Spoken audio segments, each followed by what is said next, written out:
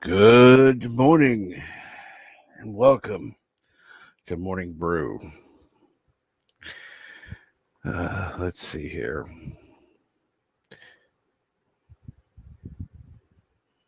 Get that out of the way.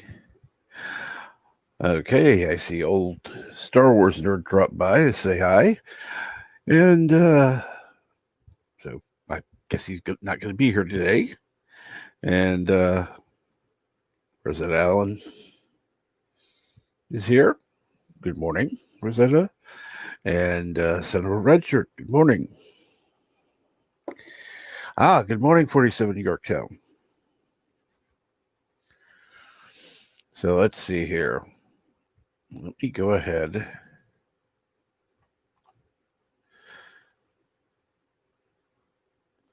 I don't care.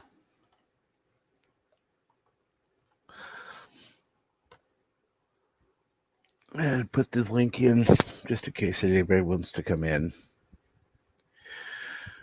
I'm already on cup of coffee number 2. So,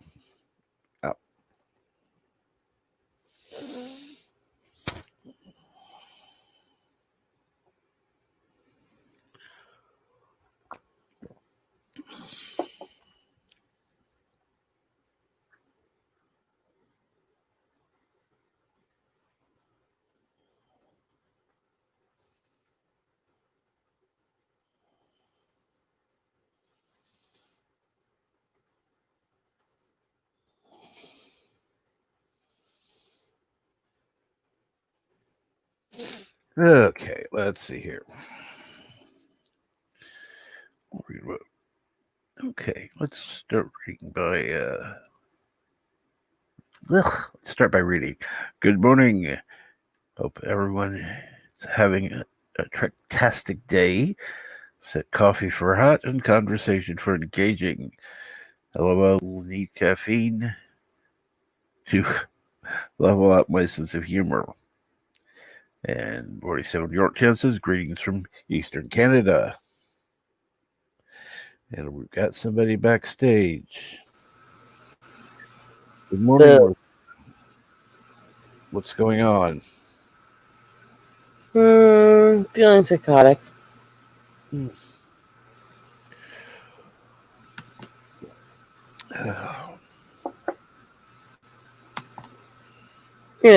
Normal for me. I'm contemplating writing somebody later today, and I'm not looking forward to it. Yes. But instead of, I want to find out the truth. Let's put it that way.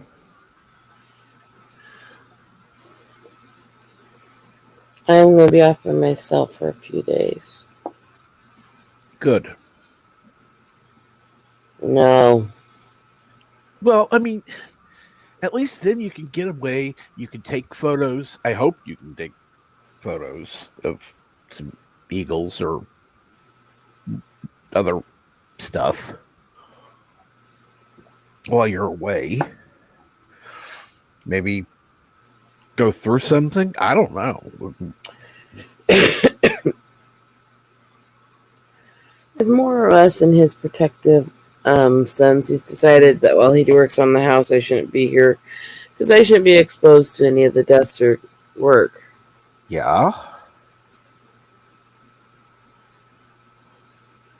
So he's leaving me out at a hotel in nearby town. Good. That's exactly what he should be doing. With your breathing problems, that would be utterly stupid to have you stay there. I mean, unless he were to, because otherwise, the only way that you could be there is if you were to rent a big ass, what do they call those things? It pulls out the dust from the house and such. But an industrial size thing that would be constantly running. No, too much. Would cost way too much. Oh. Buying a hotel would cost less. Well, maybe not a luxury hotel, but a hotel.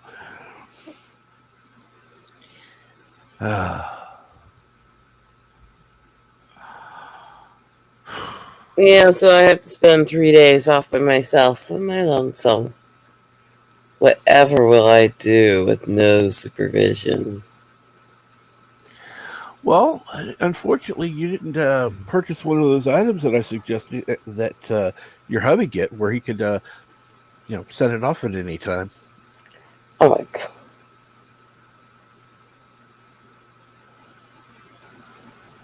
And good morning, JPs. Hello. What's going on? I'm just hitting the 2.5 hour mark on Anthony's video from last night. Oh fuck.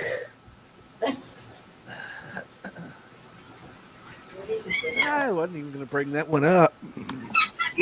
That's what I just said. That's who I was. Well, I kind of brought it up, but that's who I was going to talk to. I see why he's doing it. Because I guess he wants it to end. Do not. Anthony is a peacemaker and a beatnik. You have to understand that his goals are always to try to find ways to get people to get along. And it would be nice for it to end. I don't agree always with his goals, but that's how he operates. I understand. My only thing, and I'm just going to say this, and then we're going to move on. I was not involved in this. All of a sudden, I get people. First of all, I was in Bill's chat. He had people coming in.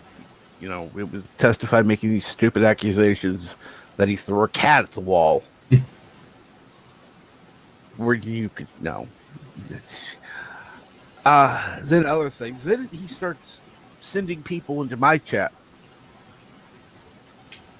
Now, he's saying everything started with Drew. I don't have anything to do with that. Yeah, I know. It's the whole guilt by association, but whatever. It's like, yeah, and there's way too many people and way too many communities doing this for stuff. And it's like, look, you want to come in my chat? Great. That's fine. We'll talk. I'm not responsible for Drew. I'm not responsible for Bill. I'm not responsible for whoever. I don't do their streams. I don't tell them how to do their streams. I don't always agree with how they do their streams. And you can tell Bill because I've told him a few times when I wasn't agreeing with him. Oh, and you know how much I've argued with people and gotten kicked off some channels, so... Oh, yeah. I do. I'll say straight up if I think something's bullshit, and if I don't want to get involved, or I think something's just stupid, mindless drama, I'll tell people to fuck off with it. And I've even blocked people from my channel because I didn't want the drama. I don't want the drama. This is supposed to be a place to come, just kind of hang out, chill out, talk, have fun. And yeah, there are some serious topics discussed at times. Something blatant as that. Last night, the stream. Yeah. That's a serious topic. That's why I figured I'd say something. Go for it. I want your perspective because I saw it and I was honestly pissed. Well, I'm only 2.5 hours in, but my perspective, I don't know. I really don't know sometimes because He's manipulating you. he's not manipulating me. Whatever, It's hard to get a full story from every single side. They say there's like 3 sides to every story. There's one side, there's the other side, and then there's actually the truth. And right now, we just keep hearing one side and the other side, and then one side and the other side. So, Well, what would be nice if people would just stop talking about it? Like, if I have a problem with you, I should deal with you.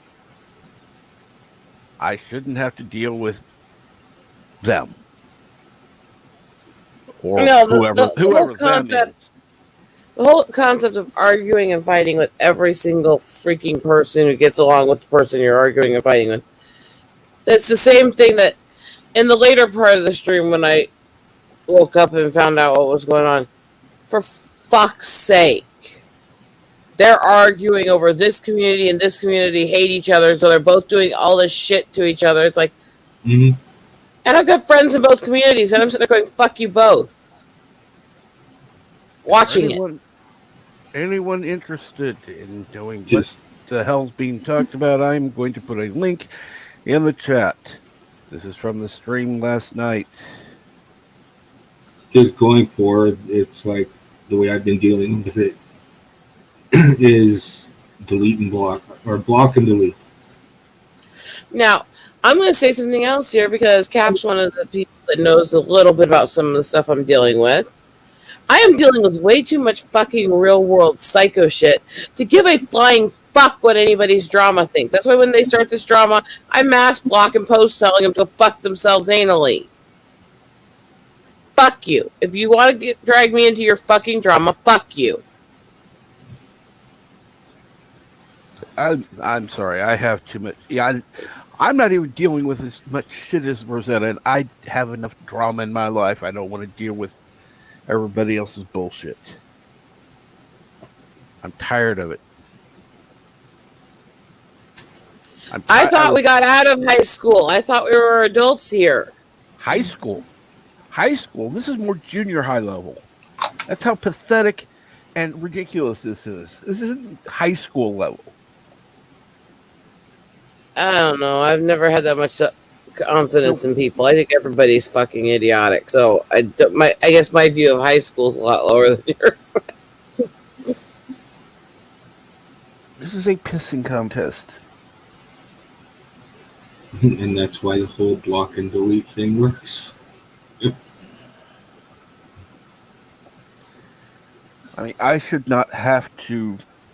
I should not have to worry if I post the goddamn link to StreamYard. God damn it, I did it. I should not have to worry if I post the StreamYard link that some fucking idiot's going to show up backstage and go do some stupid shit. And I even had, I don't know what the guy's name, George something, was sitting backstage one day. I was a little busy at the time, so I wasn't rushed. Then he left. All of a sudden, I'm blocked on Twitter. Okay. Don't know what I did wrong, except I didn't let him up immediately. But it's like, look, I don't care. I'm already needing another cup of coffee. And good morning, Pflugerville. How are you? By the way, I need to talk to you later. And good morning, Fenrir Fire. I don't know. I've just hit this point where my basic opinion of 99% of people, even the ones I like, is fuck off. Mm-hmm. It's like, I love you guys now. Can you shut the fuck up and go fuck yourselves? And I know that sounds horrible to say, but seriously, I've got too much real world shit. For fuck's sake, fucking brother has been basically trying to ostracize me for being in these communities. If my own fucking family can't tell me who to hang out with and be friends with, what the fuck chance do these people think they have?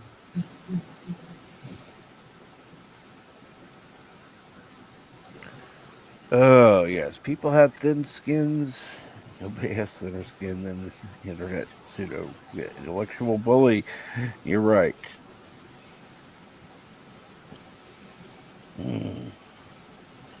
And this is just my general statement to everyone, including, by the way, there's people. There's a reason I fucking basically destroyed my chat group because people on our side were doing the shit to me. They were trying to drag me into the drama when I told them to stop, Mm-hmm. and they wouldn't stop. So fine, fuck it. I nuked the fucking group basically Good. because I don't give a shit what fucking side you're on. I don't give a shit who you are. I have friends in every community, and I'm not going to fucking fight with them because you guys have a beef with somebody. It goes to everyone in each group. Fuck your drama. Clear enough? No.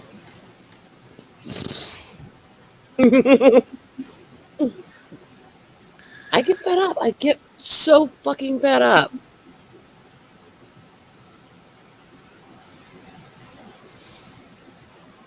Good morning, Aberjam. What's going on?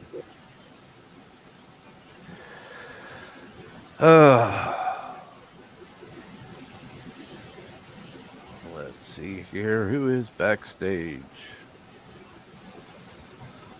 And good morning, Flugger. What's going on? Well, you said you were worried about having some idiot doing something backstage. Yeah, Fluger's a good one to come up and do the fucking idiot shit for us.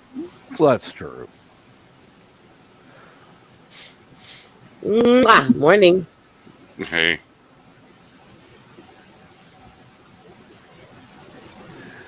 There's not much moonlight out this window today. You sound so energetic. Flugger, what's going on? I slept till about 3, and then I've been watching. I made the mistake of trying to watch this last episode of Discovery.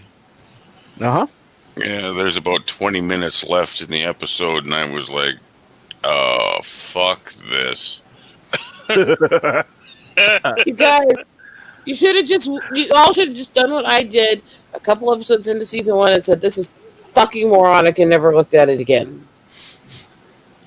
Well, I'm not a very smart guy, so I just beat myself with a hammer. Not a steel hammer. I use So you're a bit of a masochist? That's why you watch it? You like suffering? Oh, yeah. Yeah, well, I have to, because it's like, what other reason is there to watch that crap? Oh, they went from better on. Well, I'm sure there's something better on, but No.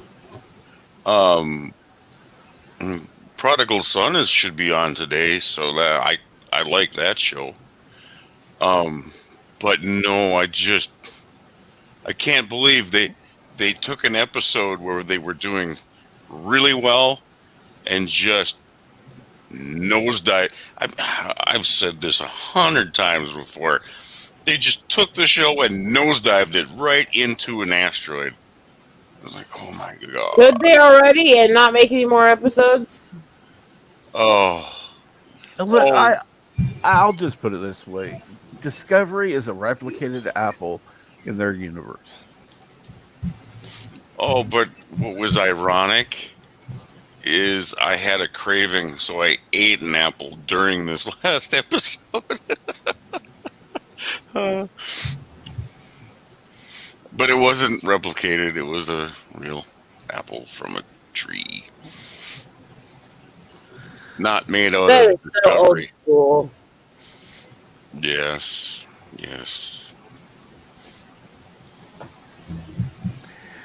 Well, if they're saying that everything in their world is shit, it explains the show, so. That's right. Wait a minute. That this entire timeline is shit. Okay. Cool. I mean, they just basically called their own show shit. Yeah, they did. Well, maybe they were having a rare lucid moment. And, well, we can honestly say we're just saying exactly what they're saying about their own show. It's shit. Yes. Yeah. But they just seem to, oh God, they just tank everything they do. Every time, even if they get a halfway decent script, it's like, oh, let's build up to this and go push it off a cliff. Yeah. It's like, really? Go fuck yourselves. And There was Soniqua, I'm really sad that they took down one of my favorite gifs over on Twitter. It had the little Disney opening, but it was reprogrammed, so it said "Go fuck yourself with a cactus." Yeah. nice. Yeah, I don't know. It just drives me nuts how Soniqua Green will, when she's, trying to act, will tilt her head like a fucking dog. You know, she's like a I black guess lab. She sits there and she goes, eh, and then she'll tilt it the other way, the and then she'll tilt it back little the other head way. tilts and the little tout face that they do in like junior high drama Hmm. classes. Oh yeah, exactly. It's like she didn't make it past drama 101. But yeah, you could tilt your head because Which, by the way, that you're only supposed to do yeah, for theater so people in the back of the room can see your gestures. You're not supposed to do that Mm-hmm. on screen. No. They're not the same type of acting. she does it all the time. Just is annoying as, I'm not going to say it but Say it's it. just so annoying. So annoying.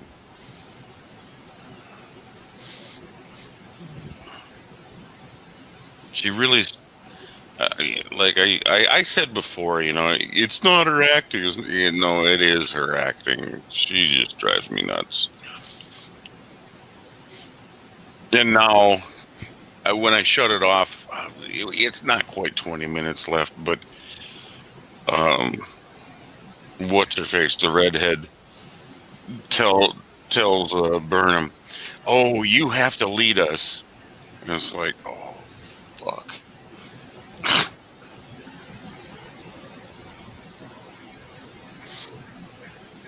I mean, how many other people are going to be convicted of treason and now command a starship? I mean, it's not unheard of in Star Trek, but really, she tried to assassinate her captain. Well, I mean, maybe he had it coming. I mean, No, it no, was that was a I sheep. know, I know what it is. Oh, okay, okay. I couldn't resist that crack. Mm, no, that's fine. Okay, enough I about that depressing ass show. Let's find something else. I did watch MacGyver before that. The new stuff. I I know a lot of people don't like it. I don't have any real super big ties to the old one, so I was never really a MacGyver person, period, on either end. So it's this is vomit. I just have no taste. Why? How can you not like the original MacGyver? Oh, I do love. I love the original MacGyver. I didn't say I dislike it. I said I was never really into it. The thing There's a is, bit of a difference. Yeah. you just can't look at it like a franchise, like a Star Trek franchise. Okay. Of course not. It's a fucking MacGyver. It's just a goofy TV show that takes up 42 minutes.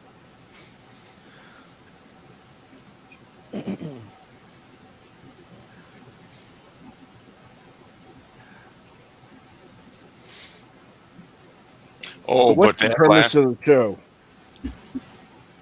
what was that? I didn't catch you. What's the premise of the show? Oh, MacGyver's working on a team of people, and they just try to save the world every week.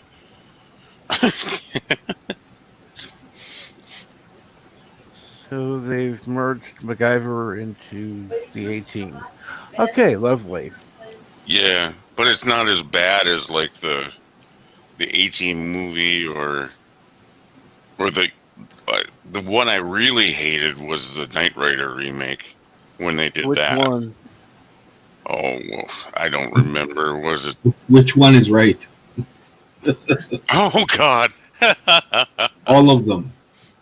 uh, I like the one with the where it was still Kit well, and not when it was Knight the Rider. Hoth, that one was fine, but like that last one, oh Jesus, they That couldn't vehicle make that their could transform into anything. It's like, are you fucking serious? well, and then they never even they didn't have they couldn't figure out the physics. Kit would jump in the air and then turn sideways and fly into the fucking semi, and it's just like, oh God.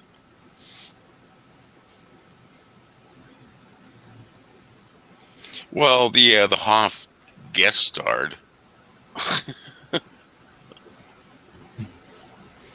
Yes, Was Knight he Rider picking up his 2000 has Hoff 2. was he And picking up his cheeseburger off the bedroom floor too?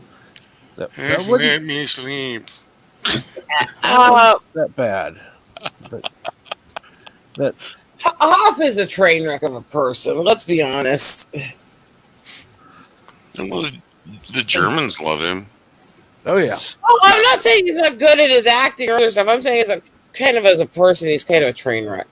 I said that ironically because if you were to ask Mark, I'm sure he would, or not Mark, Mar, he Mhm. would say he's a piece of. Oh, good old Mar, huh? Oh, no doubt, no doubt. Anyways, it's Yeah, 5:30 in I the think he morning. was one of the first ones that really was stuck around and hung out and helped me on a lot of my streams for a long time. Oh, Oh, it that's was good. funny. The last couple of streams he's showed up. Yeah, I haven't I seen him did. for a long time. I Yeah, hadn't well, either. yeah, he's been in here. Well, yeah, last couple days, hasn't he? Yeah. Anyways, I'm going to bed. It's 5:30 in the goddamn morning, and I haven't slept yet. Well, What sweet the fuck dreams. is sleep? What? Said, what the fuck is sleep? Oh, it's I somewhere. go lay in the bed, close my eyes for 20 minutes, get up because I have to take an old man piss. Go for another 20 or 30 minutes, do the same thing all over again. That's why I got a bedpan. Just roll Or I over. just piss the bed. Yeah, well, yeah, that would work too. Yeah. I have one of the bottles from the hospital, so yeah. If it's an I emergency. like those hospital bottles. They're all paper now. I have to. This is plastic. Look at the paperwork. I'm gonna have to talk to Bird and see how he made his geology machine. 'Cause He has instructions, so yeah. yeah, he said that before, hasn't he? He says, I have instructions. Anyways, good night, people. Good night. Good night. Take care. Stay out of trouble. That ain't gonna happen.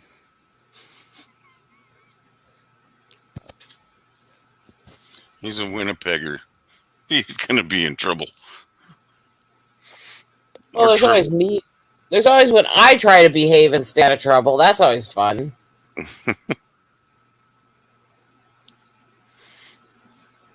You've been working on any big art projects there, Rosetta? I've got a few things I need to finish up and get out, but since I'm going to be in the hotel, I'm going to take the few paid jobs I need to finish with me and basically sequester myself to work. Cool. That way you'll Make get some myself stuff. work. Yeah. Did you guys get hit by big snow, Not here. Rosetta? Not too much. More a week or two ago, we had more snow. It's not as much the last few days. Still pretty buried outside, though. Yeah, we're good. Oh, pardon me. It's supposed to be like 35 degrees today and like damn near 40 tomorrow, so yes. Melt that shit away.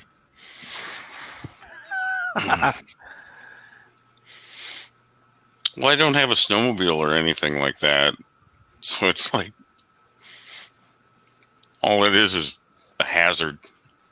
Yeah. No. I love the snow out there because it makes a lot of the eagle pictures really fucking badass. Well, that's true. Plus, I don't mind hiking through snow. I grew up in the mountains. I don't mind snow. It's the we got to get and clear these roads. God, yeah, sure. It's when it's snowing that bothers me because that makes my muscles hurt like all living. Fuck! Once the snow has fallen, I'm good. Cold itself doesn't bother me. It's the weather actions that does. Mm-hmm. I'd always wondered why I hadn't added those up because it does the same thing when it rains, but just slightly different. I hadn't thought about that. Thank you.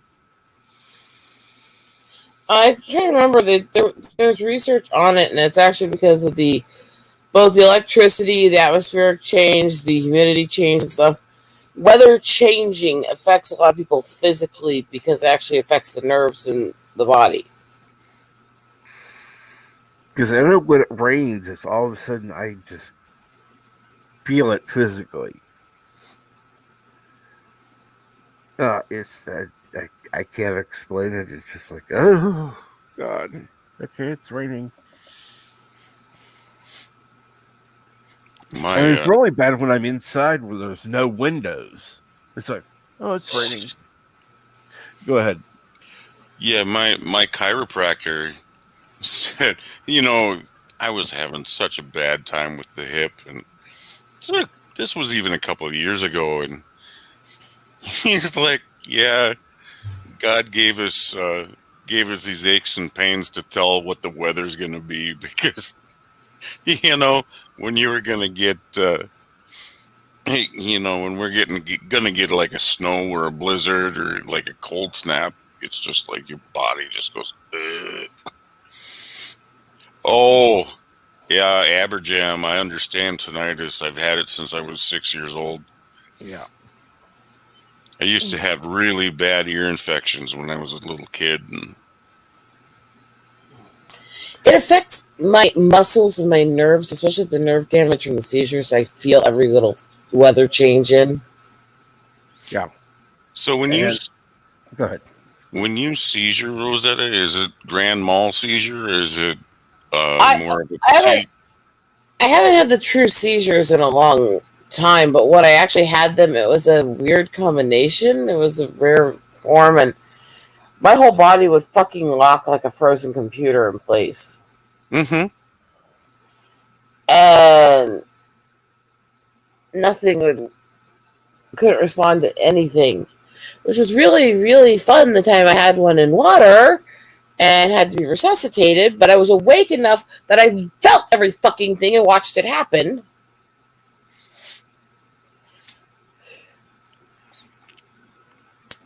That'll fuck you up as a kid.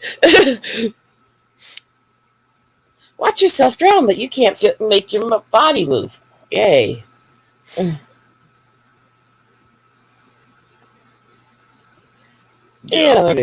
Life is weird as fuck.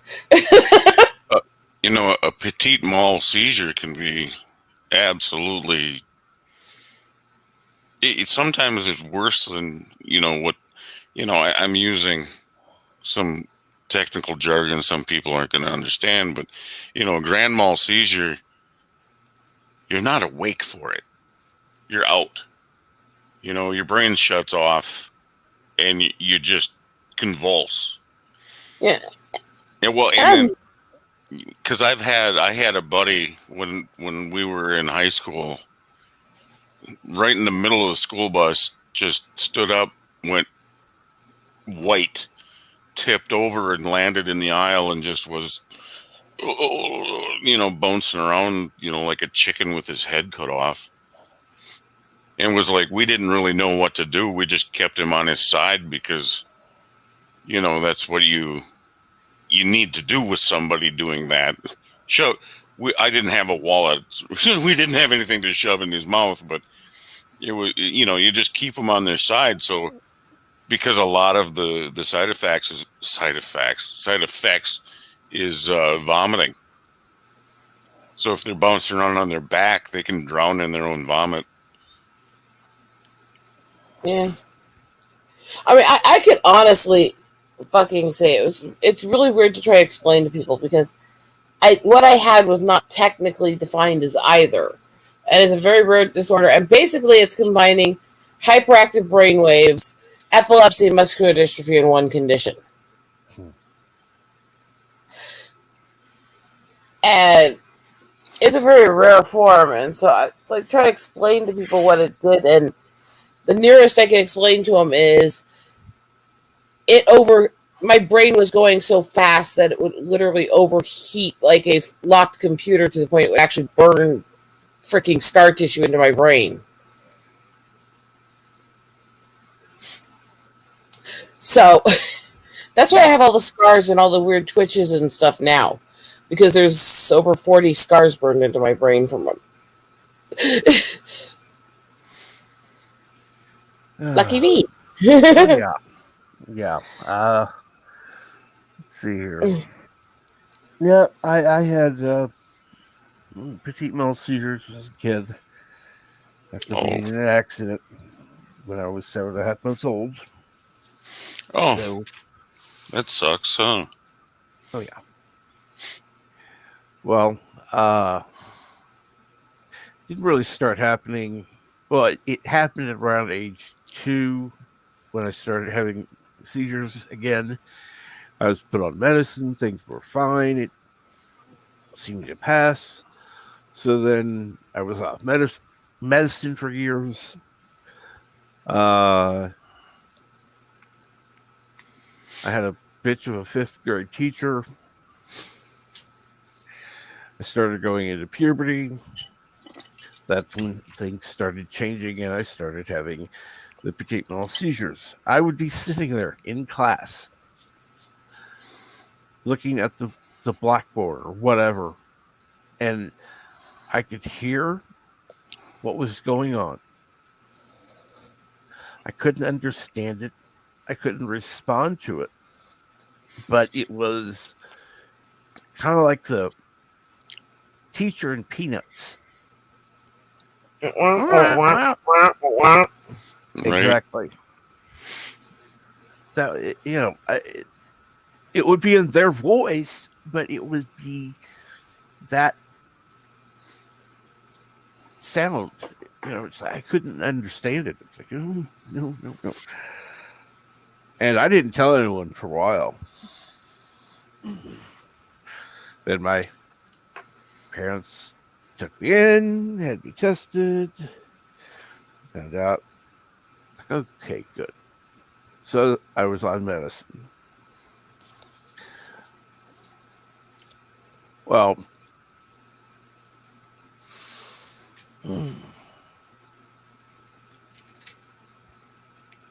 I was on that for God knows how many years until finally my insurance, went away at like age 21. I think that was when, yeah. Then I was off for years, and then I had a grand mal seizure. So, yay. Yeah, see, I remember sitting there and overhearing the doctors basically tell my parents to get prepared to bury me because of how it was burning my brain. Mm-hmm. When the seizures stopped and I got to come off the meds was basically probably the most insane moment of my life because it doesn't heal for people with that version, but there's so much fucking damage in the brain tissue and nerves, and it split apart, and basically my brain is always a labyrinth because it's segmented, because there's whole sections that are burned enough that they never aged past when the seizure happened in that part of the brain. Mm-hmm. And so it's like trying to trip through a labyrinth while the thing is rebuilding itself constantly trying to get through the thought process in my head. And that's constantly, every day. I mean, after I had my first grand mal seizure, I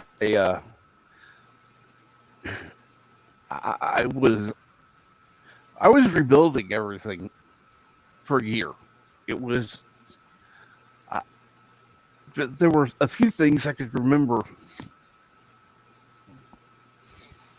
but in fact, the funny thing was I remember because I was supposed to go with my niece to see a movie that day, and so of course I'm apologizing because I couldn't, and she's like, I don't care. You know, she was more concerned about me than about the movie, which she really didn't know. But that's another story. And I gotta get something to drink because my mouth is so fucking dry. Yeah, I've better. I've learned in my life most people, even well-intentioned people, they seem to have their limits. When you have a lot of medical conditions or a lot of mental conditions, eventually even people who care start pushing you away because they can't deal with it. And so I've always had those people who, I love you, you deserve better than this, and then they leave.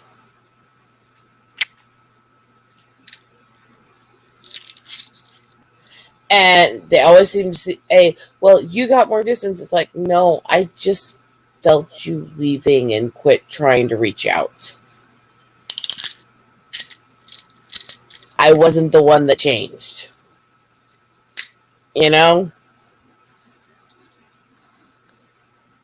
Yeah. It's frustrating because I understand it too, because we all have breaking points, and it's really hard to watch somebody you care about go through this kind of shit. But it fucking sucks. Yeah, I know. I don't believe I've ever had a seizure, but I know in the last 2-3 years I've had my blood pressure drop. See, I'm hypertensive. I have high blood pressure even when I'm on meds. It, doesn't control it 100%. Mm-hmm. Well, every once in a while, my blood pressure will just drop, and then everything, and my eyesight goes gray, Yeah. and then I fall down, or well, I actually only hit the floor once, but I was headed to the floor anyway because I knew it was coming. It was this carpet on the floor that's here and it's poofy and it wasn't going to hurt. But I've caught myself on the counter, grabbing the counter just to stay up. One night I backpedaled in my computer chair. Well, I stood up and it hit me, and I backpedaled as fast as I could to try to get back into my chair, and I hit the back wall. So I mean, uh, we have the craziest stupid issues, don't we? Oh, yeah, I agree. Have some issues. Let's see here. But the worst one for me is my hip, and I know I've bitched about this to Captain Trek a ton. But I'll go and I'll walk out to the kitchen and I will forget, because my hip feels fine for the first, 20 steps. So I'll go to the kitchen and I'll square up on the sink, and by square up I mean you're totally facing the sink, where I know better. I know I should be at 45 degrees away from the sink. So if I do lock up, I can get at least a leg to move so I can, start going again. Mm-hmm. It's, backing up and changing directions. That not even going to happen. I'm sometimes there standing in the kitchen. I'll even be on a live stream and I'm stuck in the kitchen standing there for 5 minutes because I can't move my leg. I can't put I any have. weight.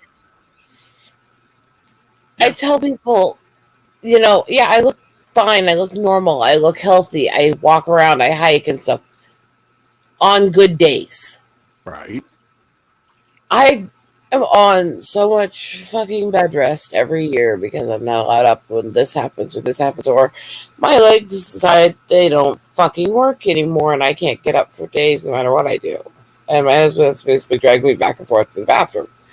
And people don't get that. They think, oh, if you look fine at all ever, then you must be faking. Oh yeah. If you looked at me, you'd be like, "Why the hell is that guy on that electric shopping cart? He looks like a fat Norwegian. What the hell's going on here?" And then I know I was in line at the pharmacy. This was, oh God, a year ago probably by now. I couldn't. I was having such terrible problems with my toe and my hip. I just hopped on one of the carts and took that. And I was at the pharmacy, and I know these people behind me were just looking at me like, "What the hell is he doing on that cart?" And I stand, or you got to go sign the crap. Yeah. Hi, Joseph. You got to get up and sign the thinger. I get Mhm. up and I can't hardly even hobble to the tell thing, and then the mouths kind of drop, going, "Oh, maybe he doesn't. He is in pain, or he can't actually walk decent." And let's see here. God, what is it? Gotta think a second. What's going on It's this morning, afternoon. Joseph? It's that. Yeah, Oh yeah, it's afternoon for Yosef. right. He's ahead of London by an hour. So yeah, afternoon.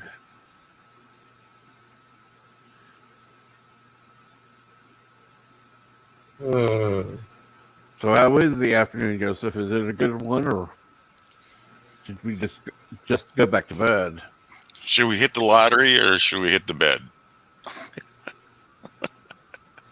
Depends on if you have somebody with you or not. I mean, Oh, there's nobody else here. then going to bed's kind of a waste. Not for sleep. Yeah, but that's not what I'm getting at. so No. many, so many calls. I'm crying here. Been there, done that, Joseph. Been there.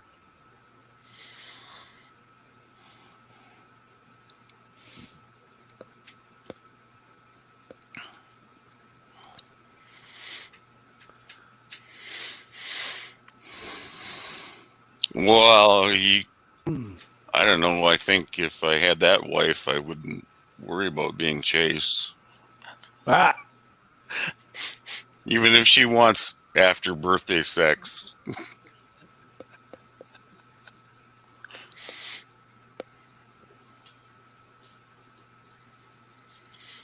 you better be ready to give it to her. So,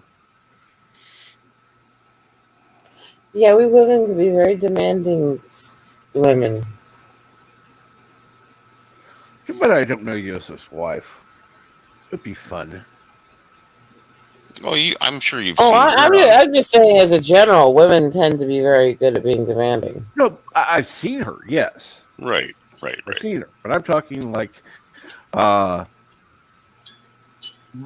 I wish I could find her on Facebook or Twitter or something. That'd be fun. Yeah.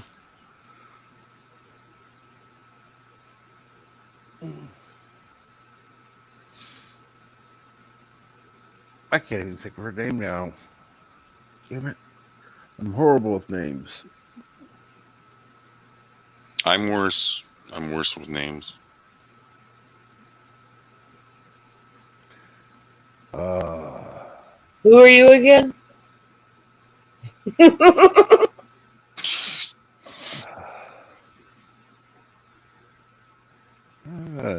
need us to full hour. What? Another one at 30 minutes. Need to go grocery shopping. Nothing to eat. And it's not to worry. My balls are not blue. Well, good to know.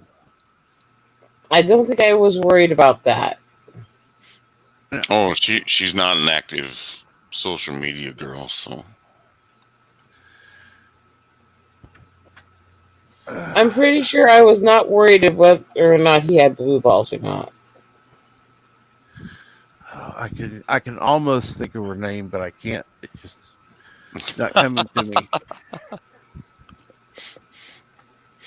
you'd have to go back to Bird Stream from yesterday when he was singing "Happy Birthday" to her. Unfortunately, at that point, I was asleep. Yeah, what's this with your sleep? Are you just taking so many pills they're knocking you the frick out, or what? Speaking of pills, I better take one. Look at me. I wish she was active on social media. That would be fun, like I said. Yeah.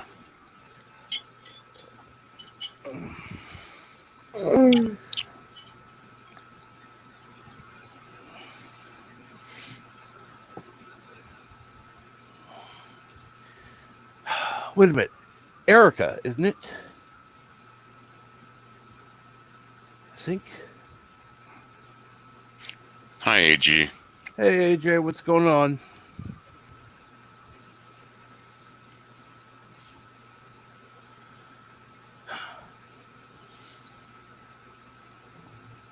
Joseph says, "Yep." Well, at least you named one of his wives. Well, I didn't even have to cheat. It was just like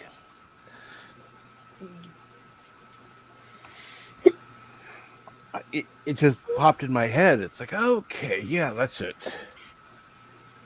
Well, that's good. AJ's dad still. Well, it had lots of room to pop into. We got a 13-year-old in the stream, so we need to be a little more. Yeah, we have to be. Gee, I wonder who that comment was aimed at.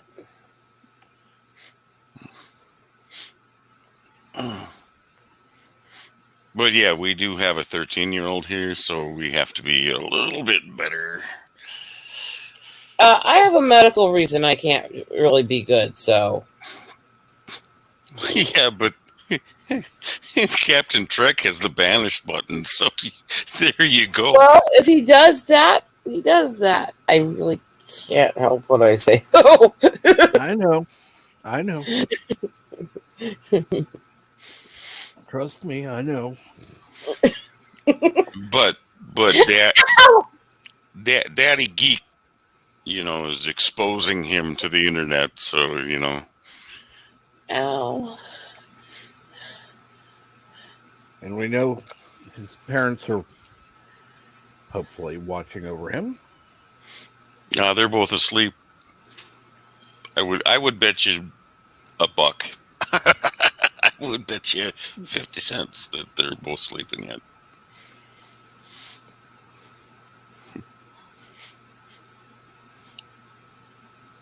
Good habit to get into there, AJ. Wake up early.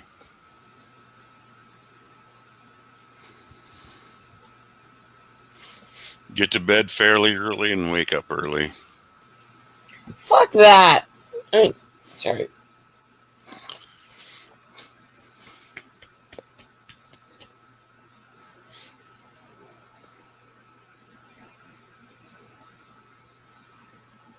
This is when I try to figure out how to behave. I'm screwed.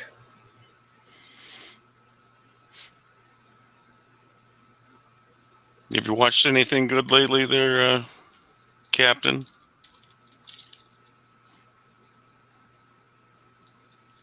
No, he left us. His internet must have punked out on him again. Yeah.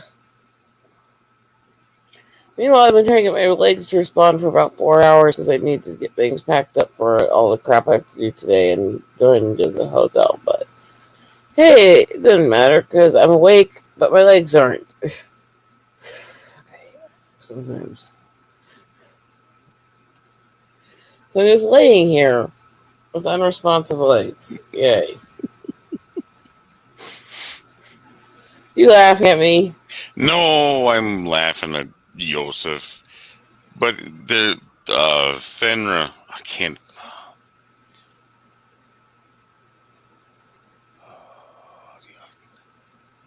I need some lessons or something. I can never name her right.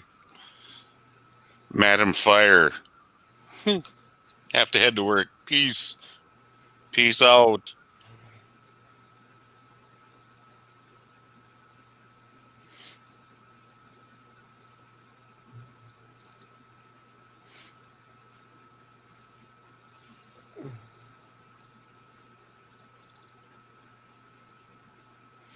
Kapla. Mr. Birdo Prey 5. Kapla.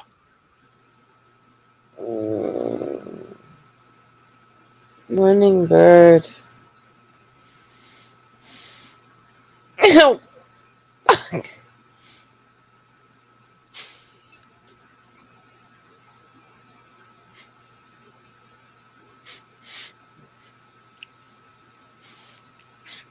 I don't usually sound like that till like 2 in the afternoon. Thanks. I'll roll. I'll be like, I'm so tired. I got to take a nap. I'll go lay down, and then my hip will lock up, and then I can't move. I can't even get my feet from under the blankets, and I'm just freaking out because son of a bitch. Oh, it sucks so bad. Who's the bitch and why is she having kids? I mean, What? Rosetta. And Bird Prey 5. Kapla. Bird Prey 5. Let's see here. I tried to stop myself. Yeah, your link is pretty far up there, so you might want to just pop that back. That's what I was just doing. Thank you. Oh, I figured. Okay. I know you're thinking with my brain, so.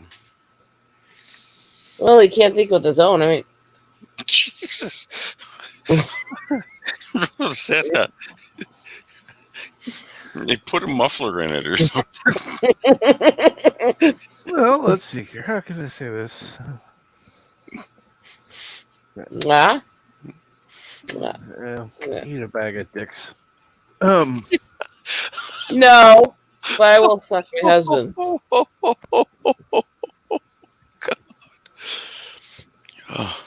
Why do people think making comments about eating dick or sucking dick are insulting to women?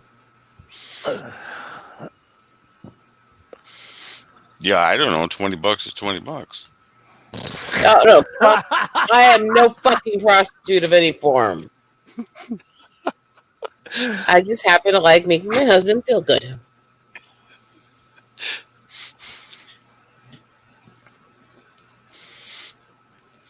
No, besides, I actually do know somebody who got arrested for offering a cop a $2 blowjob. That was stupid. Let's just say some of the inner city work we do deals with dealing with drug addicts and prostitutes. So, yeah. She offered an undercover cop a $2 blowjob. $2. God damn, that's a bargain. That's the focus on that. I've never paid, but if you're gonna pay for one, it's not that much. Should you ask for one, at least get a Happy Meal from it.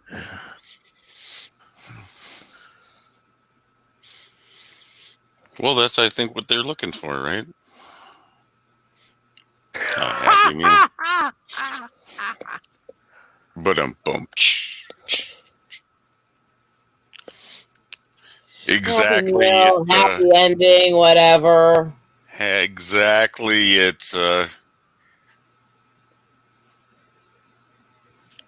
That's why sometimes you got to find a cougar. Uh, You might have to pay a little bit more, but they don't have any teeth.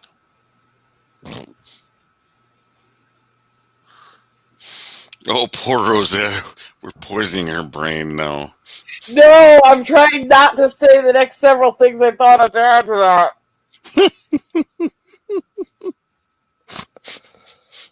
Trust me, you can't poison my brain. I am more twisted than you know. For fuck's sake, I used to work writing erotica, so let's leave it. And I'm not talking about those little whiny housewife stories. I'm talking about dark, twisted shit. well, no shit. Was it darker than one of the 50 Shades of Grey? Oh, that is poser ass pussy shit. I mean, that is the housewives' equivalent of what they think dark is. Mm-hmm. Well, that's why they named it 50 Grades of Grey, because... Oh, I shouldn't go there. I don't know if AJ is still listening. Oh, why not? It's fucking poser S&M for Twilight bitches. I mean, Yeah, you're right. You're right. Well, and I really didn't. I hadn't put that together. I guess nobody just threw it out there for me that it was based off of Twilight, or a spin-off of Twilight, and it's like, oh. But I never watched the movie, and I've never read any of those books. I never knew they were actually connected. I just knew they were both bullshit. I mean, no, but yeah, they. I guess from what I heard that they are 50 Shades is a direct spin-off of Twilight. Then I mean, there's no vampires and shit, but we'll have to add that to Bill's list of movies to watch. oh god. we need him on ice watching it, remember? Sparkle vamping. Were either of you two in there when we watched Twilight on his Oh yeah. Fuck no! You couldn't pay me to be there. I mean, oh I my wasn't god. watching it. It was fun. Oh, we made fun of that show, and then how far off to the end was it? Like 20 minutes later, or 20 minutes to the end, he got up and puked. Yep. That was forgive me, but that was fucking classic. That was just like I've paid money for shows that were less entertaining. That was funny. That was amazing. Let's see here. Okay. Aberjammer. Is that a rote tentacle porn? It's a no. Twilight. Fan fiction. Changed enough to avoid copyright and make money from. Yeah, that's probably true. I mean,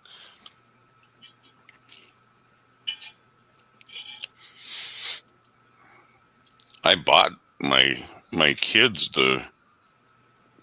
some of the Twilight books, and then Why? well, because they wanted to read them, and so the oldest one read them, and okay, these are great. And when he moved back to Wisconsin, he's like, well, here, you can have these back. And they sat in a bag in my garage for like 3 years. And I threw him in the grill and burned him.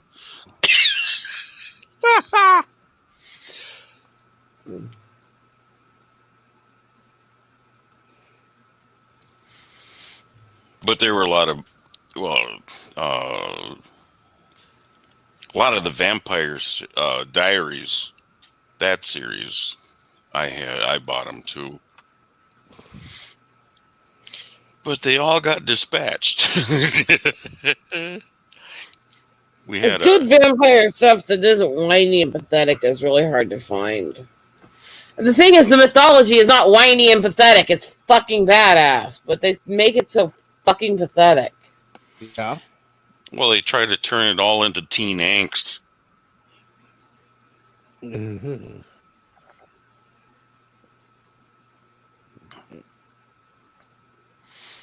Where, I like Fright Night. I Mhm. kind of like that show. I mean, some of the prosthetics or the makeup is bad, but it actually tells you a story, and it isn't all this romantic bullshit. Will she or won't she? Will they get together or won't they? My version of mythology having romantic bullshit is he comes on to her, she says no, he beats her head in. That's what you need in horror stuff. You can't have this angsty. But even though he's a monster, he still really loves me, and so he's gonna change his ways. So fuck you, bitch. No. So you're not a no, big fan he- of Beauty and the Beast? That was a little bit different because it actually I was know. based on a human that was changed. But even then, yeah, she was an idiot even then. But that at least has some understanding to how that could be. But is it the whole concept of Beauty and the Beast was that he wasn't actually a monster. He was just deformed and hideous. The heart was not a monster.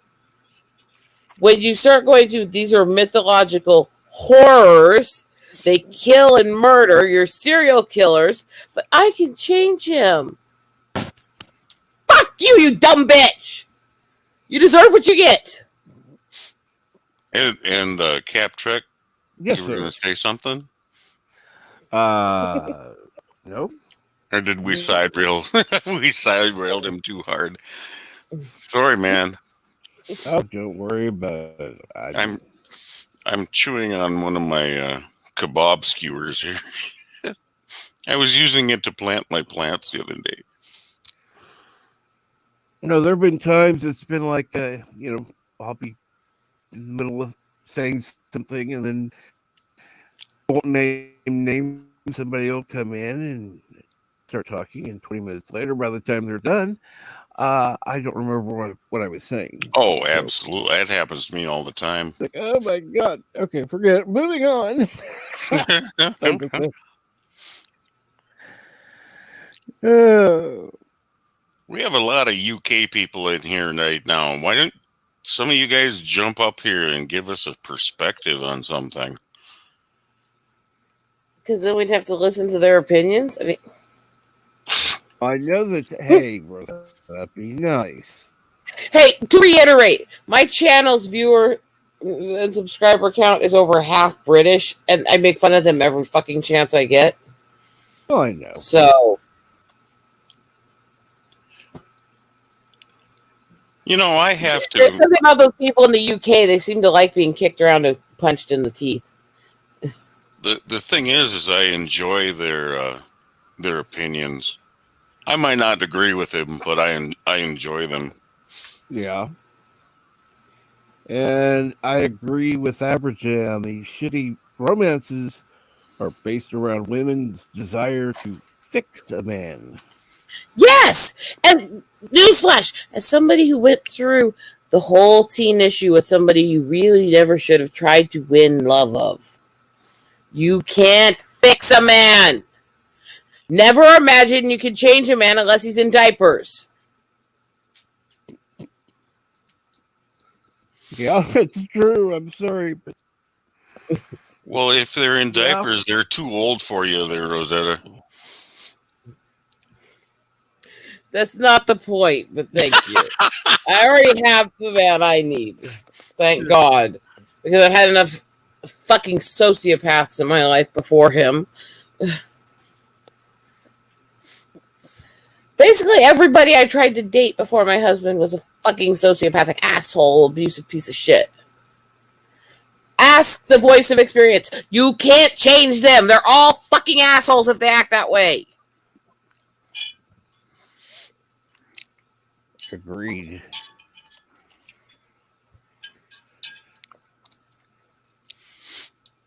Yeah, and then if you try to change, it doesn't matter if it's a man or a woman, whoever you're dating, if you try to change them, all you're trying to do is change yourself. It just does not work. If you can't accept who you're with, yeah, screw off. It's not going to work.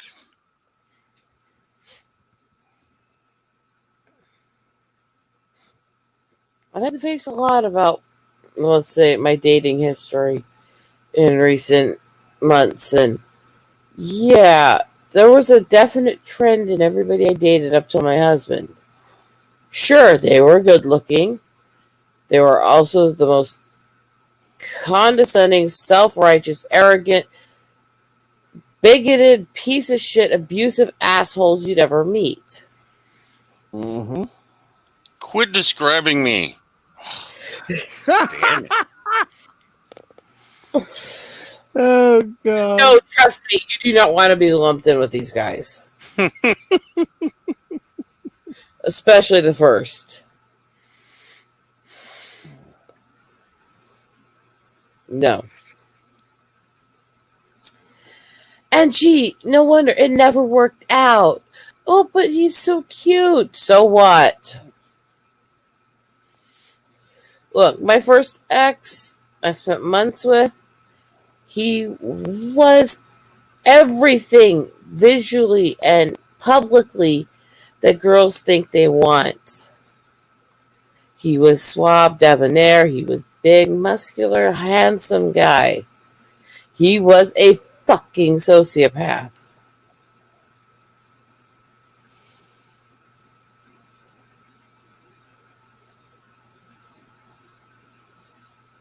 That is There you not a good thing. No.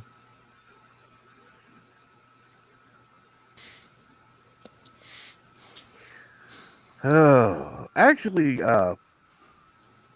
Sluggers, we need to talk later. You, me, and what's his name? I can't think of it now. What's his name?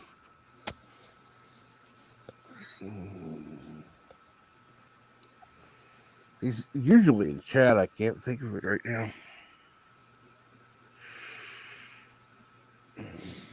Now he's usually on the panel. Anyhow, doesn't matter.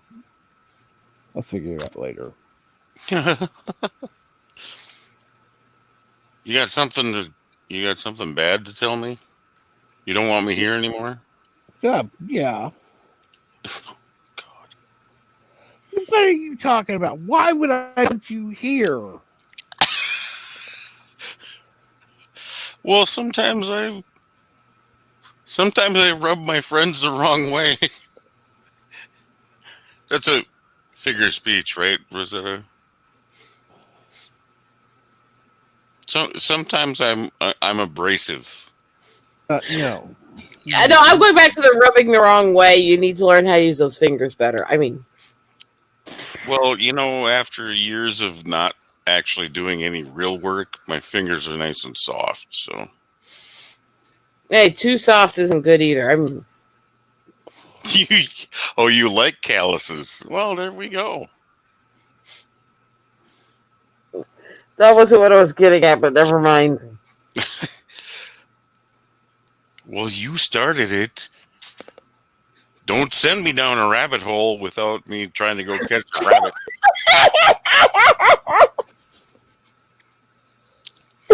Anytime I'm making sex jokes and somebody says rabbit hole, I start laughing my fucking ass off as it's one of the main vibrator company types. Oh my God. I still say you need one of those to, has a phone app, and then just, your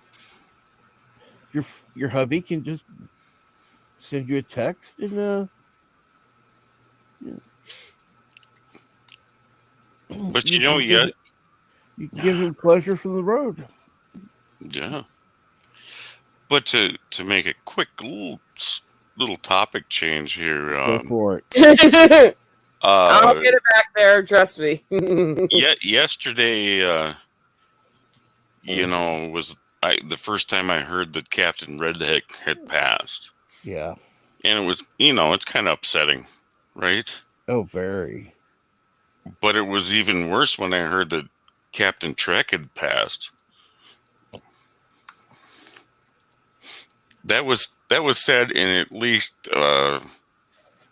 3 different channels that I was on, and I think you were there at the time on a couple of them. Yeah. Captain Redneck. Well, you passed away. Wait. People were misrepresenting that he died. Yeah, they were not thinking, because yeah, exactly.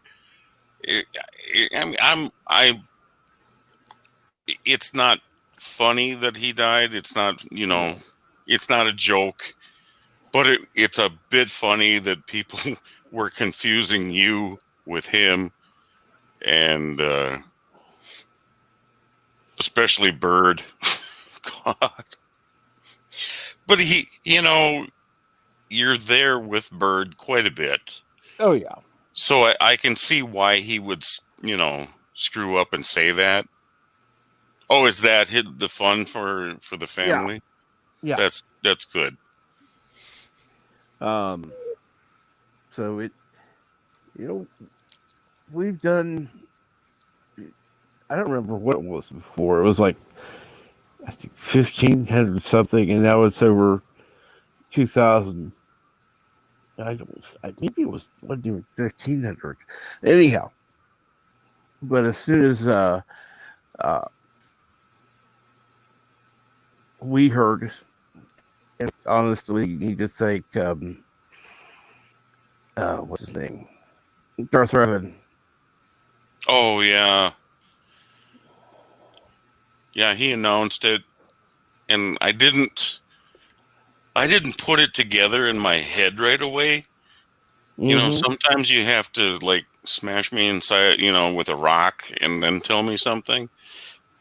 So you have my complete attention, but yeah, that really sucks. It really sucks because uh, he, from what I heard, he was only 44 years old. Yeah. It's like, holy shit. I don't like it, when I've surpassed the age of where they were. Even my uncle who died of an aneurysm was only 41. Just it's insane. I can't even fathom. And then the family, that GoFundMe, all they're asking for is $3,000. Yeah. It's like a drop in a tiny bucket.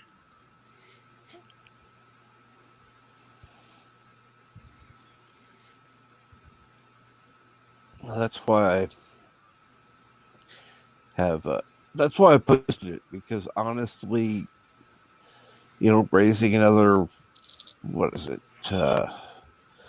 $960 would not be that difficult. Yeah. With all the connections that we all have. Yeah, 960. Woohoo. Well, and I guess I I mean, wasn't not from one single person, but right. But when what I hear from Bird and what I hear from AT, is he was a huge help for them Oh yeah. growing their channels. Yeah. And it just when you have somebody who's talented like that, it just sucks when they go, when they go away. When you lose an Elvis Presley or you lose a Captain Redneck, it's like, ugh.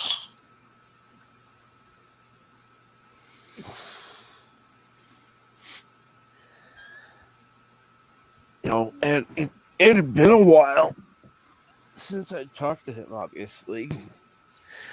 But I, was looking back at some of the chats we'd had in Discord, and it was really, it was nice. Well, that's good. He was a good guy. Like I say, I didn't know him that well. I guess I came into the scene probably too late. Right. I what's horrible is I've been on YouTube since the early 2000s, but I haven't been talking to people who stream. Mm-hmm. Not since probably a year ago. Well, maybe a little bit longer than that now. And you always find the bigger ones first, and then you start. I regress backwards.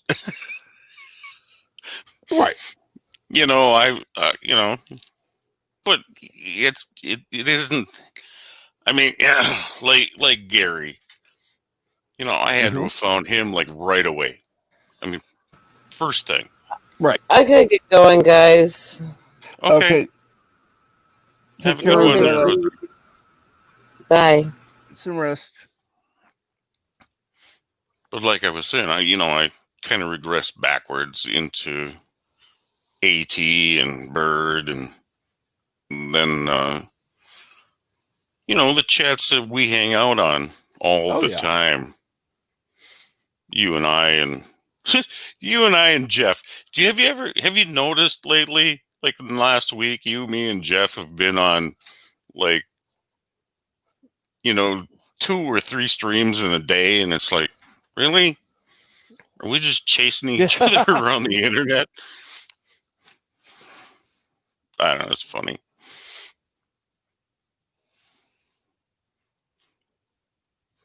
But I was wishing you had made it to the question to Conti's stream on Saturday. Because oh my God, you would have kicked. You would have. Oh, I know so you're pissed at myself. I was so pissed at myself for that one. I can't. I'm not mad at you for not being there, because I know you were not feeling well and needed to sleep. But fudge, you would have just smeared everything right all over the place. It was. Well, Ian, cat, right? Ian. Don't know him, but yeah. Well, you've seen him. Jeff put him down 10 points. They gave him negative 10 points. They treated him like LDG. Uh-huh. He won by 4 or 3 or 4. and he, at the end of the stream, he was like, I've never had this many points in a on a question of Trek stream before. And then I told you that I know I told you this. He didn't remember the Packlids question. Jordy gets. I can't remember the question exactly, but I can give you an example. Was Jordy gets kidnapped by aliens to try to make their ship run better, and the quote from the show is, "We try to find things to make us go."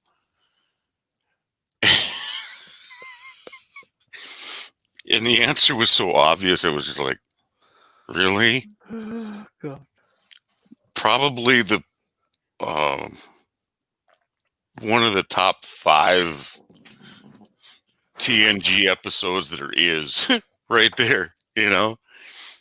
And not because it's a great episode, it's just because it's quoted all the time. We search for things to make us go.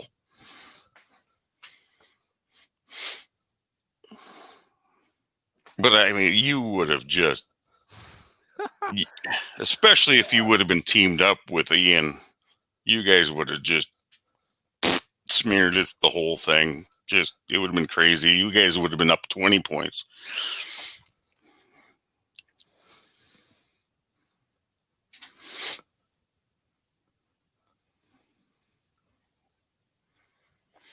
Even some of them that Jeff said that he was going to have to look them up. You know, he had to look up the answers.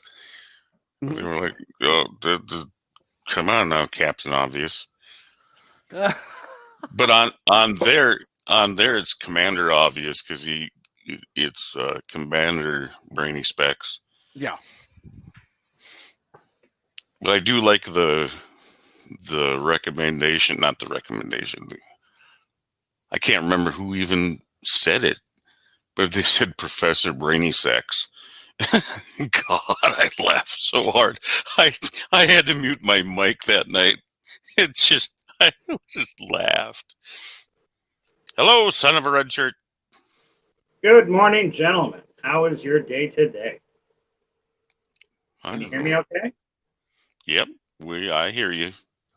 Okay, because it just occurred to me, this is the first time, my equipment's old.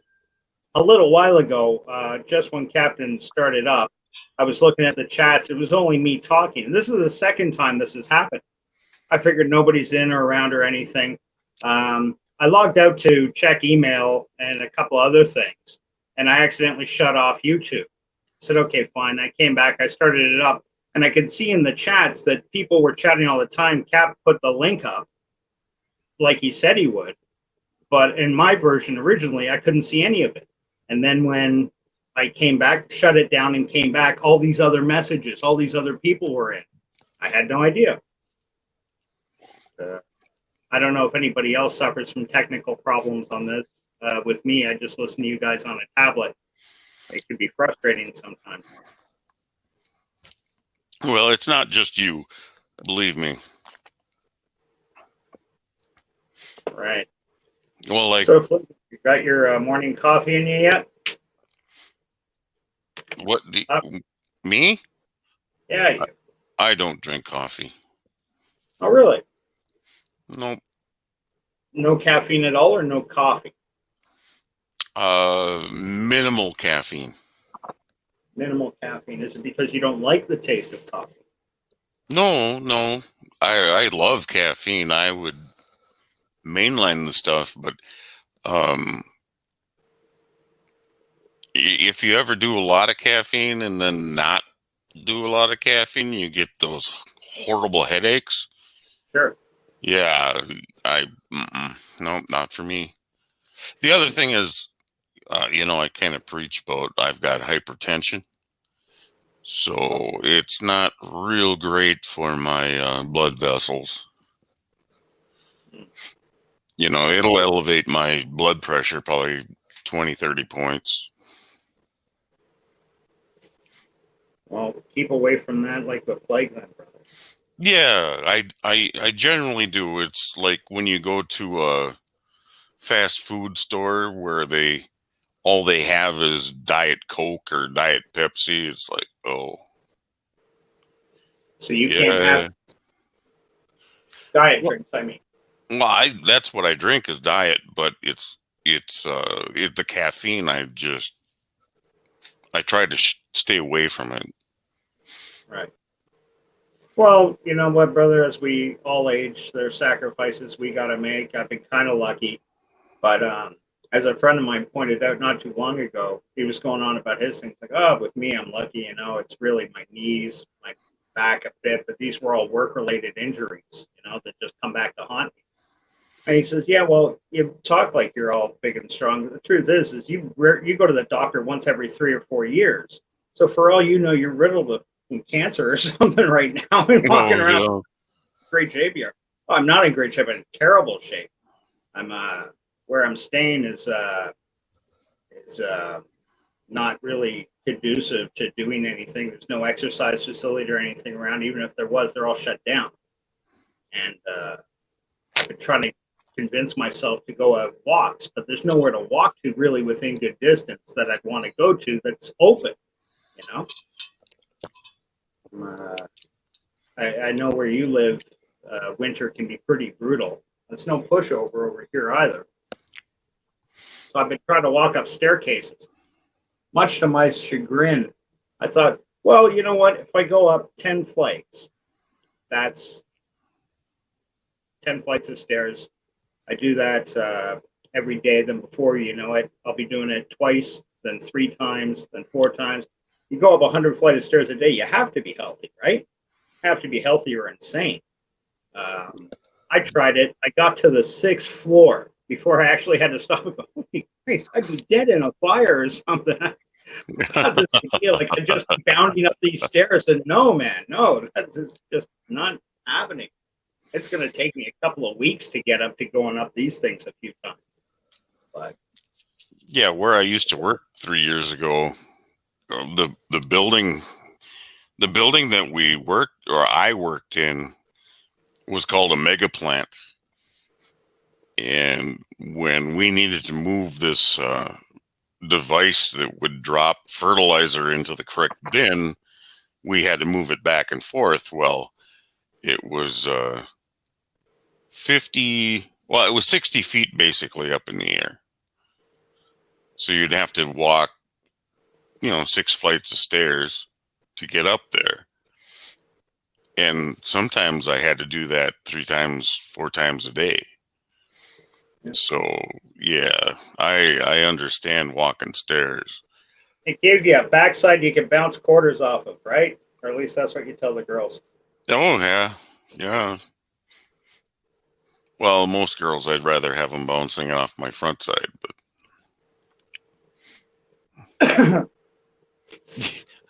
pump. Yeah, but don't pump. I don't know how to finish that joke for you, buddy. But yeah, So- it was just an unpleasant trip because it was covered in fertilizer dust and pigeon shit.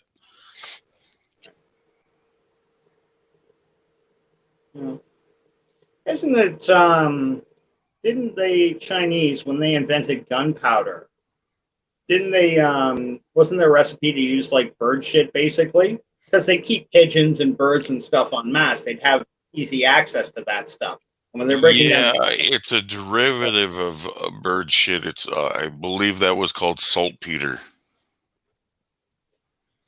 saltpeter, didn't they used to give saltpeter to prisoners to keep them from raping each other? Yeah. Well, they gave it actually. Oh, the military used it in experiments to keep the servicemen from breeding with foreign nation people. Right. It kind of neutered them. They don't want you fraternizing with the conquered women.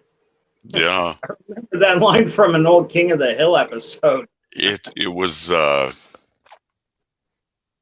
think it was kind of widely used in Korea in the Korean War.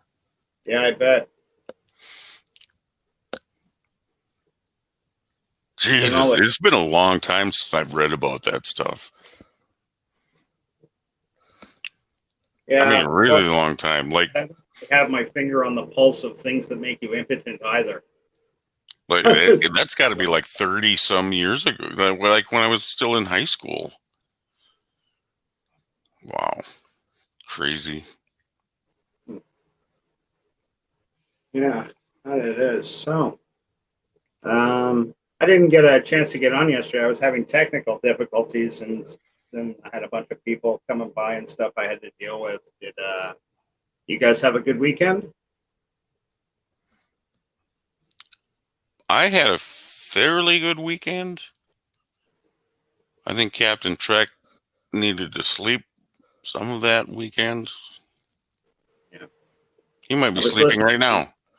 Knock on his door. Here we go.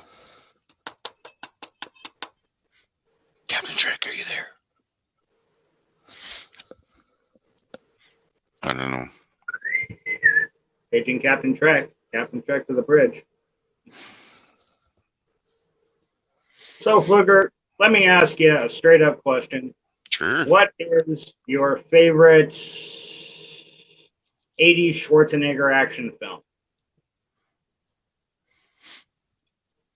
Well, I would have to say you could probably guess that one in within 2 guesses. 2 guesses? Yeah. They're going to be The Terminator Okay. or for me, I'd have to say for 80s action, that's a tough one. I love Conan till the day I die. It's one of my favorite movies, believe it or not. But I'm going to go with Commando.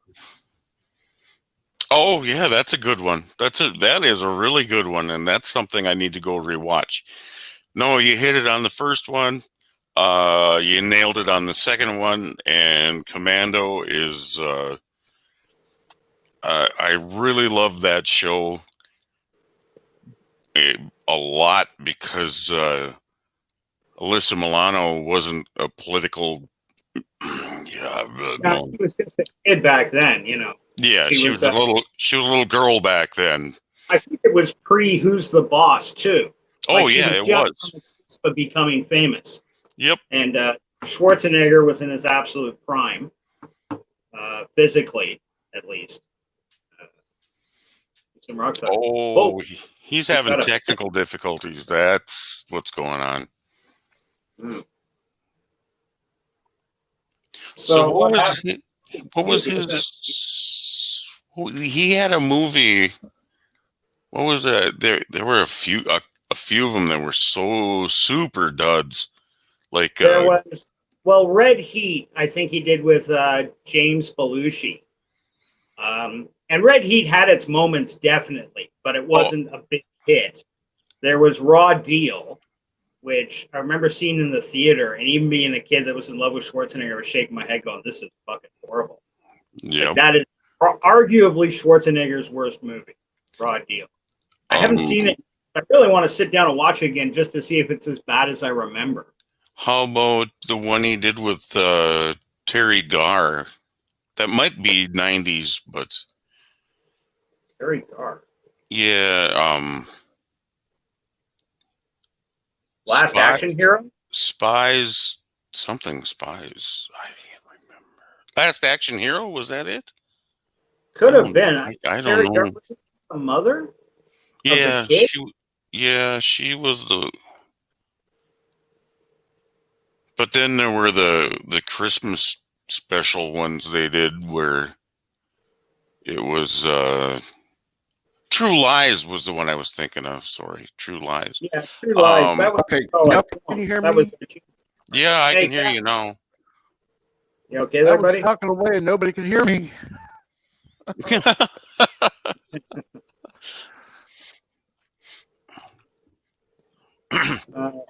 Fluger was just telling me about a couple of the Schwarzenegger flicks he liked from the 80s, and he was bringing up True Lies, which I think was early 90s, if I'm not mistaken.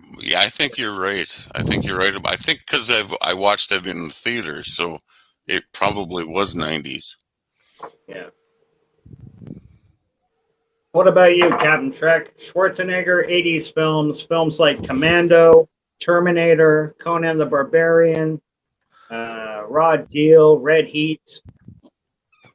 Well, the only ones I really liked were Terminator, Terminator 2. Those are really the only ones I really, watched. I didn't watch the others. As far as 90s, I liked Kindergarten Cop. But other than that, I breaking up pretty bad, I think. I don't know, Fluger, can you hear Cam okay? No, Captain Roboto over here is breaking up.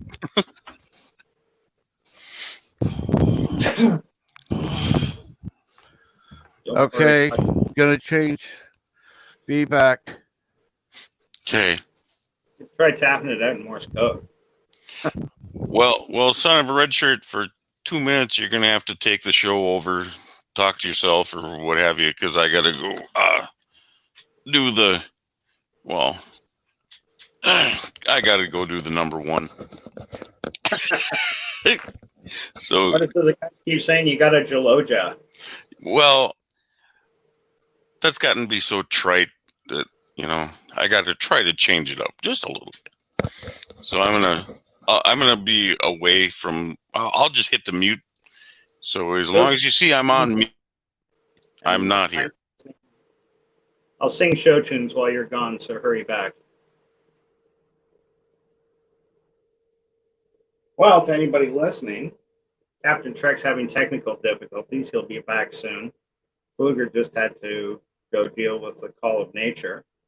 And I'm sitting here babbling away on my own. I'm looking down at the comments. Aberjam UK writes, "These shitty romances are all based on a woman's desire to fix a man." Jitsi Lemons writes back, "That's because their dentistry sucks." Aberjam, "It's only fair we rip the shit out of you Yanks all day, every day. If you want to change somebody, you're a control freak. You can't blame a sociopath for their bad behavior. They don't know it's wrong. Sometimes a little friction goes a long way." Aberjam UK, feel free to go to his site where you can read his manifesto in full. That and some recipes for things like lovely jam tarts and mince pies. Jitsi, Fenner Fire's gone a long time ago. Jitsi Lemons. I'd love to know what Jitsi stands for. Avarak Sonder. My favorite is Total Recall, but that was 90s, right? Total Recall was a great film. Total Recall came out on the back of The Running Man. Both those movies were, I think, a summer apart or possibly even the same summer. Total Recall with Maria Conchita Alonso. If you're a Star Trek fan, the guy who was the doctor in Voyager is, believe it or not, the model and the voice of the cab driver. If you remember Schwarzenegger dealing with this automatic cab, Jiffy Cab or something it was called, the doctor from Voyager, what's his name? Robert Picardo. Robert Picardo was the voice and the model for the artificial cab driver in Total Recall. There you go. You learned a little thing. You got some Trek knowledge on a channel called Captain Trek.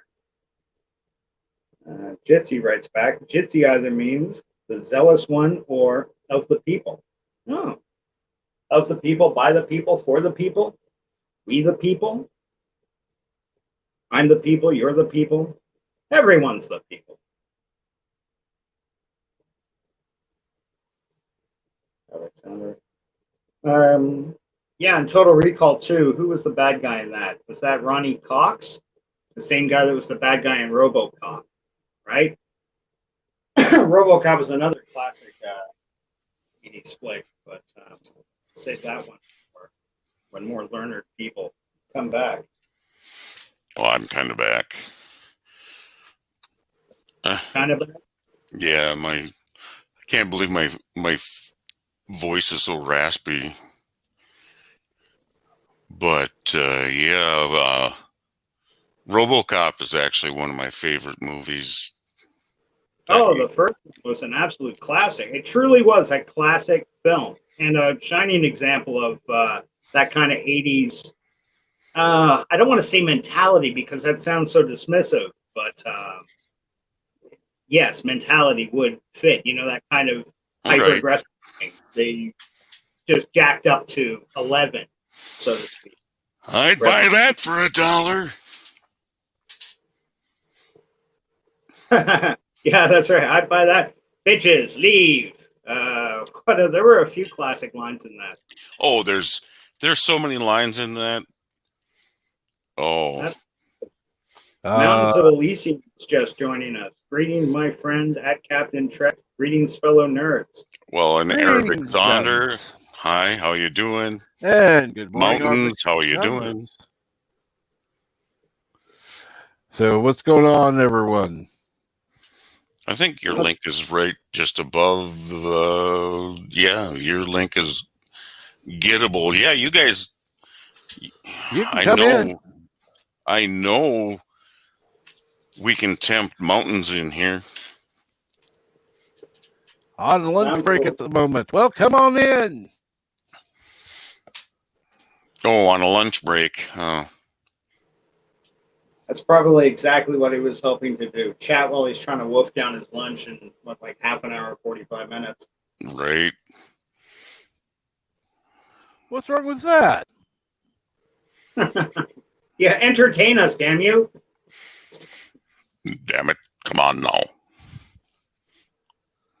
So at any rate, Fluger, tell me, Yes. you're saying RoboCop, that's one of your favorite 80s films. Oh, Is it yeah. just because of the violence, or is it the story? What about RoboCop? I like the story. Yeah. I like the hopeful story. That's kind of my thing. Right.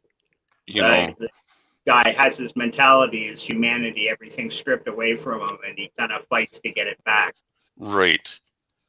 Sort of underlying thing. And it had great scenes, like what was that, the Ed 3000 or Ed 2000? Yeah.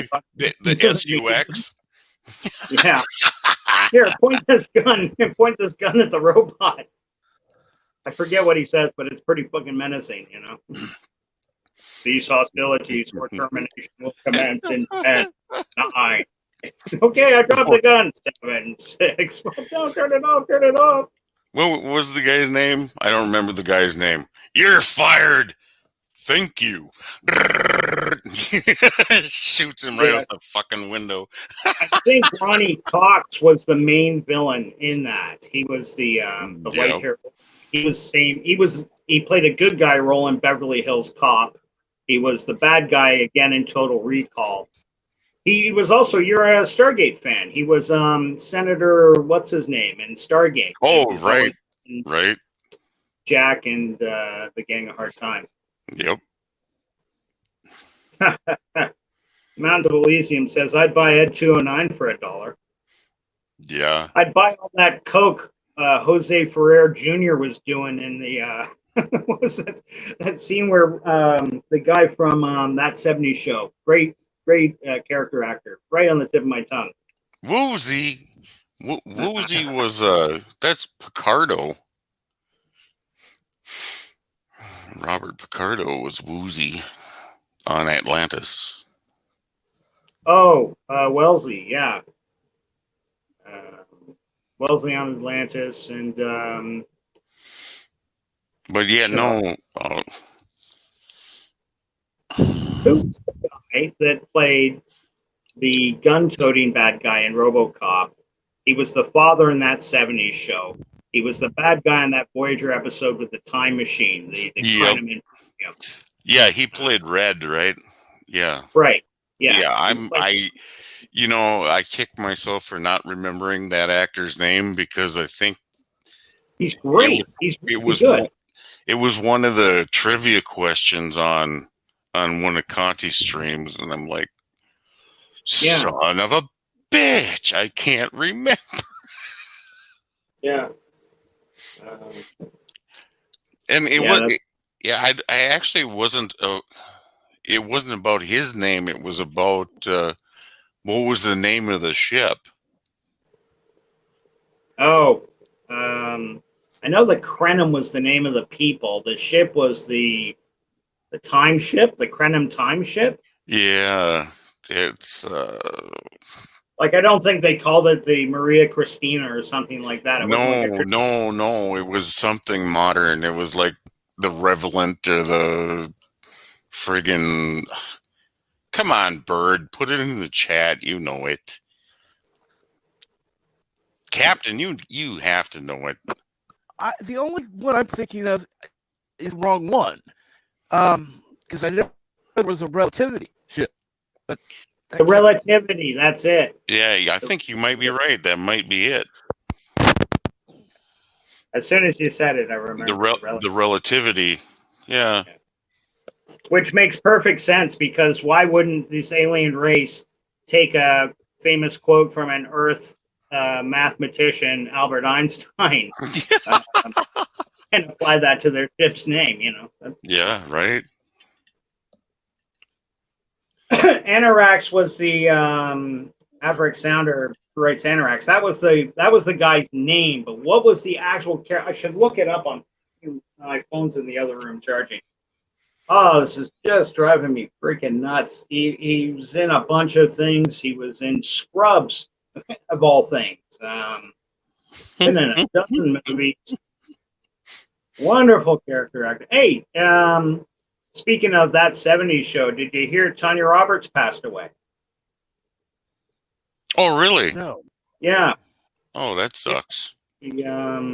Sadly, she just succumbed. She was 65, but I remember her from that 70s show, which was only like 10, 12 years ago, and she was still a sweet little potato. Well, thank you, Bird. The Krenin ship had no name given. The Relativity was a different episode. I think he's right, actually. The Relativity might have been that future ship that 7 and 9 was on. That the Time Police, they were after Braxton.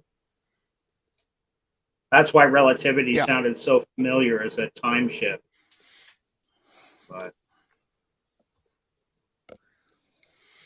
But yeah, thank you, Bird. That I don't mind being corrected. No. Because, we're here to enjoy these things, not to beat each other up, right? No, exactly. No wrong answers in here. Well, there's slightly wrong answers, but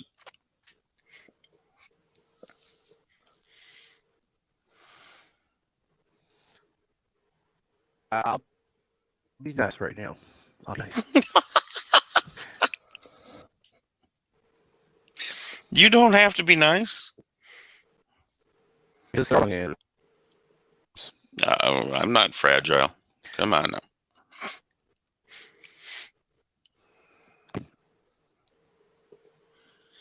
Well, if you're filming Discovery, I mean, good God.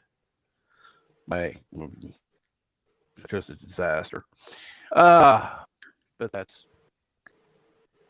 my opinion. And I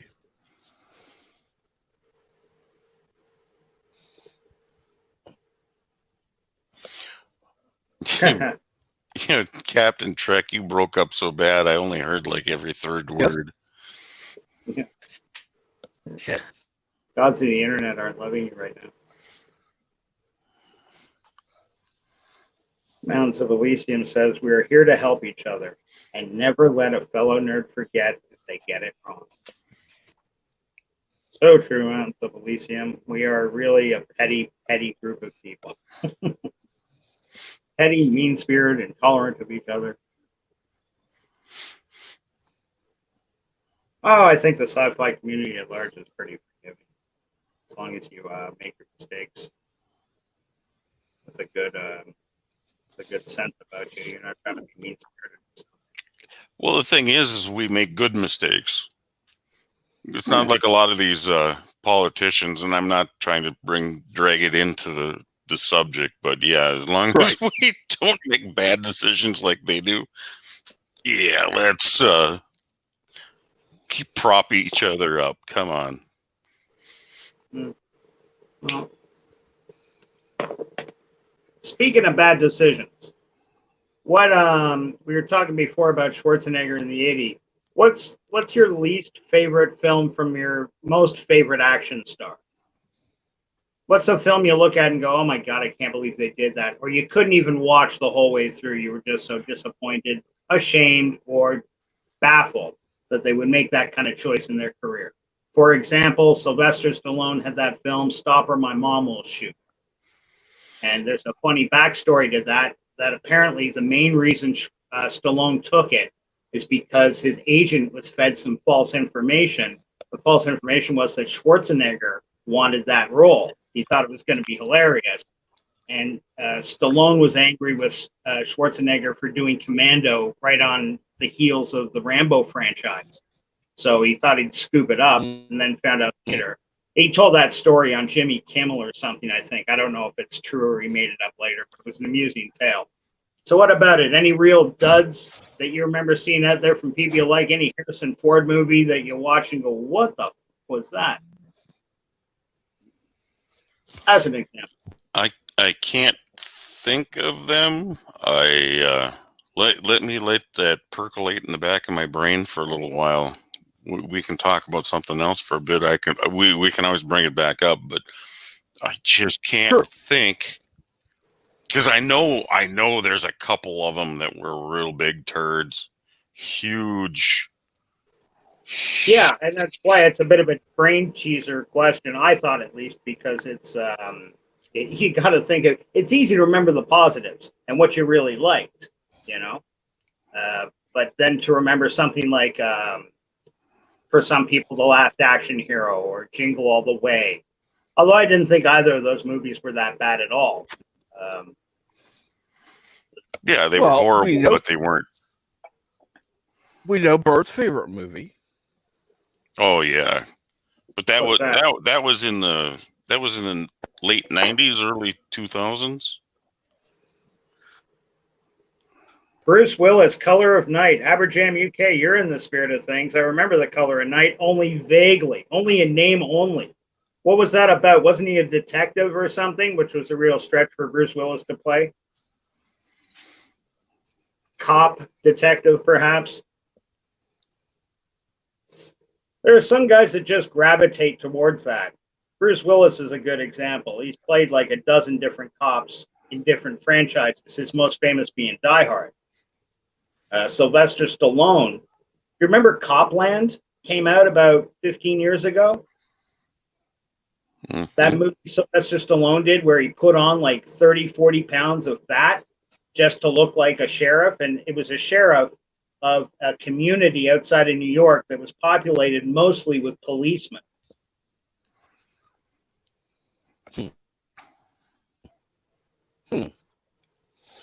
Averick Sounder writes, Escape from New York. You thought Escape from New York was bad? Wow, that's a bold statement. I'd like to hear a backup of that. Yeah, me too. And Aberjam OK, just sorry to interrupt, but the way Aberjam OK phrased this, Bruce Willis, Color of Night, it was meant to be a sexual thriller. Asexual spelled ASXUAL. And then down he corrects it, a sexual thriller, not an asexual thriller. That would be an interesting plot device, trying to make an asexual thriller of robots, maybe. Well, they would try to do that one today, right? It's an asexual thriller. You have to talk about them as they or them. Yeah. Hudson Hawk was good or bad, or so bad it was good. Hadn't seen it in so long. I think it was one of those that fell into the so bad it was good. There were a couple of memorable scenes, like I think he got Da Vinci's prototype for a glider to jump off the roof of a building, and he sailed away successfully or something. You know, like, well, Voyager does it. That's one thing. They got holodecks. That you should have just plummeted to his death. Aravik Sonder, I'm still waiting for the explanation of Escape from New York being on your list of bad movies, or movies that you are done by a guy you normally like but didn't work out. Kurt Russell was a favorite of mine when I was a young guy growing up. You have to remember, Aberjam is sometimes talking tongue in cheek. So, Right. So you just might have to take that. Not Aberjam, Averick Sonder. Sometimes they, sometimes, they're like me sometimes, I talk out my other side. Uh-huh. That's why Cap Trek always brings me up here. Because I'm full of it. But, oh, God, I can't even think. I could probably mention some bad movies, but Escape nothing. from LA was worse than Escape from New York, but it was still enjoyable. I agree with that 100%. It was an inferior movie to from New York, but on its own, it was still a decent movie. Right. I really wish they made a third, like made a trilogy out of that. But if they had no good ideas, better they just left it to die. Well, he could have Yeah. said, what, Trouble in Little China? Big Trouble in Little Big- China. Love that movie. Yeah, Love- he could have put that one up there. That would have really ticked you off. Funny backstory to that I read. The same guy that wrote Big Trouble from Little China was a writer on Buckaroo Banzai. And Really? there's a back story, a whole back, this whole thing was written, like actually written and scripted, where they were going to try to get the Buckaroo Banzai's Blue Blaze Irregulars to hitch a ride with Jack Burton. And they make him one of the unofficial Blue Blaze Irregulars for that, but it never panned out. But a whole thing was written, like an actual script treatment for this to happen. If anybody are fans of Buckaroo Banzai out there, wow, I haven't seen that movie in 30 years. Buckaroo Banzai. I've got a movie for you. I do. I believe it's an 80s movie with Emilio Estevez. You remember him? Charlie Sheen's brother. Yes, of course. But what were you saying? What movie? Maximum Overdrive. I hated Maximum that show. Overdrive with Mick Jagger. Mick Jagger was the bad guy in Maximum Overdrive, wasn't he? Or no, not Maximum Overdrive. No. He out with a couple of movies back to back, and that was around that time. Maximum Overdrive was about the truck. Yeah, it was about the semis that were driving around and around and around the cafe. Right. That was that was a horrible movie. Yeah, no, you're absolutely right. In a odd way, there was when now we're just talking about it. Did you ever see Steven Spielberg's first commercial film, starring oh shit, it's oh Christ, what's it called? Drive. Oh, I just draw a blank. It's about this guy, and he was kind of famous. If you're in the age bracket, I think you'd recognize him from those TV spots when they used to air Columbo with the Mystery of the Week or something. He was the cowboy. Dennis Weaver. Remember Dennis Weaver? Oh, I remember the name. A lot of cowboy stuff. Tall, lean actor. He was in this movie. It's a great movie. And the whole premise was this guy, he was a salesman. He was out in the desert. It was in the 70s. And he's getting chased down by this psycho driving a truck. He cut off. And this guy makes a big beef of it. But you never see the guy in the truck, ever. I can't remember the name of it. It sounds so basic and plain, but it's actually a really good movie. Tensely done.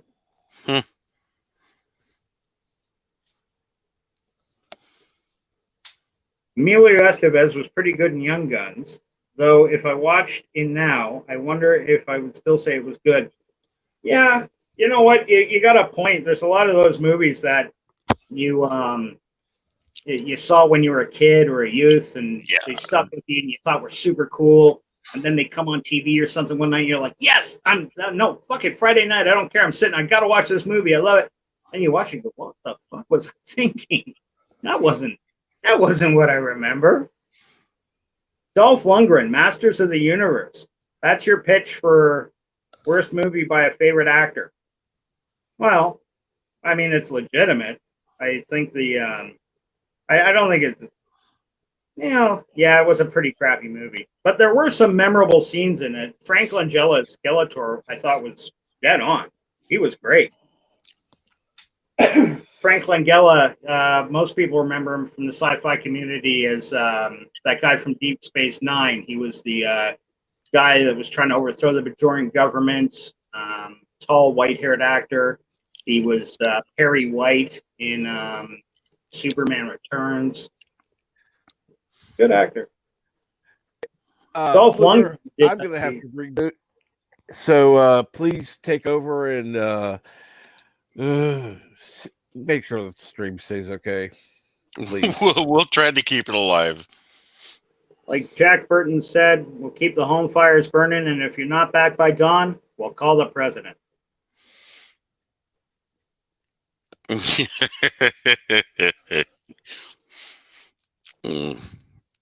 Jack Burton here. Jack Burton. It was Jack Burton and the Pork Chop Express. I love those little what do you call them, monologues he would basically do over the CD. Yeah. Yep. Kind of doing trying to break the fourth wall, but not quite. Yeah, never directly at the camera, but and in Yeah. that situation where he's sitting alone in his cab, on a stormy night as he's driving down the road. I'm sure there are many truckers that just babble incessantly just to keep themselves awake. Yep. Yeah. Oh, yeah. Yeah. Well, there are. I've listened to CB radio enough to know. Yeah. What was that line? It's all in the reflexes. That's good. Oh, yeah. That's a good line. Yeah. All the reflex. He says that a couple of times in the thing. He catches the knife when Chang or whatever throws it back at him. I love that scene too. It's right at the end where he kills the guy, and those Buddha statues topple one over the other into each other. He's just standing there. Or one of my favorite underrated scenes that really never see in movies, but you should, is when Jack is about to leave to go do battle with the bad guy. And what's her name? The Canadian actress from Sex and the City, Catherine. Oh, Miss Green Eyed Girl. Yeah, I know who you're talking about. I don't remember the name. But she was the cutie in that film. That was filmed in like 1983 or something. And she leans over, gives him a big kiss, and he goes right, and he leaves. And when he goes to meet the bad guy, he's got like her lipstick all over his lips. He looks like he's trying to be all badass. Yeah, that was funny. Yeah, Kim Cattrall, good job there, Jam. Hubba hubba. I remember her in Mannequin with Andrew McCarthy. I saw that at the board one night. Yeah, we couldn't get into what we wanted to see, so we ended up seeing Mannequin. And then she was cutie back in the day. I mean, she's still a good-looking woman now, given that she's got to be. Was. And even the remake with, oh god damn, I just had her brain. I had a brain fart here. Simpsons. Oh, Jesus. The Mannequin remake. She wasn't half bad either in the time. Yeah, Aberjam writes when some 8-foot-tall, wild-eyed motherfucker maniac taps the back of your favorite head up against the bar room wall, looks you crooked in the eye, and asks, "Have you paid your dues, son? Have you paid your dues?" Well, you look that crooked-eyed sucker straight in his crooked eye, and you say, "For me, yes, sir, the check is in the mail." God, I must have seen that movie a dozen times when I was a kid. I had a copy of it on a VHS. Mm-hmm. Kurt Russell was a real solid guy in the 80s and early 90s for good films. You remember Tombstone? Did you ever see Tombstone with Val Kilmer, Bill Paxton? There was an interesting thing. Like I'm kind of into movies and I watch a couple of movie channels. They fired the director on that early. And Val Kilmer said this in an interview. The reason Tombstone got made was purely through Val Kilmer, through Kurt Russell's force of will. He took over everything. He sacrificed lines and scenes he was supposed to be in. He gave them to me. He said, I got the best lines in the movie, basically, because Kurt was doing everything from planning all his set shots to tweaking dialogue to, he said he just took over everything on Tombstone. And he never got credit for it. He never took the director's credit. Oh, goodness. Well, there you are. Wisdom from the Pork Chop Express. How true. Just remember how many there's so many great OTT comedies from the late 70s and 80s that were just good fun. Smokey and the Bandit, Police Academy, or Guilty Pleasure. Sure, Smokey and the Bandit. There's a great film. Jackie Gleason, Sally Field, Burt Reynolds. Bird O Prey 5. Hey, Bird of Prey. And You're Captain. muted. Muto Prey 5. Good morning. It's Bird of Prey 5. I was there for a while, so of Sorry. course I muted. Hello, world. It's Berto Prey 5. Kapla. I had to reboot. Success. Oh, Bird of Prey. How's the world treating you, Bird of Prey? Could be better. Yeah, could be better for Bird. What's your favorite movie from the 80s, Bird? Star Trek 4, The Voyage Home. It's Whale Song. Yeah. Never did figure out who those aliens were. What do you want to bet that comes up in Discovery Season 4? They were God, whales. please don't give them ideas. I'd kind of bet there wouldn't be a Discovery Season 4 at this point. I hope. Well, they're filming it now, boys. I know that's what they Supposedly. say they're doing, Supposedly. but we don't know it for sure. They changed the name or took it off the list of productions currently in production in wherever the hell they are, Toronto. So if they're in production, they're under a fake name, Right. which is a little sketchy when they were using the real name in the past. And I know that they were definitely filming a month or two ago for a short time, but there's been no proof of filming since. And it's quite possible after seeing what we saw on the last couple episodes that those were videos for reshoots of the final episodes of Discovery Season 3 to turn it into a finale. Because, I mean, the way they renamed the last couple episodes, and B, the way they were edited made even less sense than usual. So it's entirely possible, in my opinion, that they reshot some of those episodes to change it from a season finale to a series finale. It felt like a series finale.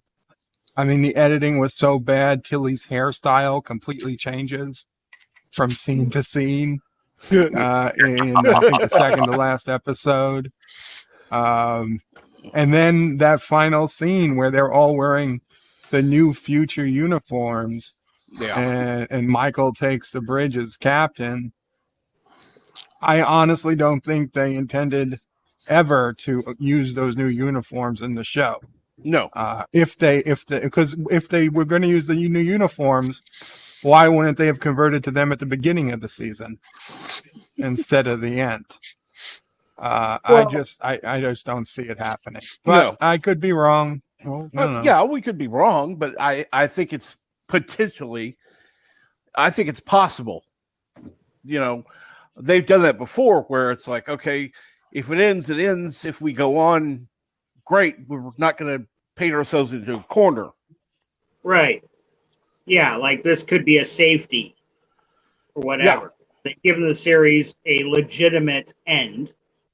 If you watch like not all, but most of the loose ends, enough of the loose ends are wrapped up with them proceeding without Saru and going on to new adventures, yada, yada, yada. If they chose to make up a whole bunch of new uniforms, that would add to the production cost. But then again, for what it costs to make uniforms and design them based on designs they already have, given the Admiral and shit like that, probably negligible. And yeah, like Captain Trek said, a backstop, so that if they do get canceled, well, they say they've got a full. How long does it take before the show gets syndication rights? Or is that still a thing? I don't think that's a thing It's with a not- streaming service. No, it's not. With a traditional broadcast service, it's traditionally 100 episodes.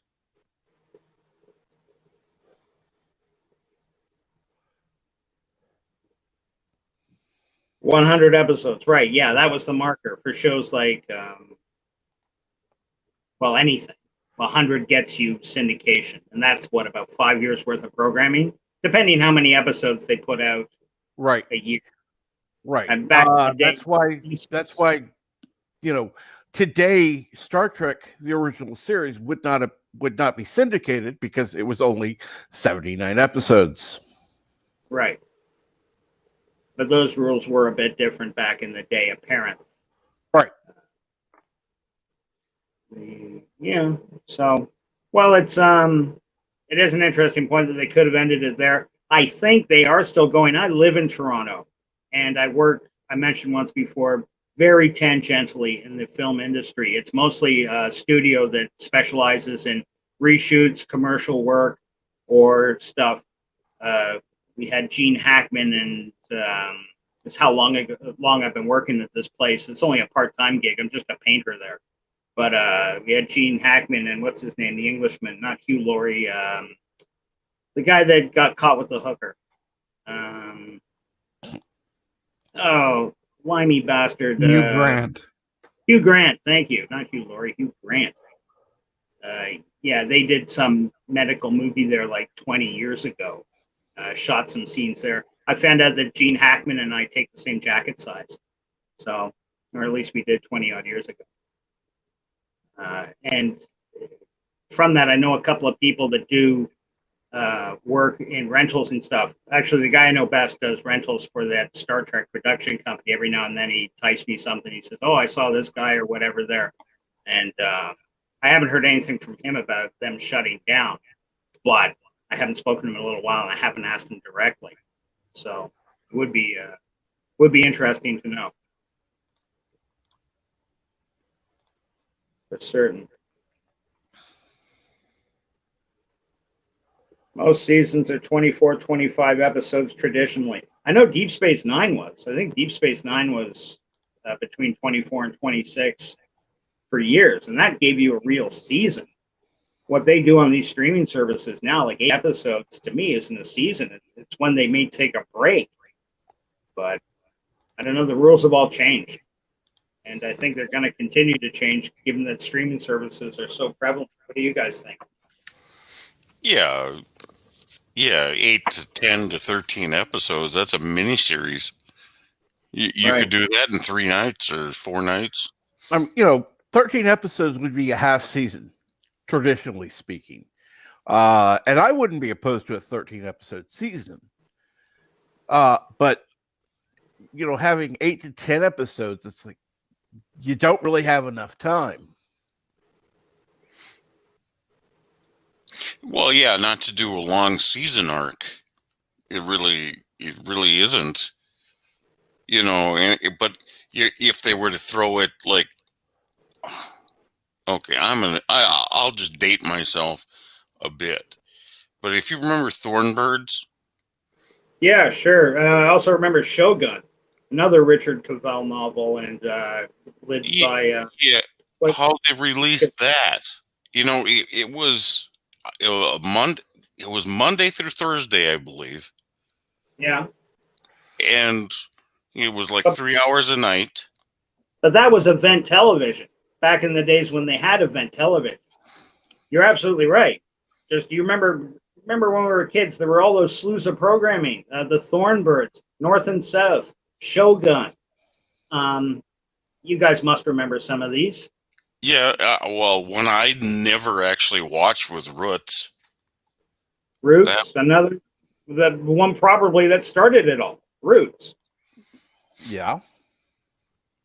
But now they're trying to do that on these, paid for channels, and it just really, to me, it doesn't work real well.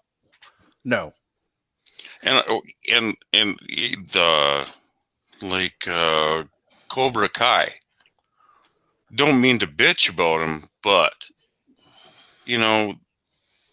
they should have they should do 20 episodes, even if they're only doing they don't really do real long episodes. So why don't they just do? Would you be willing to sacrifice quality for quantity. Is there a number that you'd be happy with? I think they would do both. What, With for that, I with that specifically, or they as franchise. television? I'm sorry, mate. I overtalked you there. I didn't hear your answer. But no, I think they would do both with that franchise. I think they could do both quantity and quality. Right. But the thing is, you know, the writers, you know, we're getting these short seasons because writers just like to strike. We want Yeah. more money, and we want more time off. We want more Yeah. money. So it's like, yep. I guess. I mean, at the end of the day, everything we watch and consume with media is basically started by writers. Unless you shoot from the hip, say like Captain Trek, for example. And not to put him on the spot, but just hosting a YouTube show that he does every morning. I don't imagine he scripts anything out from what I see. There's no like list or anything. So that's kind of a natural sort of thing. But everything else, like any book you've read, there's a writer. Any play, any story, any movie, you have to have the writers. So when writers bitch and moan and strike, I'll give them a little credit because they're the ones that come up with the ideas. If it wasn't for them, we wouldn't have the Terminator. We wouldn't have Walt Disney. We wouldn't have Star Wars or anything like this. But people do like to bitch and moan. And in a time like this, too, with the COVID, boy, things are really weird. It's weird seeing what productions are going, like what commercials, if you're watching television at all. If you see some commercials, people are interacting without masks, and there'll be a little tagline at the bottom that says, film before COVID-19. And other commercials where everybody's all masked up.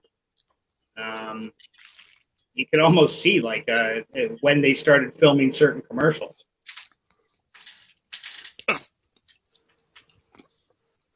So getting everybody together on movie sets. I've never seen anything about film before COVID-19. I haven't. On But I our haven't really been commercials. watching. Watch some commercials, brother. I live in Canada, so it may be a different set of rules up here. But lots of commercials coming out. One for a local steakhouse, which they play ad nauseum. Boy, these guys buy a lot of airtime. The Keg. All of them have the film before COVID-19 because they're restaurants full of people that they're filming it. So I guess they got to make that disclaimer. I assume. I'm not sure what the law is for you guys down in the States. And given that there's so many of the states that the law changes between each and every one, it can get kind of confusing.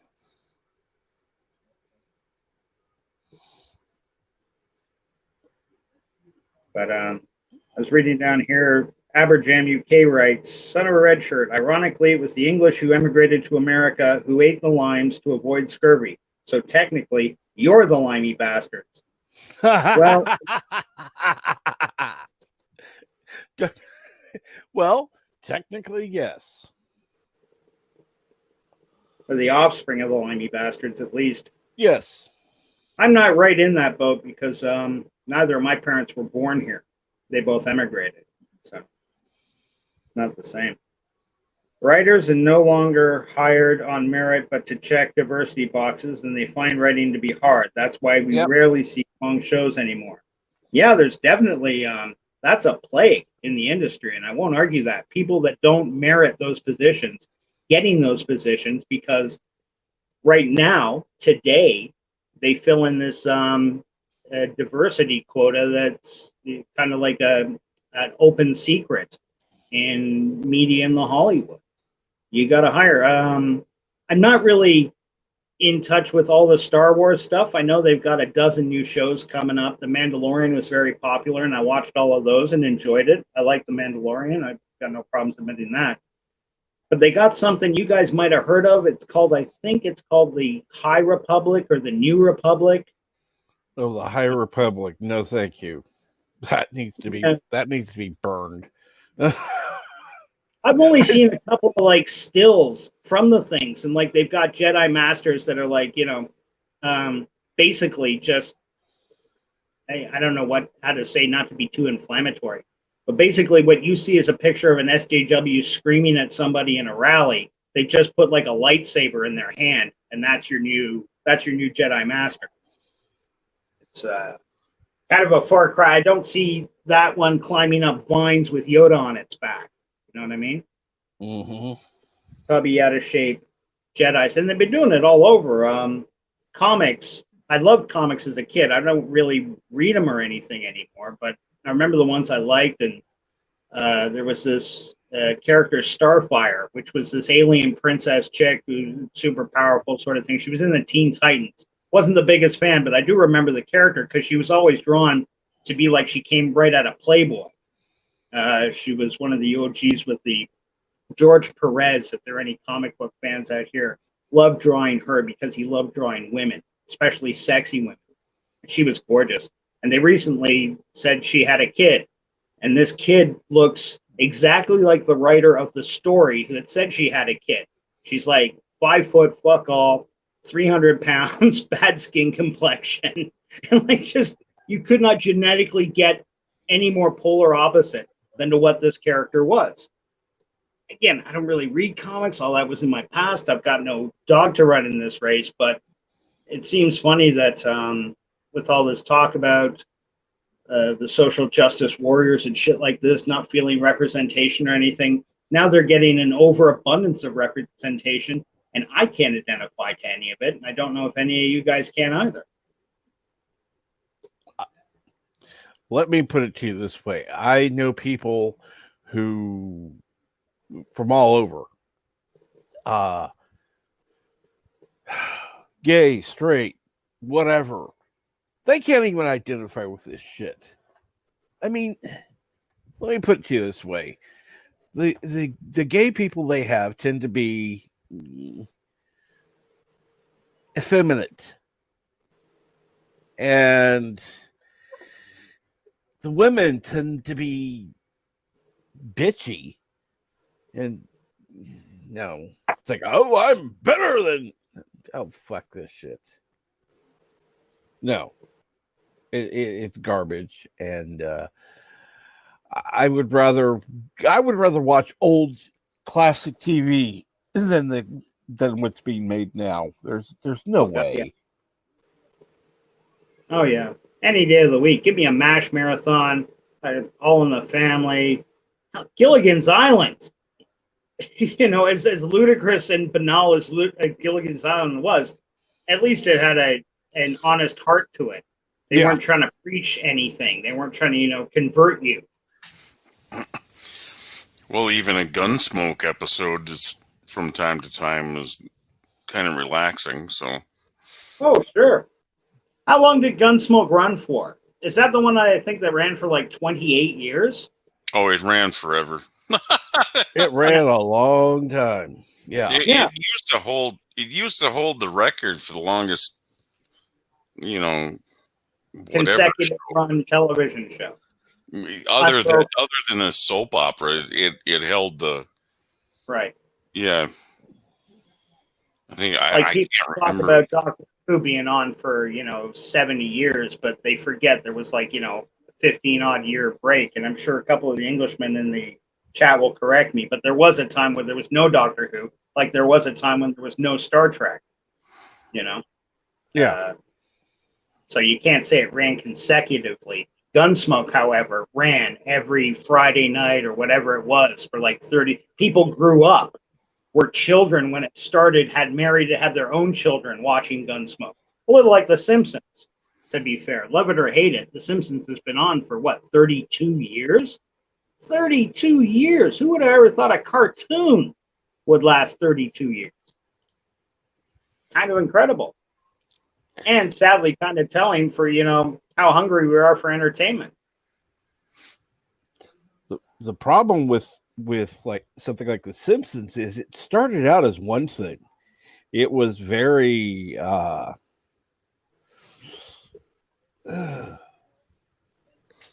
anti-establishment, everything that's now going on is Yeah. I can't. The sorry, I, I can't complain about modern Simpsons because I haven't seen one in at least 18, 20 years. really, I haven't watched a I- single episode of The Simpsons in 20 years. Yeah, no, I haven't. No. Well, that's fair. I can say I don't watch the show with any regularity, but I do check in on it Yeah. once or twice a year at least. You know, it's Sunday night or something. I turn on the TV and it's just starting. We'll check out The Simpsons. And people poop all over that show all the time. But I got to tell you, just as a very casual, super casual fan of the show, it's not that bad compared to a lot of the stuff that's out there. It's really not. Does I it deserve stopped to be watching when 32 they years? Go ahead, refused to Bert. let Apu be voiced anymore. Exactly. When they Fuck what? them. Stop letting Apu be voiced by- Apu. Yeah. Yeah, I gotta tell you, I really don't know if we should get into that territory there because I got some pretty inflammatory thoughts on that subject. But it's Well, it's enough. I was a lifelong fan. I was still defending the show. I still thought it wasn't a bad show. And then they start doing this shit because some hack comedian who can't even fucking sell out his own little small venue decides that, oh, people picked on him because he sounded like Apu. right. Go fuck himself. I'm This guy sorry. got to make a movie over his tortured grief of people in the lunch cafeteria line going, "Hey, Apu, pass the salt" or something. They were just gonna call him something else if it wasn't Apu. Right. It Exactly. wasn't the Apu's fault. Right. I mean, he was lucky Apu was such a freaking good person, because there were worse people you could have been compared to than Apu. See, I'm in a Metafon. I do agree 100% that if you're going to use Apu as a derogatory, go get me a fucking squishy Apu, something like that. That's wrong. You're using something like that trying to hurt the person or against the person. So yeah, but when it's done by kids or something, you got to take it with a grain of salt. Well, the other thing is we like Aberjam threw out in that in his statement, minority characters. If he was supposed to be an Indian character, there's there's how many billion Indians out there? Yeah. We are the minority. So it's like the people who are doing this just don't have a fucking clue on who the minorities are.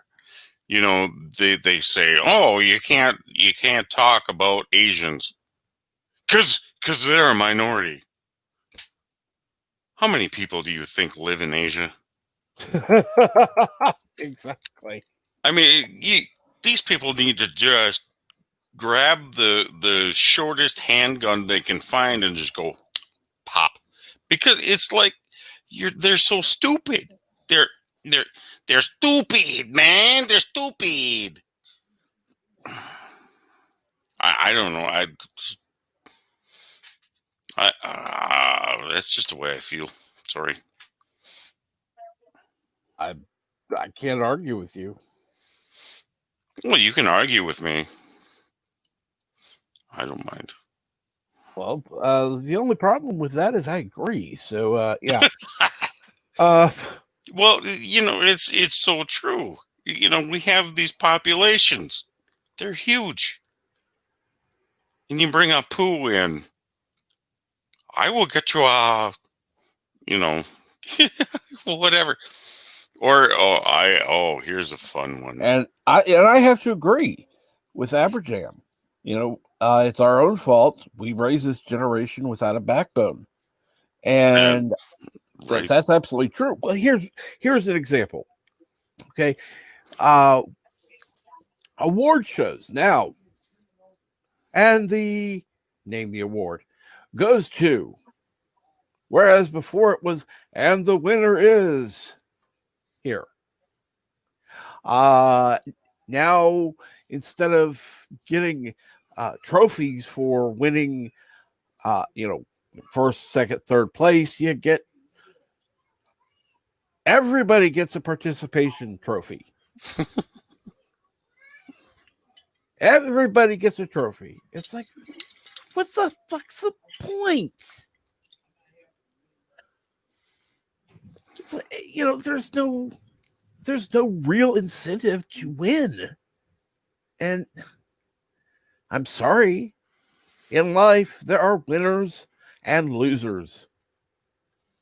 And I'm not one of these that go, well, it's second place is first place loser. That's not quite my mentality. But, we've gone from striving for excellence to striving for mediocrity. And that goes in all fields. And quite honestly, that's why America kind of sucks ass right now. The our education system is shit. It's true. I mean, and quite honestly, one of the biggest problems was the No Child Left Behind Act, which was supposed to help educate those that were going a little slower than the standard. What did it do? It slowed the norm down to meet what was the need. So they were being taught less. The bar was lowered. They didn't help anybody. It was kind of, the bar was lowered to minus something. Yeah. But it's kind of like we talked about, or not, I guess I wasn't participating at the time. Wonder Woman 84, right? Mm-hmm. Now, I didn't hate that movie. Okay. But it was just a mediocre movie.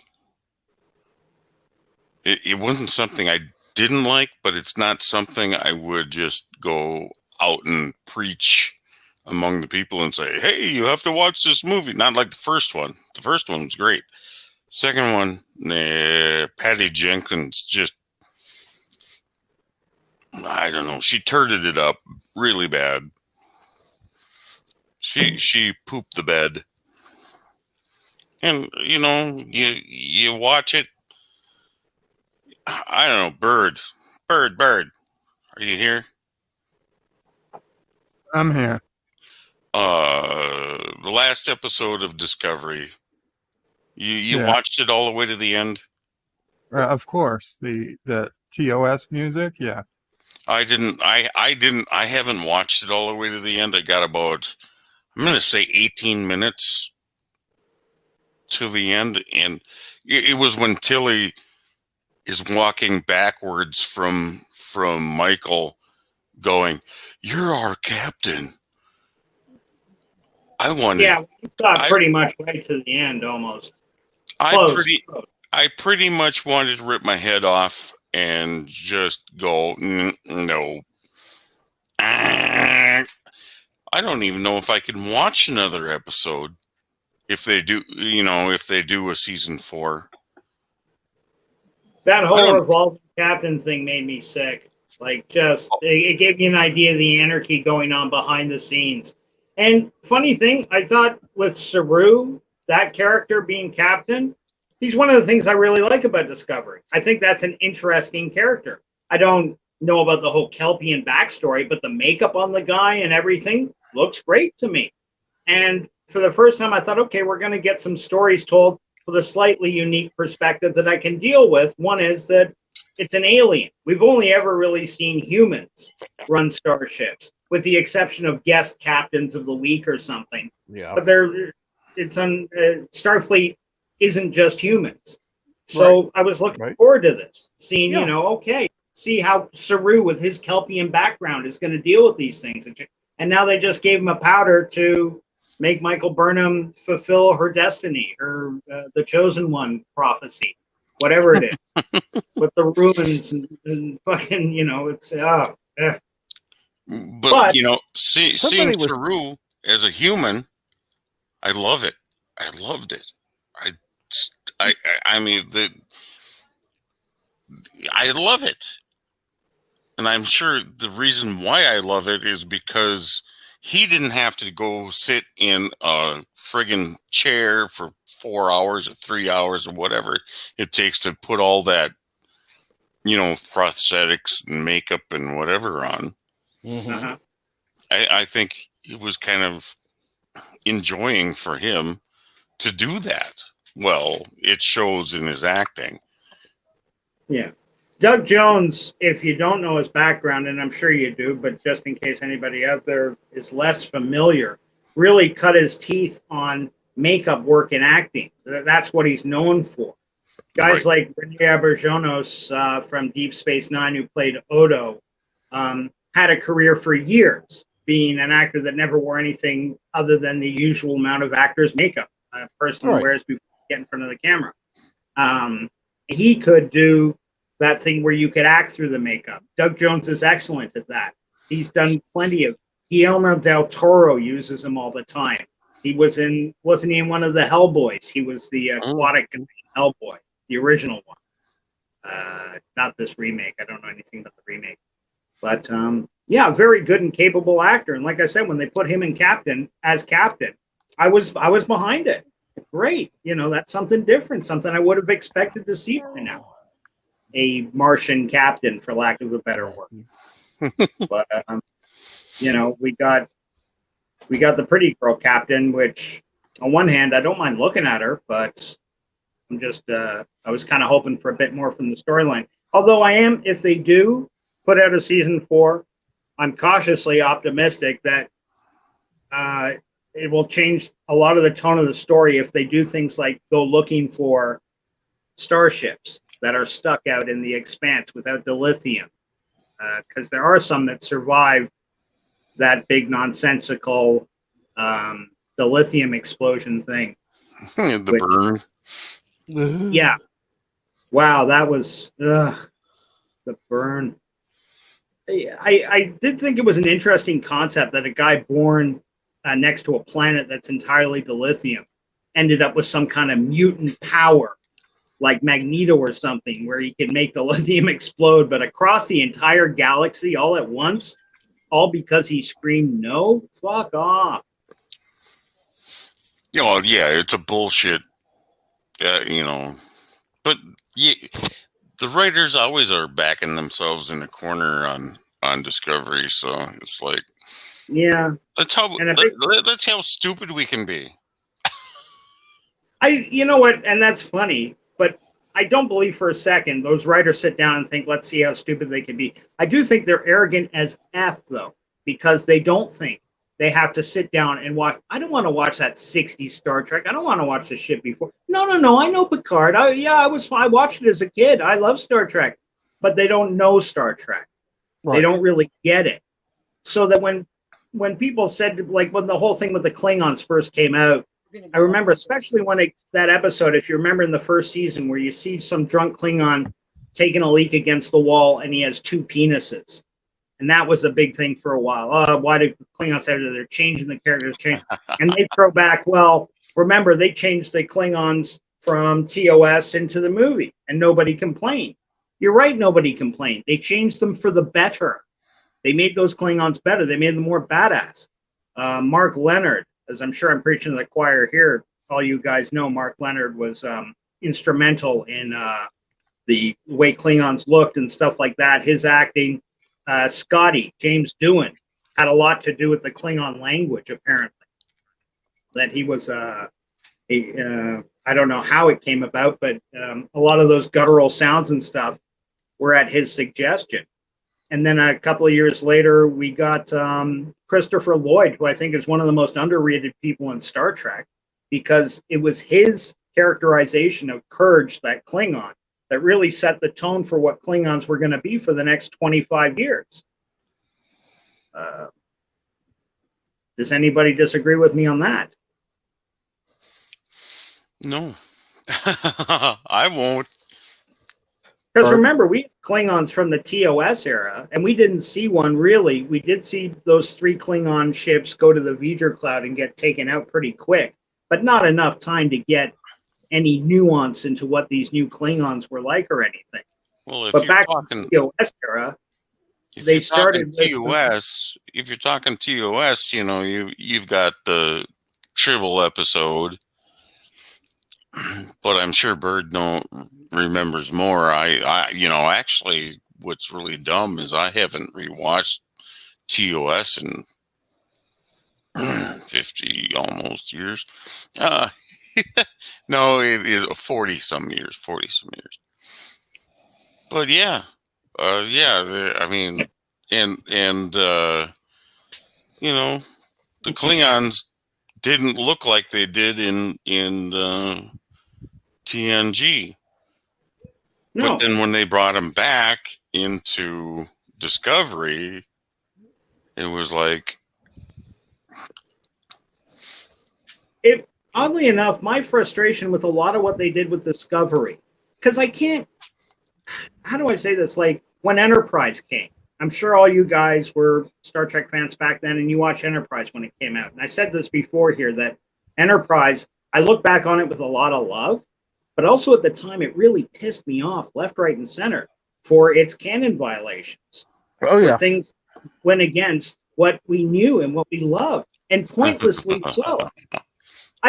When people would complain to me about, well, look at the bridge of the new Enterprise, it looks way more modern than the old. Well, okay. I'm as a Star Trek fan, there are some concessions I am willing to make for storytelling, and for the fact that if you want the franchise to be successful, you got to give a show which will bring in younger viewers. Enterprise did that beautiful 2-part episode where in the mirror universe they got a hold of the Defiant. Remember that? The old Enterprise stuff. I love that episode. I loved it to be. I showed it to friends, even friends that don't really dig Star Trek. I said, check out this. And it's right. They could recreate that set and everything, but at the same time, is that what we want in our franchise? It never to progress, never to move on, never to have that veneer of realism, which Star Trek has over, say, another huge franchise like Star Wars. I'm not comparing the two. I'm just saying one has a sci-fi and one is more space fantasy. Can I throw an opinion in here? Of course. Enterprise wasn't violating canon. You have to remember it was a prequel.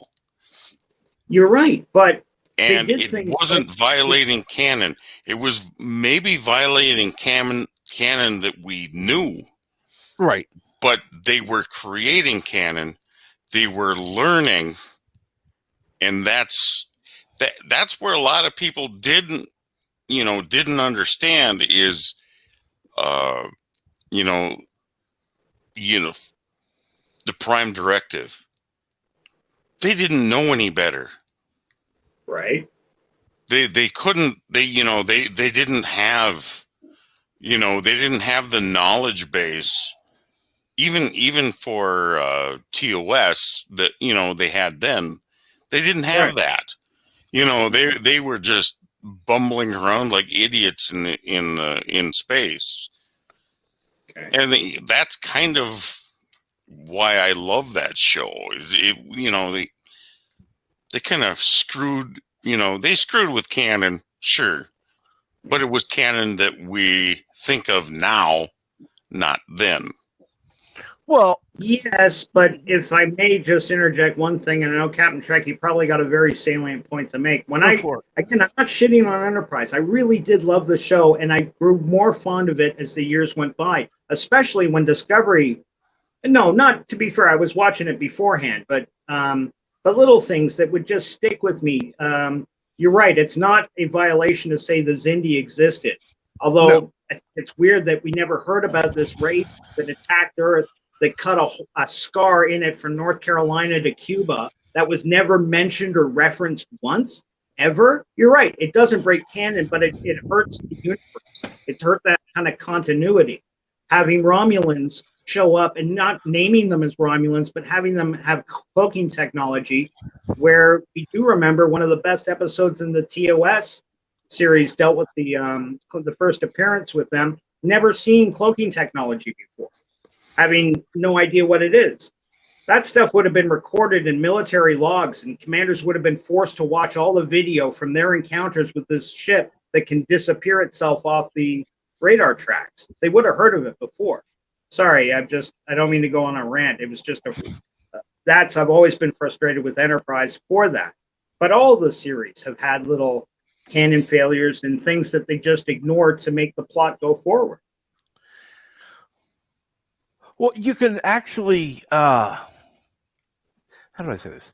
You can actually forgive some of the, like with TOS, they were making the canon. So, yeah, they kind of violated their own canon a few times. Big deal. Right. But, yeah, Enterprise,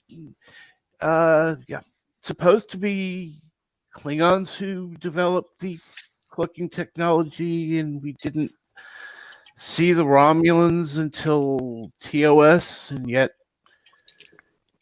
they hadn't even heard from the Romulans since the Romulan War. Well, that was a violation. Right. It's like there were other little things, some of them were nitpicky, but, and I have to admit, I hated the way I hated the last episode of that show. Oh God, that's horrible.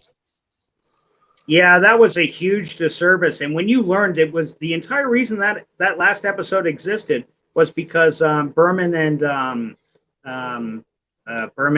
Braga, was it? Mm-hmm. Yep.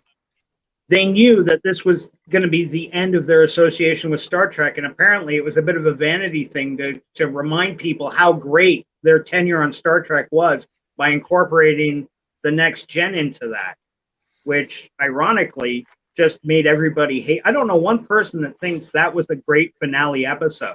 It may have made a good season 3 episode. Just some random filler episode where, this is actually a holodeck recreation. Big surprise.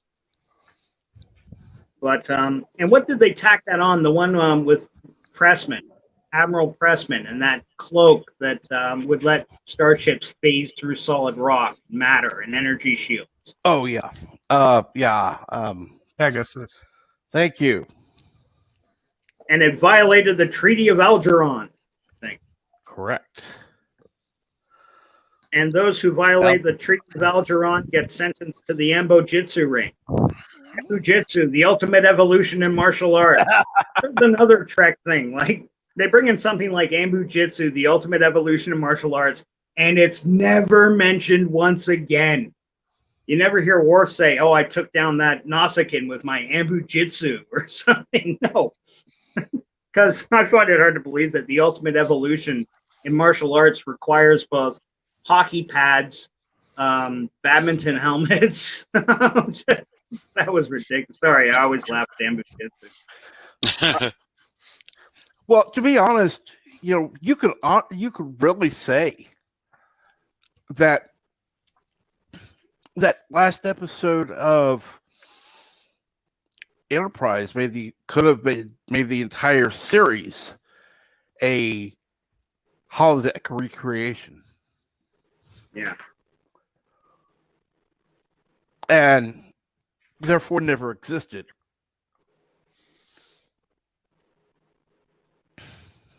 I don't necessarily agree with it, but you can honestly make that argument.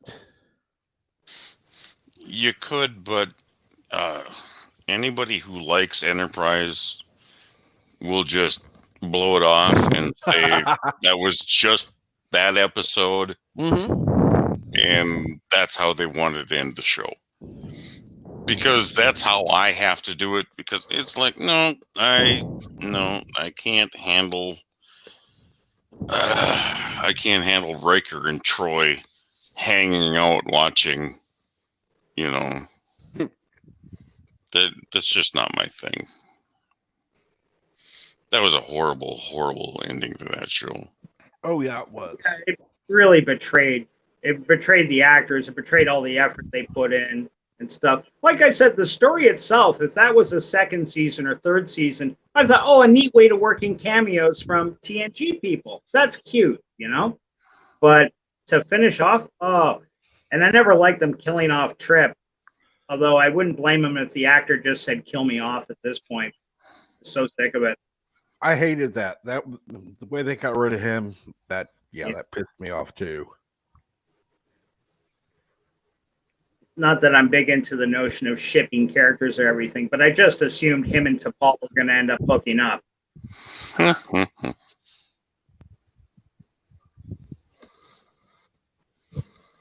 Yeah, it's like I said, Enterprise. They did step on Canon's toes quite a bit, and I think we've forgiven them a lot of stuff looking back, and for good or bad.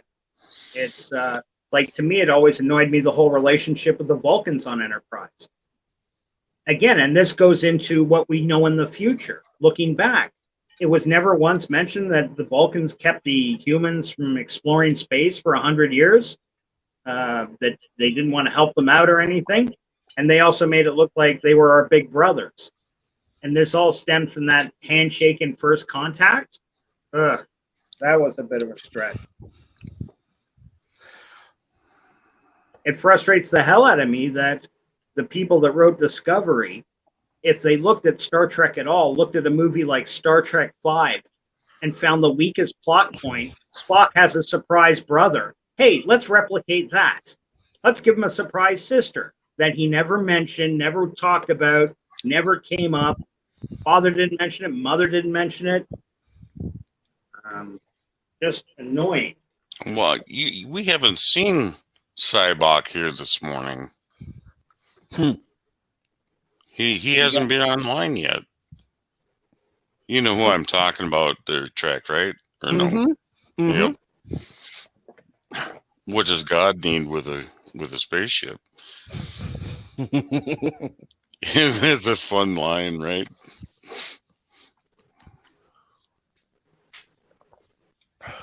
Son of a red shirt probably has no idea who I'm talking about. No, I can honestly say I don't. You can tell him. Go ahead.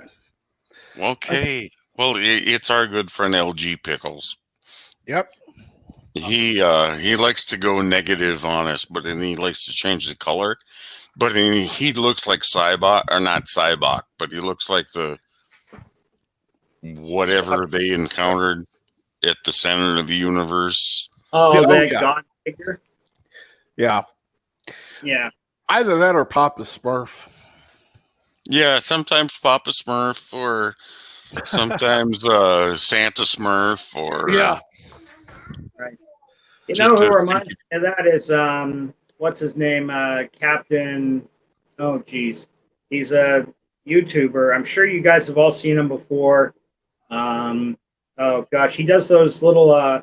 His videos all have like Enterprise. I don't know if he can use it legally or not, but they all open the same way with like the Enterprise patrolling space. Oh, right on the tip of my tongue, Captain April. Captain Robert April. He was the first commander of the Enterprise, but oh yeah. I know who you're talking about. Yeah. Yeah. Okay. Yeah, that guy. He's got kind of, not talking down about the guy. I mean that sincerely, but he does have kind of a Santa Claus-y look, you know, with the hair and the beard, the big bushy beard and stuff like that. I've got a big bushy beard, but I got too much cinnamon still left in the old sugar bowl upstairs, so can't pass the Santa yet.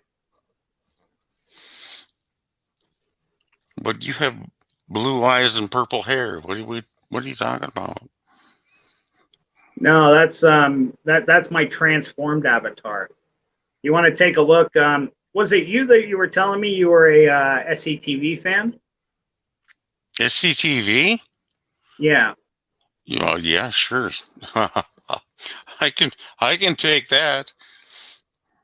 You like the SCTV? I'm a huge SCTV fan. There's There's a couple of YouTube sites which put them on, have been taken down, just where they edit episodes or skits or stuff like that. I watched Flying Air Dogs Over the Pacific the other day. Classic with John Candy as John Wayne and Dave Thomas as Lin Yi Tang. There's a show that would not survive today. SCTV. If you forget about all the pirated music, like they never paid royalties. That's why you never can find SCTV on Netflix or anything. It would set them back like $5 million in royalties to use all the music. They lifted from everybody. Before that, I was watching the Schmengi brothers salute John Williams. Remember the Schmengi brothers? I'm Josh. I'm Stan. They played like polka music. Well, they did like a half-hour long tribute to John Williams where they were playing all the Jaws music, Star Wars, but as polka music. They never paid a cent for any of that. Cool. Bob and Doug. Mm-hmm. I brought it North. The avatar I switched to is was a still I took from a SCTV episode I watched a few days ago. Poor Captain Trek. He probably just doesn't even remember what SCTV was. It was Second City. no, It was actually. Second City Television. They had been. They were based in Toronto. Yeah, for a long time, and then they moved to Edmonton for money. Yeah, reasons. and then I think they originated in Chicago. Yeah, Chicago is the home of the Second City. They called it the Right. Second City because that's Chicago's nickname from 100 years ago. Right. And Right. yes, Elihu Who is hi. And hello, Elihu Who. Who's high? Ha! Well, It's good. I'm gonna need a little break here, so I'm gonna hit my mute button. Go for it. You don't I'm honestly surprised nobody else has shown up to there've been a couple people who've gotten in back and then just disappeared. I don't know what happened. I don't But- know. Yesterday I was on back for like 20 minutes and then I just gave up. Did you check it regularly? Yeah. In fact, I keep it on there for the most part. I don't. There's only one person that I kind of intentionally didn't let on, but that was when things were going well yesterday, and I didn't want to. I didn't want the conversation to go into crap. So, Right. and it wasn't you, by the way. Thanks. I wasn't thinking that, but okay. Now I am. No, it was somebody else who gets a little Excited? Passionate? excited. That would be a word. Yeah, excited. Well, I mean, you're the ringmaster of this happy little circus. You're the one that's in charge. You gotta know what works and what doesn't. And one of the frustrating things with StreamYards is like, I know sometimes in the mornings you say, hey, anybody wants on, get on. Because I'm not a member of StreamYards, I can't just look you up. I've got to be invited on, and the only way to invite me on is through YouTube. SCTV Season 1, Episode 2, Murder at SCTV. Oh, There's no way to look up it's whether you're a member or not. No, you can't. You got to be sent a link. Doesn't matter, where the link is sent from, but you gotta. Oh, I thought StreamYards worked like what is it, Zoom or whatever, and that is if you know the person's IP or not IP, if you know the person's address, you can have them in your inbox and say, oh, he's on. No, doesn't No. work. Now that would be what is that called? StreamYard's not a messaging service like No. Zoom.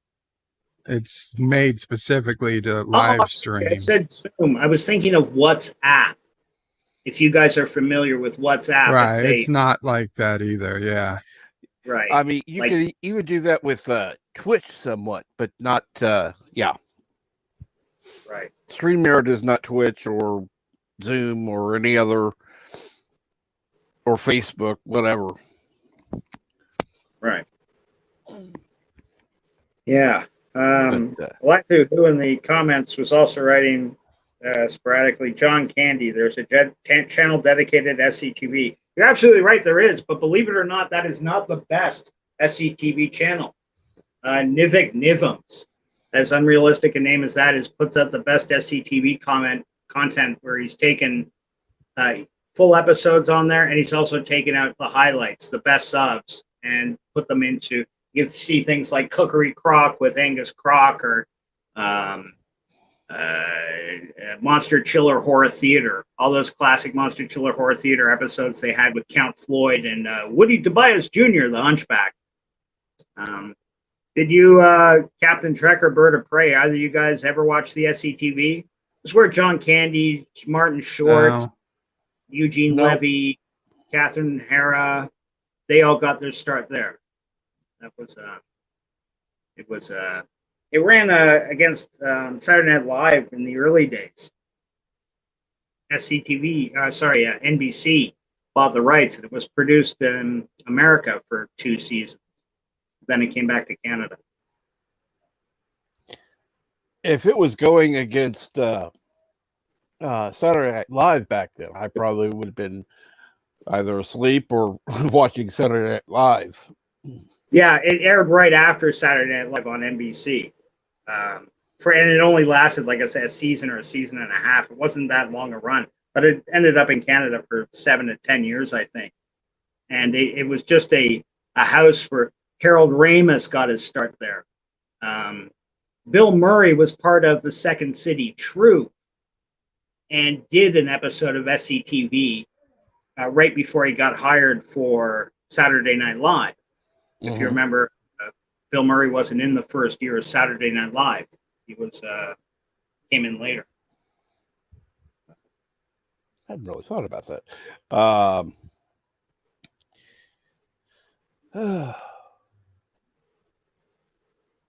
So unless you guys hit me with a topic, I'm going to throw out more movie questions.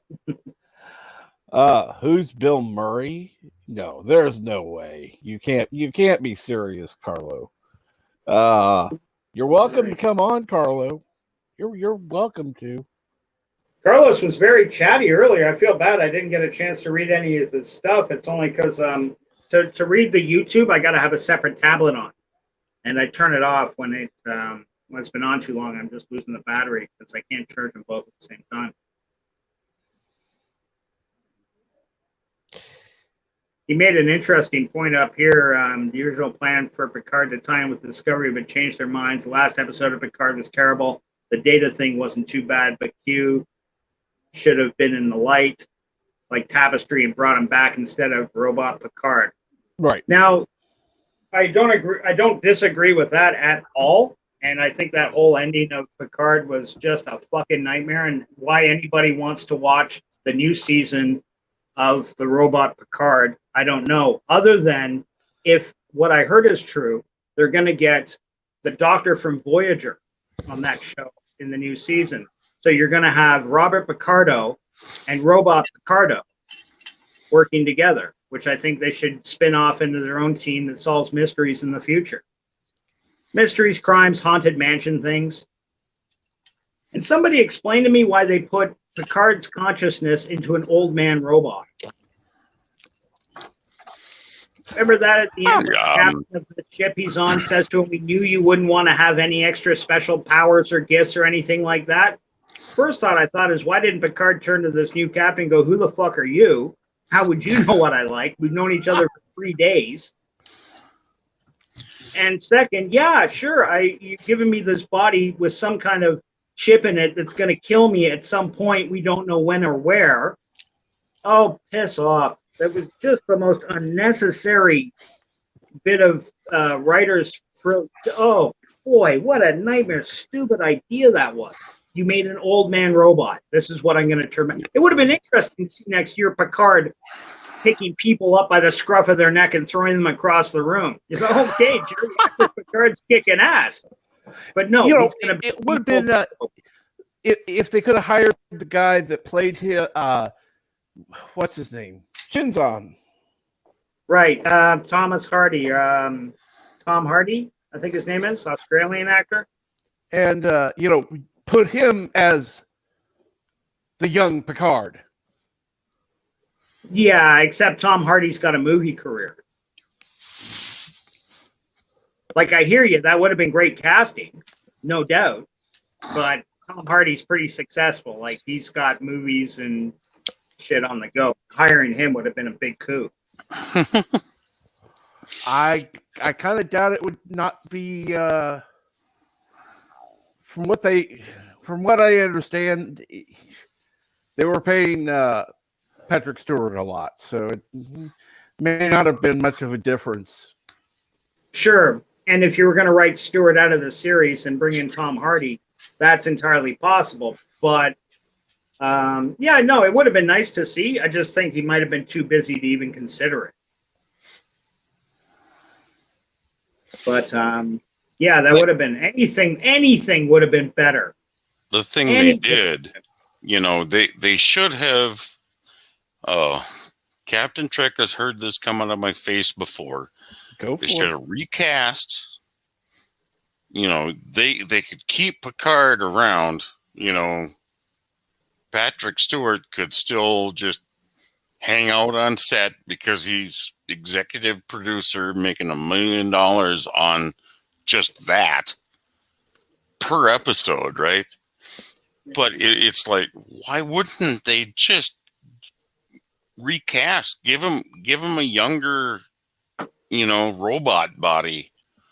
Oh, he's an android now. It doesn't make any sense to leave him as old man Patrick Stewart. Because the drawer of the show is Patrick Stewart. Yeah, exactly. If you had Shinzon or somebody else playing Patrick Stewart, you wouldn't have half your audience. Yeah. But now I think if it's a Shinzon, you might have, like, as a stunt casting, having Tom Hardy back, people would have definitely turned in for the first episode. Let's see what Tom Hardy's doing. He turned down Venom 2 to be Picard. So let's see what he does with this. But yeah. Oh, just a nightmare. The robot Picard. I can't. I know. You know what? I'll watch it. I'll give it a chance. But I have no expectations for that show. Quite honestly, I don't think people were watching for Patrick Stewart. I think they were watching for Picard. If they could have found an actor who looked similar enough as in a younger version, it would sell better. And they would save a lot of money. I disagree with you, brother. I do. If it was a movie, yeah. If they were like they did with Star Trek, J.J. Abrams went in and recast everybody. Okay, there's been enough time to go between the last TNG full cast movie and today. So maybe they could recast the movie. But for a TV show, I don't know if I want to see the adventures of young Picard. Maybe. And it probably would have been better. Actually, you know what? Forget what I said. You're right. It would have been better than what they gave us, which was just that sad fucking hot mess that went nowhere. So many, it was basic torture porn, watching how they killed off those ancillary characters like Hugh and Echep. Poor Echep. Oh, they did Echep dirty.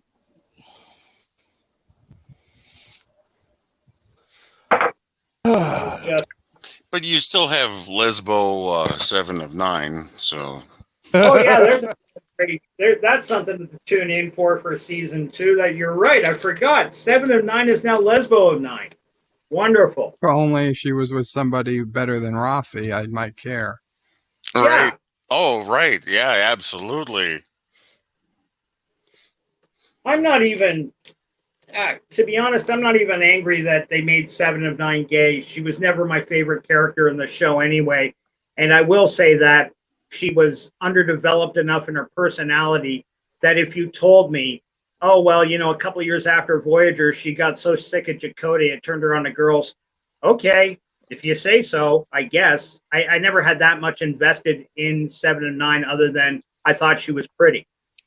Yeah. She wasn't a bad character. I didn't dislike the Borg. I thought they paid way too much attention to her just because she was pretty. And that was frustrating. Like, I don't know if you guys ever heard what's her name, Janeway, and the Klingon girl. They both had things to say about that, like how they're. And you know what? I can't blame them because that would kind of suck to be, on a show working hard for a couple of years, and they bring in some hottie and push you to the side, and you're kind of saying to yourself, well, you're the ones that stuck this lump on my head and made me look all frumpy and give me a bad attitude. Why don't you put me in the skin tight spandex and see if young male viewers are interested in me? But it's neither here nor there. Yeah, they kick out Jennifer Lean, and look at her nowadays. Oh, that's so sad. That is so sad. She If was a anybody- Honestly, friggin' train wreck. the one character I always disliked, well, besides Neelix, was Harry Kim. You disliked Harry Kim.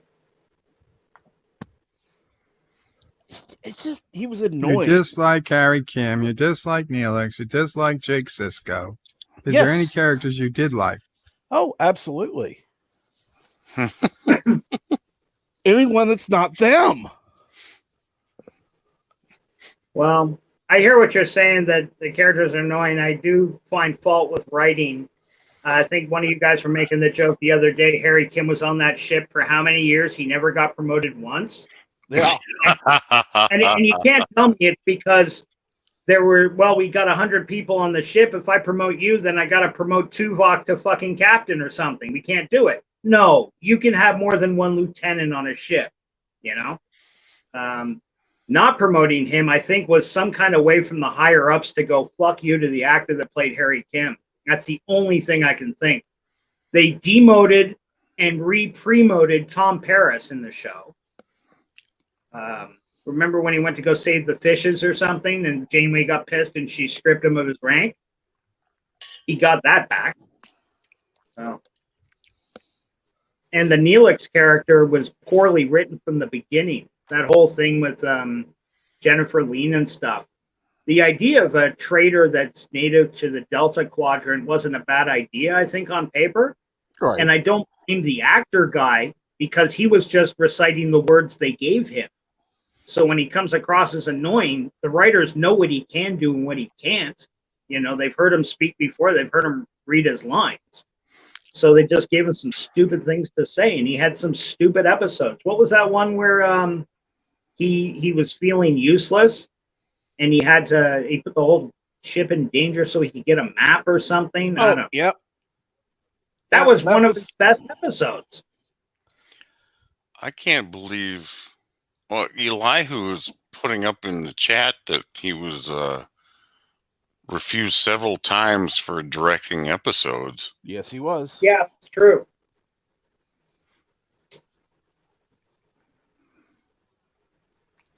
Yeah. Oh, it was Berman.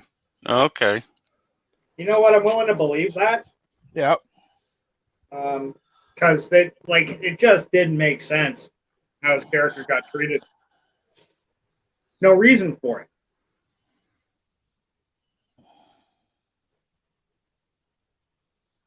But you said Astromexix was Wang's idea.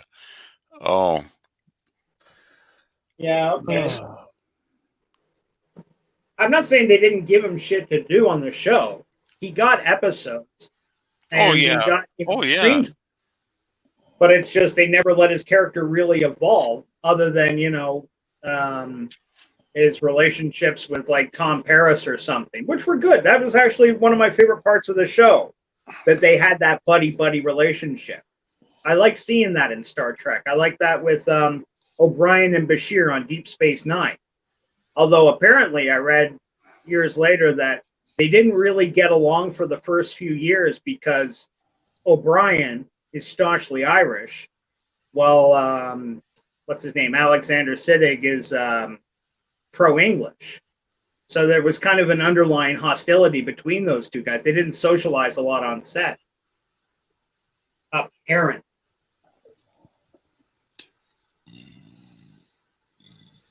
I was kind of surprised Captain Trekkie got no love for Jake Sisko. It was just I'm sorry. With the exception of a couple episodes, he was really not a good character. It's just there were good episodes. I'll give him that. I will, but it was just too. There was too much. It wasn't. My biggest He- problem with he was- Neelix was he looked so stupid. Yeah, They should have Yeah, had him. makeup on Neelix was terrible. They should have had Yeah. him more like Ronan from Atlantis, like a badass Delta Yeah. Quadrant. You know, like he could actually take on Tom Paris in a fight if he had to, yeah. then win. Well, remember, He could still be Chef. Voyager came Yeah. out. I was reading stuff on it, and that because, and remember, in the context of the years these aired, Deep Space Nine came out first, and Deep Space Nine, as you guys will recall, was at the time the darkest Star Trek. You know, it was everything was they were cut off from the Federation. It wasn't like a regular Star Trek show.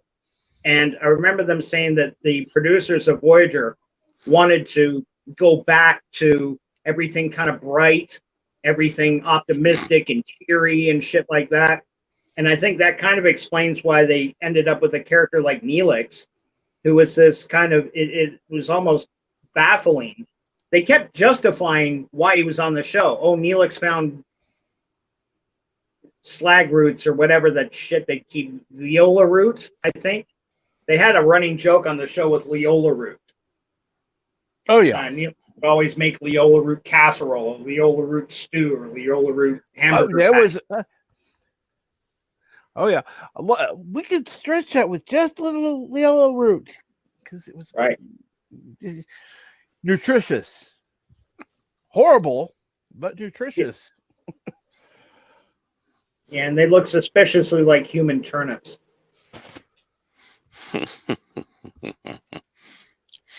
Well, they We haven't can tried to we- make.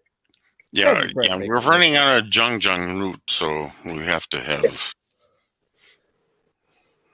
Got to get the Tula berry wine for the Hasperat souffle. Star Trek. Wrong my- quadrant. Wrong quadrant, but okay. Have you guys ever noticed this? Because Go. you're all Star Trek guys here. Go That figure. again, this might just be me. It bothers slightly, and only slightly. But have you ever noticed on Star Trek, like, what's the best brandy? Oh, get Saurian brandy. Okay. What's the best chocolate? Get Denobulan chocolate. Okay. What's the best this? What's the best that? It's always somewhere else. Never human. The only time I ever heard human food referenced once as a positive or something another species wanted was it was almost a throwaway line in the Deep Space Nine episode where Garrick was talking with somebody, and you find out that Cardassians are mad about asparagus. They can't get asparagus, and they never had it until they started trading with Earth, getting shipments from Earth. Asparagus, of all the things that Earth has over everywhere else, it's asparagus. I don't remember that. Beer, I really don't. our steaks are the best. Bird. No, it's asparagus. Bird. I'm not a fan of asparagus. No. Do you remember that line? Do I remember the line about Cardassians wanting asparagus? Mm-hmm. Cardassians- Not particularly. I don't either, because that's the thing. I do remember Garrick saying something about food, but I don't remember it being what it was about exactly. I think Garrick did say Cardassian, are not renowned for their food or something. Right. Crap. It's very possible. It's not that I have every I'm line not saying memorized. it's not possible. It's just I don't remember that. I really don't. I don't I'm sorry. either. What were you going to say, Fluger? No, I don't remember that either. But sure, go ahead. Chinese food that the Dr. Phlox was a big fan of was the only other instance I can think. where some alien species said, "Yeah, I really like that human food." All the other times in Star Trek, I notice it's humans eating other people's food. Oh, that's the best, So I just wondered if anybody else picked up on No, that. don't forget, cake is eternal. Oh my God. It's- Well, yeah, and Carla Albanese mentions, prune juice with Worf, obviously, gumbo, because Captain Yeah, Sisko and his that's a dad human talking made about a gumbo. human dish. But Um, yeah, you're right, that's a legitimate. But with Carlo, Hasperat is spelled with an H. that's correct. Well, he might be Orthodox. You don't know. Oh, yeah, okay. Well, what are they doing? Doing the stomach of a unvirginized sheep or what?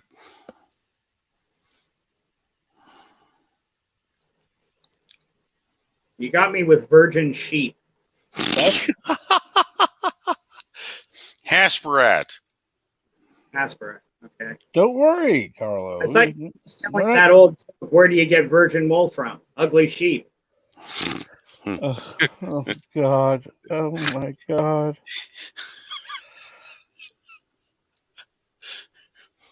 Oh my God! Oh, now I've degraded your show to this. I would have expected that That's from not just sex, I even would have though it sounds expected that something from quite good. what's his name? Live at the Love Shack. Chronos? Thomas Potts, maybe? Live at the Love Shack. That's who I would have Oh, expected okay. that from. Root beer. Who wrote root beer? Carlo wrote root beer, and yeah, but it was a human drink. And you remember one of my favorite scenes in all of Deep Space Nine, and as I learned later, it wasn't written into the original script. They had to fill a couple of minutes because they had run short. So you guys remember the scene with Garrick and Quark at the bar talking, and they're talking about the Federation and how they're hoping they'll come and save us. And he says, "Have you ever tried root beer?" And he's like, Garrick's like, "No, I don't want it." He says, No, come on, just indulge me, try this. And he takes a sip. He goes, "Oh, that's vile." And he says, "Yeah." He says, "All those bubbling, it's so bubbly and sweet, just like the Federation." He says, "Insidious, isn't it?" I'm not doing it justice. I'm sure Berta Pay remembers it. I know what you're But, talking about. Yeah. So, and that was just it came up almost, because they had to have filler. So once in a while, filler is good, believe it or not. Act in the Hat, waited for his Well, yeah, there isn't anything wrong with filler in an episode. Don't get me wrong. It's just when you have many episodes that are just filler for the entire episode. That's like eating it's nice having cotton candy, but I don't want an entire day of eating cotton candy. No, you can't have steak for breakfast, lunch, and dinner. As great as steak is, you'll get sick of it. You can get too much of a good thing, and filler. Yeah. In that instance, was a good thing. And sometimes if the whole episode is filler, it's depressing. It's boring as fuck.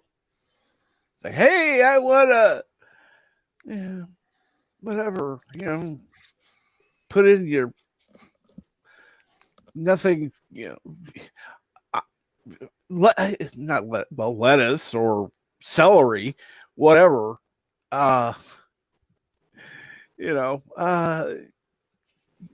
Yeah, it's food, but it's not really. Who cares? Not many people crave celery. I don't think anybody does. It's like craving water.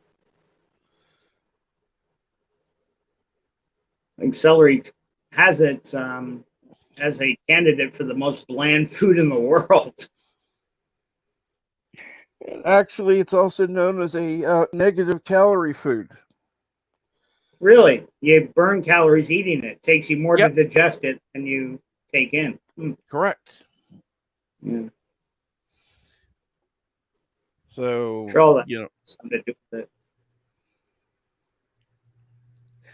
Wilted let's see here. celery is something I can't stand. You get that occasionally you order wings from a shitty place and they come out with like a couple of wilted carrot sticks and celery that you know have been sitting on a shelf in the kitchen for 3 weeks. Yes, Carlo, you don't make friends with salad.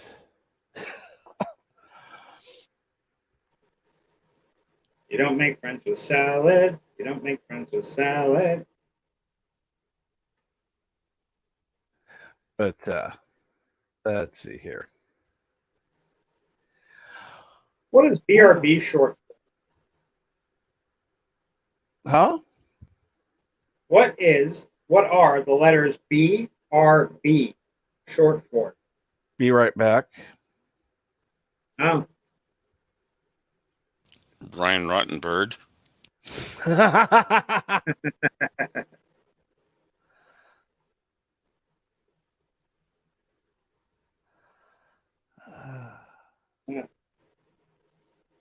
when you guys were young men growing up, what scary movie did you like? I wasn't really a fan of scary movies, to be quite honest.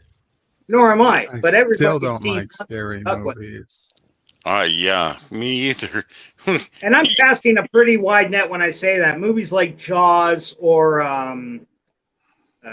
Jaws would be included on that because that's a scary movie for a lot of people. Not just horror movies.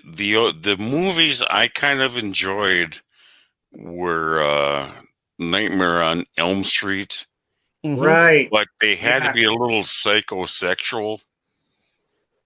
Okay. Probably like the fourth one. The first one was, that was super kinky, but the fourth one was pretty good. Yeah. I remember the second one was, I think, Johnny Depp's first movie. Ooh, Carlo likes Phantasm. I like Carlo's ideas.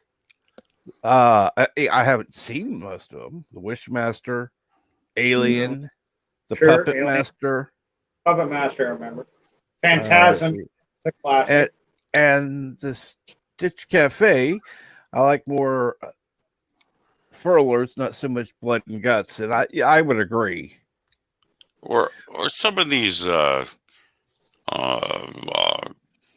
the 13th movies, they were okay. By the way,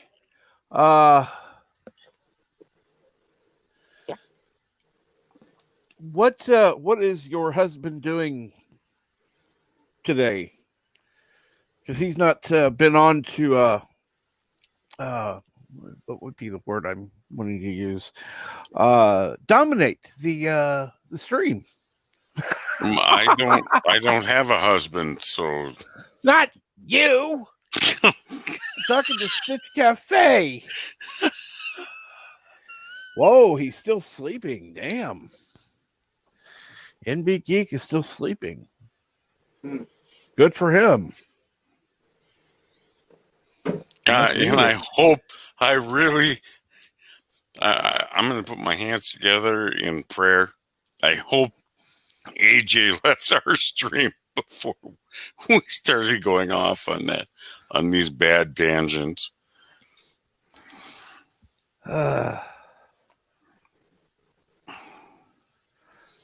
Yeah, he's been saying he's had a hard time sleeping. So, and probably with the dehydration that hasn't helped.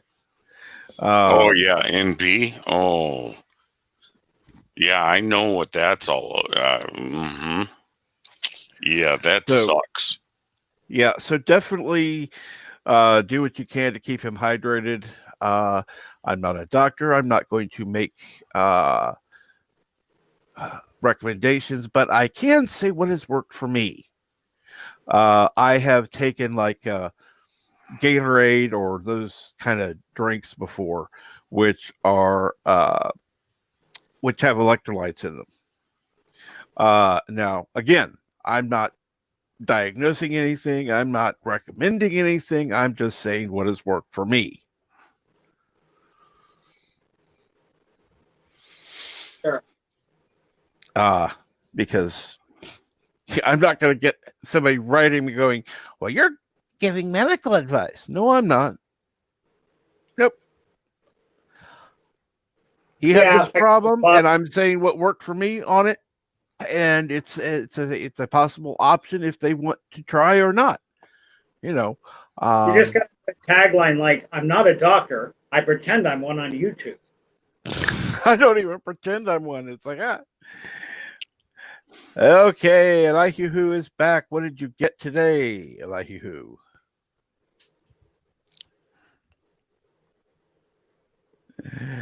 Oh, well, yeah. I just want to make sure the disclaimer was heard. So, and yes, some people drink Pedialyte. That is also an option. It is very similar to the to those drinks without. But some of those, the other ones have caffeine in them, or sugar, where Pedialyte is not. So Pedialyte has sugar. Well, it's I'd not take like it. I know it has sugar. I'm saying it's not like super sweetened like some of the other drinks. Because I've had Pedialyte.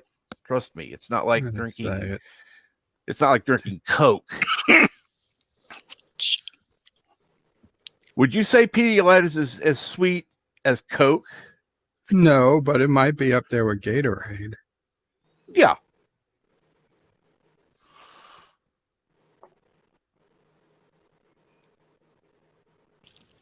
Okay. Gatorade. Yeah. Yes, Gatorade, that cool, refreshing drink. Water sucks. It really, really sucks. Oh, trust me, I have a water filter on my faucet because, yeah. It's the H2O. Yes, the Snitch Cafe. Yeah. It's the H2O. Carlos says you can put a small bit of salt in the water to help with hydration, but only a small amount. Yeah.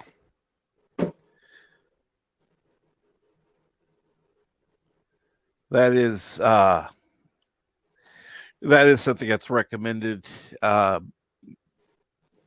I've heard recommended, but I've never been told that by a doctor. And again, I'm not the one doing anything. So, and Tim Christ, if you filter your water, what comes out of the okay, let's put it this way: the water that comes out of the faucet prior to that is very it's heavy in minerals, and it tastes like, well, yuck. Sorry, water should not have a taste. It should be wet. If you could distinctly taste chemicals in water, not good. And we should throw the link up for Tim here. Agreed. I was just getting ready to. But okay, I know what you're thinking with my brain again.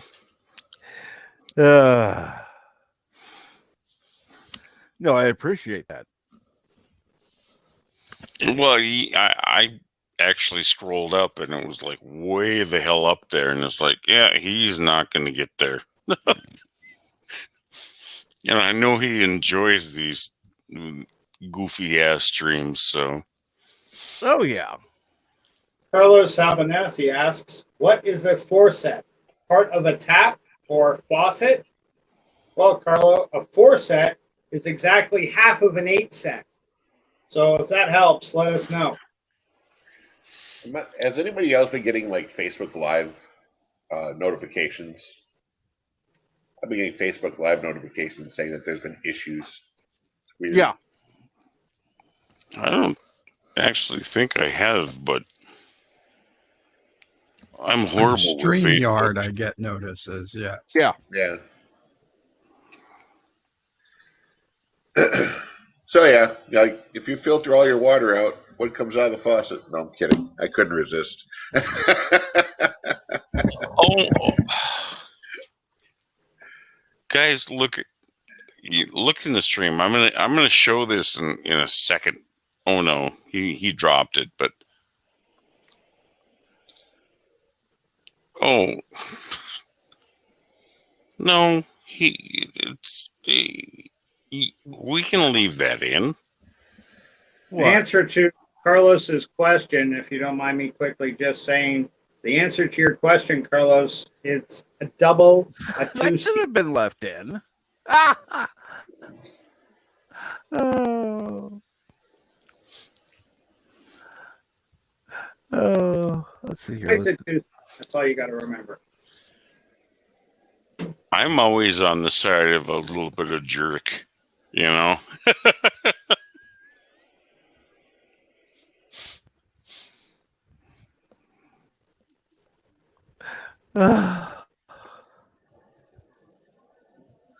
So what's been going on, Tim? Oh, absolutely nothing. Nothing at all. I've got a leg cramp that's I killing me. guess we opened up yesterday here in Minnesota. Really? Whoa, no way. Well, I don't know if it was 100%, but you can actually eat in a restaurant and what have you. So, Well, that doesn't serve their politics to stay locked down anymore, probably. I don't know. This world's nuts now. Absolutely. oh my. I think it was nuts already. We just starting to actually see it now. Yeah. You know. Agreed. Well, it's always been nuts. It's just turned super nuts. Yeah.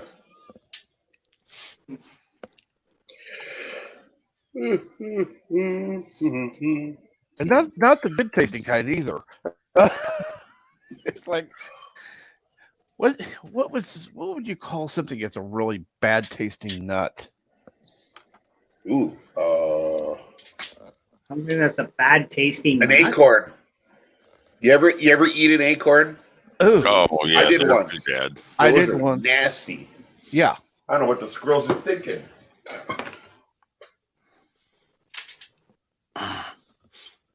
They're thinking energy. We're thinking flavor.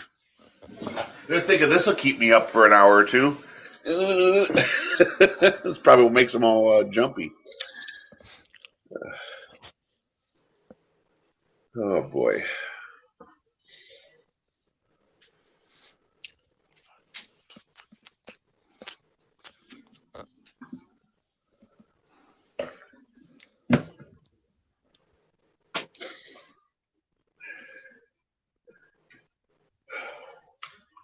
You guys are just lively this morning. What's up? Yeah, you're here with the dead crew.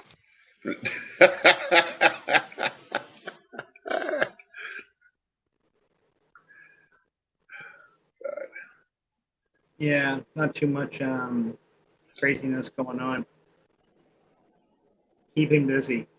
To throw my movie themed questions out again. Okay, if you guys weren't big into horror films, what kind of thrillers do you like? What's a good Good thriller? morning, Madam Geek. Good morning, guys. Oh, hello. Madam I've never Geek. been all on? much of a. Oh, we got a little gang here today. Oh, we got Cap, we got Flugger. Oh, you got, honey, if you're going to grab the stream yards, mute this. Otherwise, you're going to get feedback. StreamYard, sorry, YouTube. Actually, I wasn't getting any feedback at all. No, No, I was talking to I didn't it hear was my wife I was talking to. Okay, so we got Cam Track, Flugger, Son of a Red Shirt, Kapla, Bird of Oh, I Prey, see. and Now, Buddy honey, you Crunch. can't go to your computer. I see Oh, the big now mouth we are. finally woke up. So was it quiet there? You talking to me? Yes, ma'am. Oh no, my son's up. My husband's up. I cherish my coffee time in the morning, but when my son's up, it's all a lost cause. So I had to tell him last night. I had to say, do not come and wake me up before 7:30 unless somebody is dying. So he came in at 7:39. So he came in at 7:39 with the doggies to wake me up. I was like, oh, blessed. Said I did what you told me. And my son is like, Mom, I did what you told me to. I waited till after 7:30. He is right. You did. He's too smart for his own good. Oh, Yeah. Jesus. I want to laugh real loud, but I'm sure my microphone will just kill everybody's brain.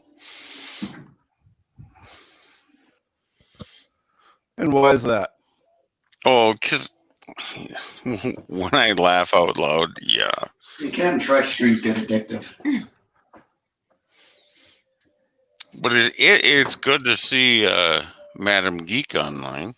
Oh, absolutely. Thank you, guys. And it took a second to register. Oh, I remember who that is. Yeah. But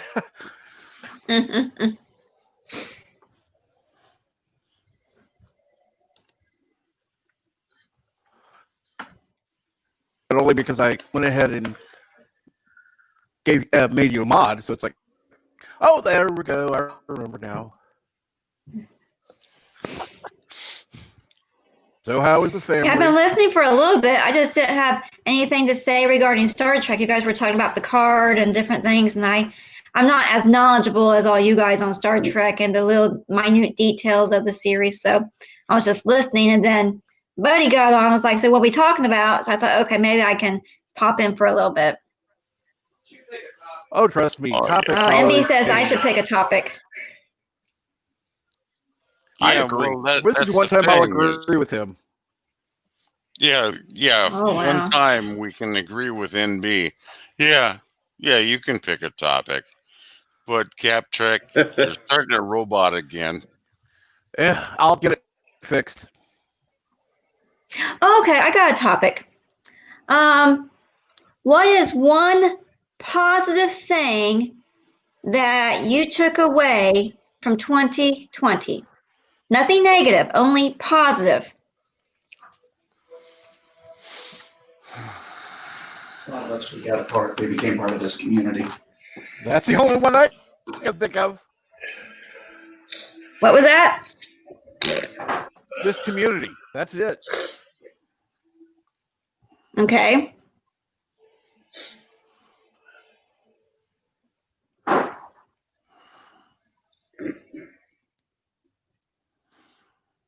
The lockdown really didn't change my life because I'd been basically in isolation since April of last year. So the only times I went out were for doctor's appointments and wound care. That's it.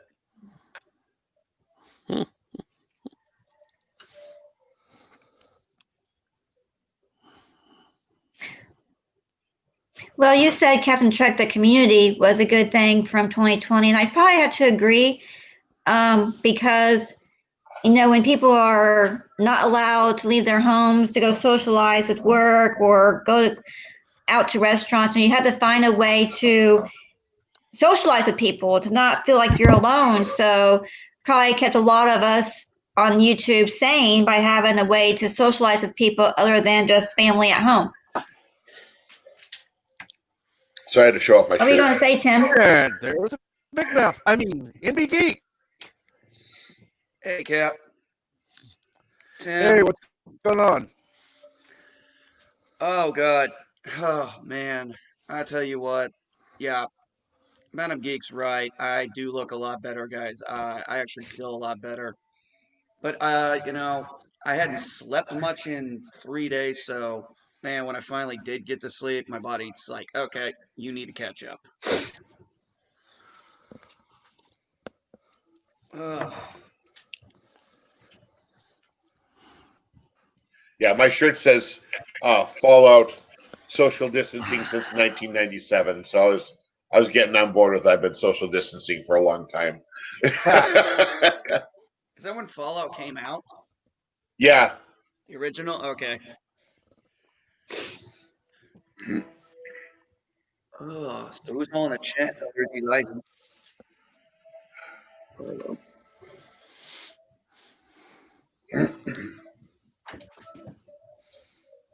I woke up, my wife. I'm like, told you, Captain Truck streams will get addictive.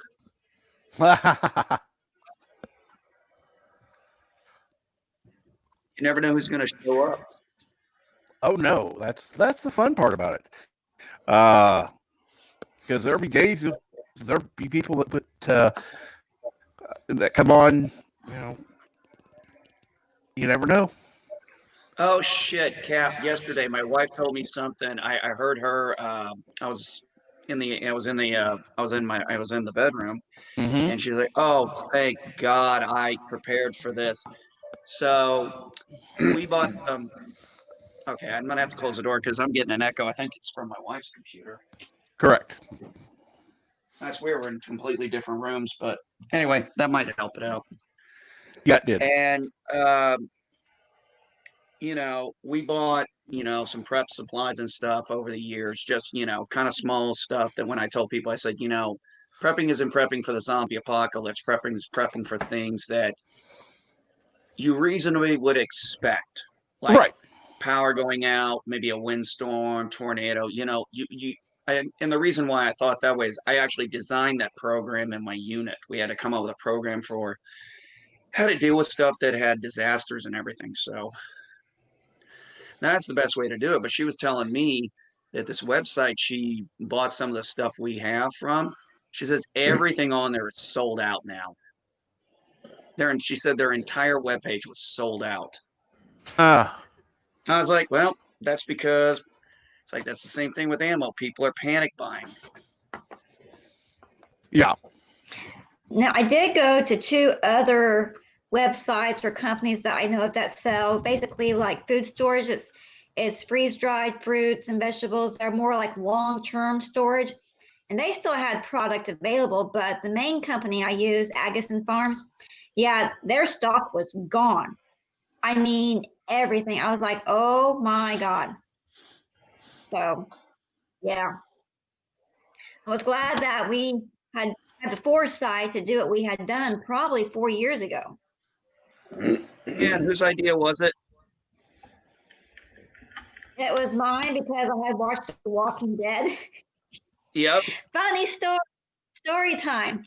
So back in Florida, back in I think 2012, I'm watching The Walking Dead. It was on like one of those marathon things where they start from episode 1 to caught up. And I'm watching this and I'm thinking, oh crap, if something happened, we didn't have anything. So that's what started all this was watching The Walking Dead.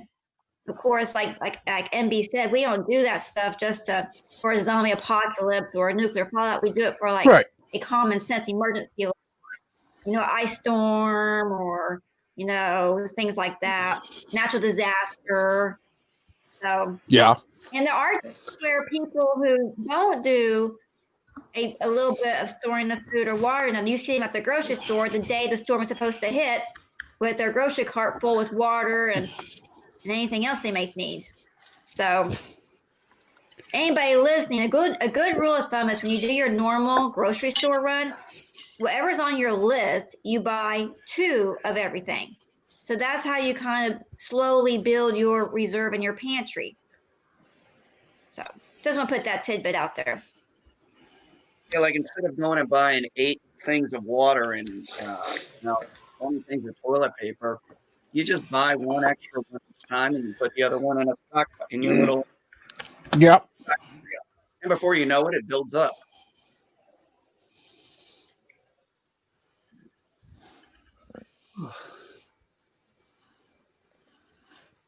Yeah, that was funny when she talked to me about it at first. I was like, oh, Sounds like a good idea. All right, what do we? And we do good on our research.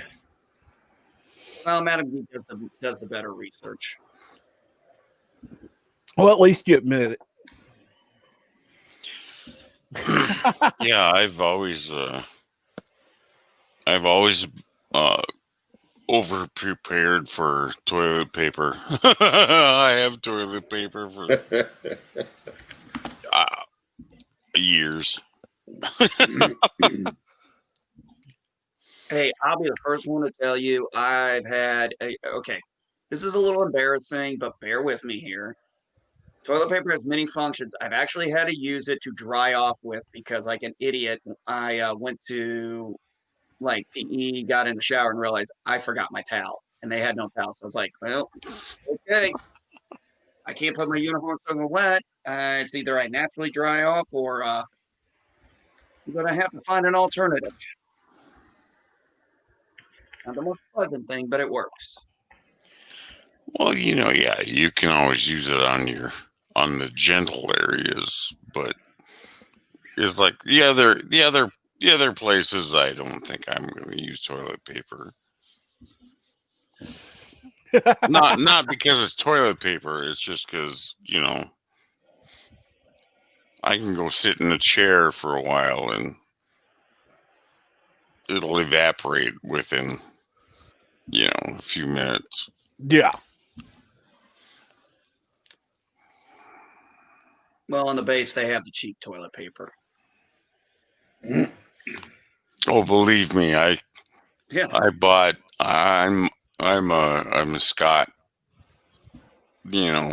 towels kind of guy. I just buy the cheapest. Yeah, people always say, I don't want to have to use so much. I don't have to roll so much. That fluffy stuff sticks to your ass. It's like, no. I like Well, my there are Superman. some things you can buy on the cheap side, but some things you just can't afford to go cheap on. So, like restaurants that have that cheap ass toilet paper in the stores, like, oh, well, you might as well give yourself some newspaper then. But there are just some things you just can't go cheap on. Well, it's one thing to go cheap, but the one-ply toilet paper is not one of them. Exactly. Oh my God, no. Neither is the one-ply being a paper female, towel. you have to go to the bathroom, and you see in the stall they have the paper thin toilet paper. All I do is like, oh my God, really? This is not going to be good. But you have to remember, I love Superman toilet paper. You know what I mean? It's rough and tough and doesn't take shit from anybody. Oh, Lord. Why is the Starship Enterprise like a roll of toilet paper? Why is that? Because it circles Uranus searching for Klingons. Oh, my God. That's an old joke. That's old. That's so why good. I played That's into bad. it. Older than I am. So old. That's so bad. That's good. No, it's so bad. Yeah, it's bad. Oh.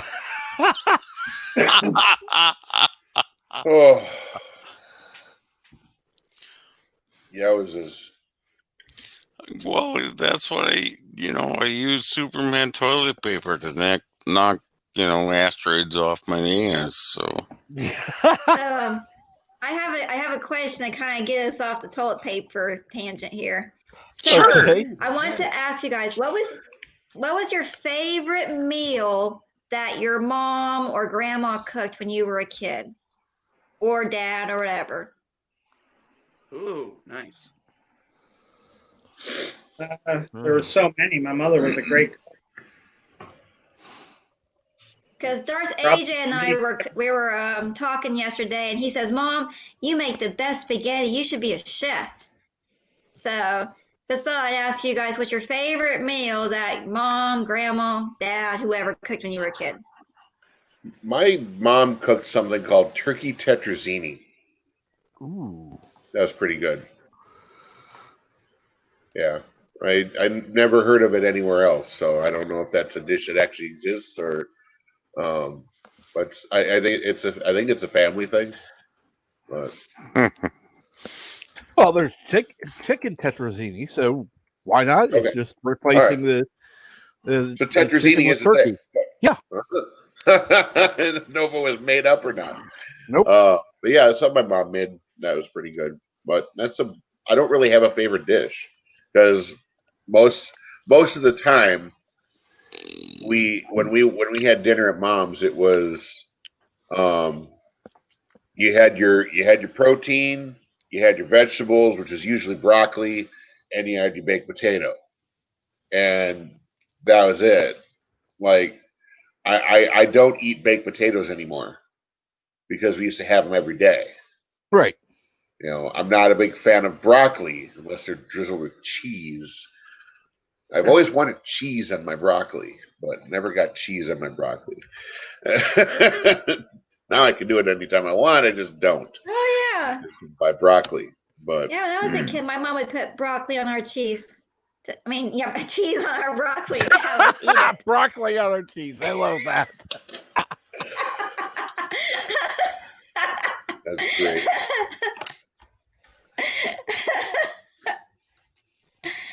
God.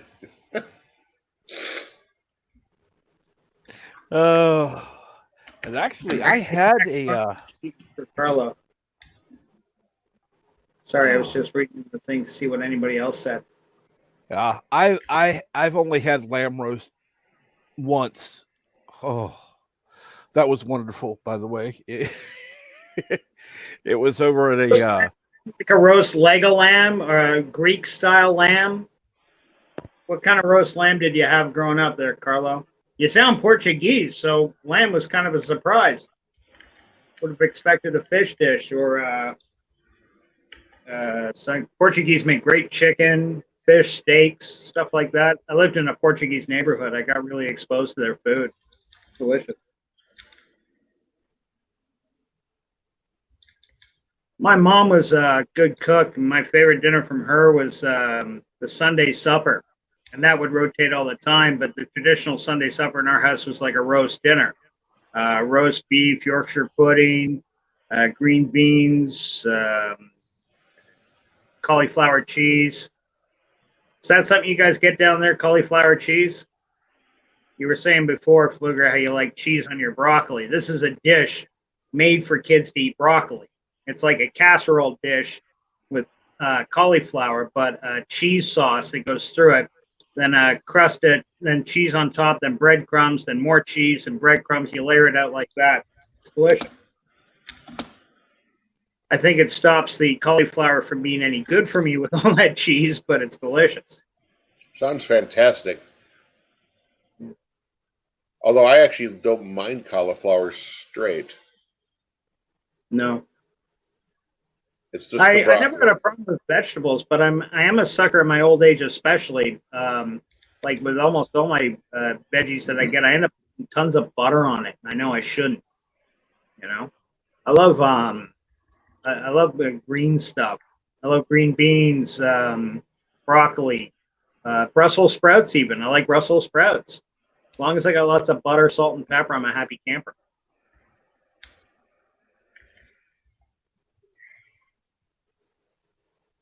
Steak and baked potato, you can't go wrong with that for me either. I think, what was it, Tim saying you can't look at baked potatoes anymore? Oh, I feel not sorry much. for you. I just opt out. I could still eat one if it was put in front of me, but I just don't. I don't go out and You buy them. make it for yourself, right? Yeah. No.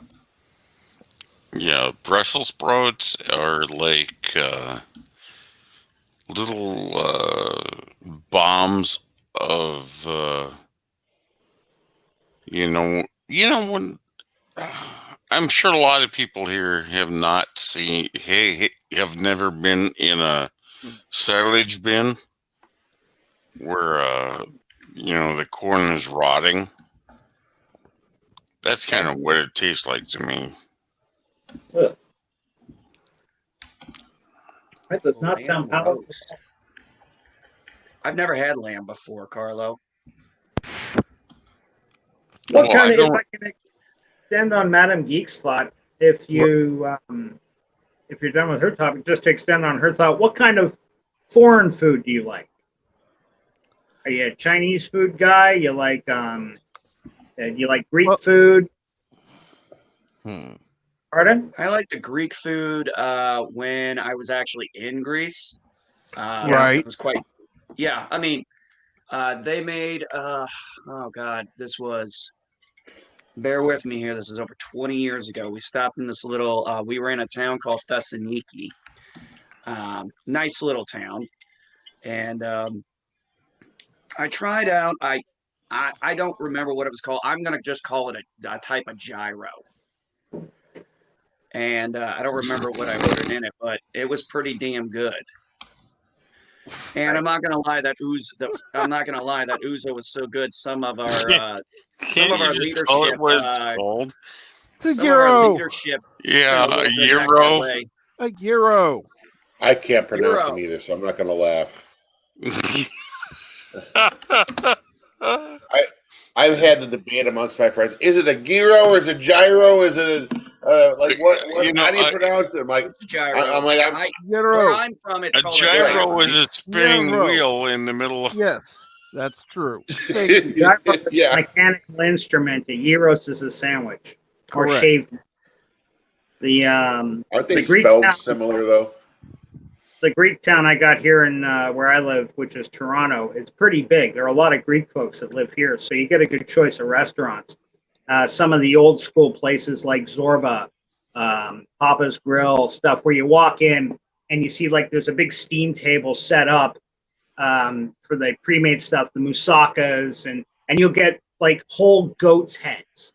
You can have roasted goat face gyro if that's what you want, because that's traditional Greek, like real traditional Greek type food. Great stuff. We got a pretty big Chinatown too. Do you guys have any of that where you're from? Because y'all don't live in the same state, right? Everybody here is pretty spread out, as I understand it. I might be wrong. We have a lot of restaurants in my area, but it's hard to tell if they're really authentic. You know what I mean? Right. Like we got a half a dozen Mexican restaurants. Some of them seem more authentic than others, but when you get down to the food, you really wonder because, Sure. well, my ex-wife, she was from Arizona, and they see more authentic Mexican restaurants down there. And we went to one up here, and she's like, "This is nothing like Mexico." I'm just like, I don't know. I'm just like, okay, I live in freaking Wisconsin. What do you want? So sure. We've got a couple be that fair, many restaurants. I know Chinese food quite famously. What is it? Egg foo young, egg rolls. There's something else that everybody orders, but like none of that is Chinese. That was all made by Chinese people in San Francisco trying to come up with stuff that white people would eat. Yeah. And for my friends that travel abroad, I got a buddy that goes to Hong Kong all the time. Will tell you Chinese food there and over North America versus there, it's night and day. Doesn't taste the same at all. It's so much sweeter and saltier over here. Hey, good morning, folks. Morning, Love Shack. Hey, Love Shack. I was not aware that I was coming for the Food Network. You was unaware. You didn't either. Question for you. What are some? You live in Canada, right? Who? Pardon? Canada? Yeah, Toronto. Yeah, you live in Canada. He lives in Brazil. Okay, I'm sorry. Sorry, I think was asking a completely different continent. I think you south of Canada. No, it still is the same continent. It still counts as America. Well, it's not the same continent. You're in South America. We're in South America and North America are the same America. No, according to my book. Not according to maps. Different continents. Sorry, Love. We're two different continents, buddy. Maybe in your book, not in mine. America is just one continent. You're talking about hemispheres, Love Shack. We're on the same hemisphere. Yes. Well, maybe we're not Correct. in the same hemisphere, but we are still in the same continent, according to my book. What? Oh, Yeah, God. your book is Well, wrong. it's It does fine. this. It's fine because In that case, my part should be called Colombia, not America. he's Ask being the Spanish. inclusive. He's being inclusive, so that it's okay. No. On my Don't encourage school it, books, America is still one continent. North America is one. North continent, America, South America, Asia. No, Europe, Yes, No. Europe. Africa, no, Yes, Antarctica. no. Antarctica. And You people teach one thing, my people teach another thing. your America people is are one wrong. continent. On my Our book, your education system may be people are screwed up, wrong. but it ain't that. Love Shack. Our education system here may be screwed up, but it ain't that screwed up. It is that screwed up. Trust me. What the? America is one continent, or else it would be named something different. Yeah. Okay, well, let me get back to what I was asking when I said that thing about Canada. I was just curious because I know we have some Canadians who pop in like random Canuck and stuff, but I was wondering. Rambling. Oh, He would is you not. shut up about how I fucking A talk? random Canadian. We have a Canadian. Look to the right of me. This is a All Canadian. right, I want to get off here so you guys can chat. Well, yeah. Sorry we spoiled your That's what I fun. was asking. I was asking. I thought, son of a red shirt. I was asking, are you from Canada? Yes, I Yeah, am. he's from Toronto. That's what I was. Okay, thank you. Now I can get. Now that we've gotten that established, I can get to my question I was going to ask.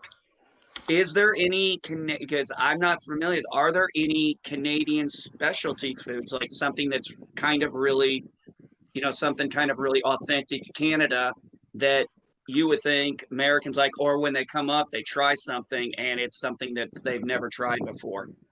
Right. Yeah, sure. That's There a- are like, depending where you are, there are regional dishes. I think 47 Yorktown, he's from Nova Scotia, I believe.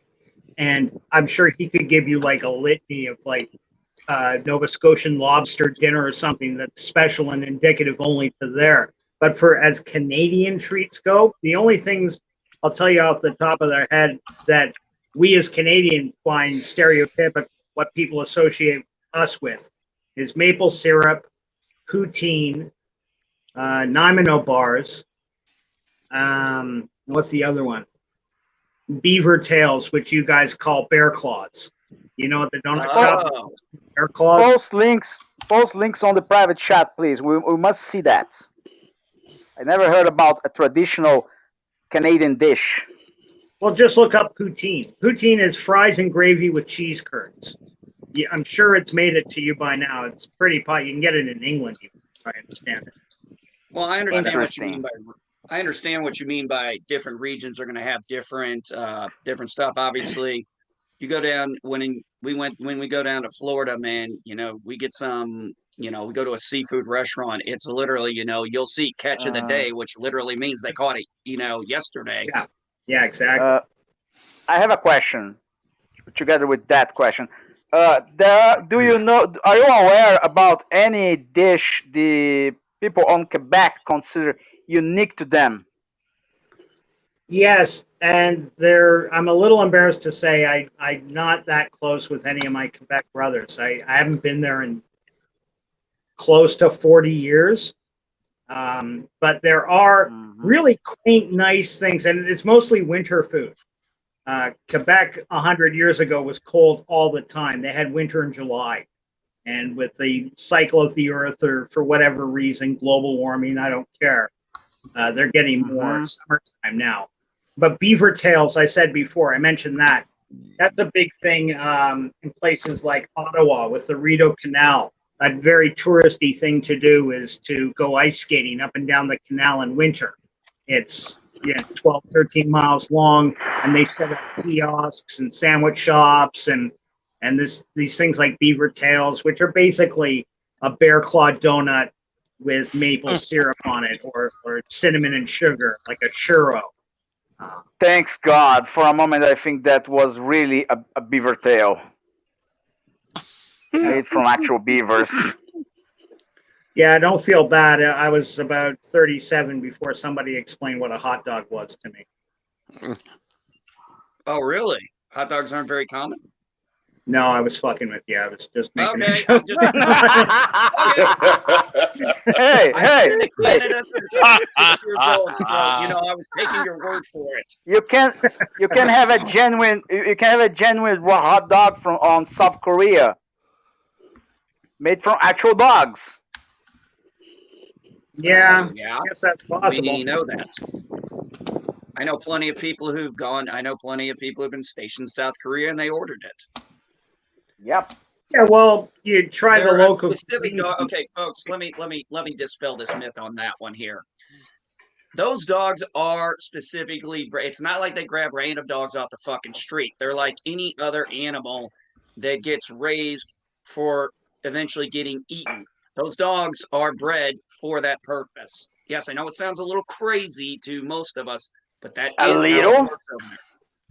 Just a little crazy? Serious?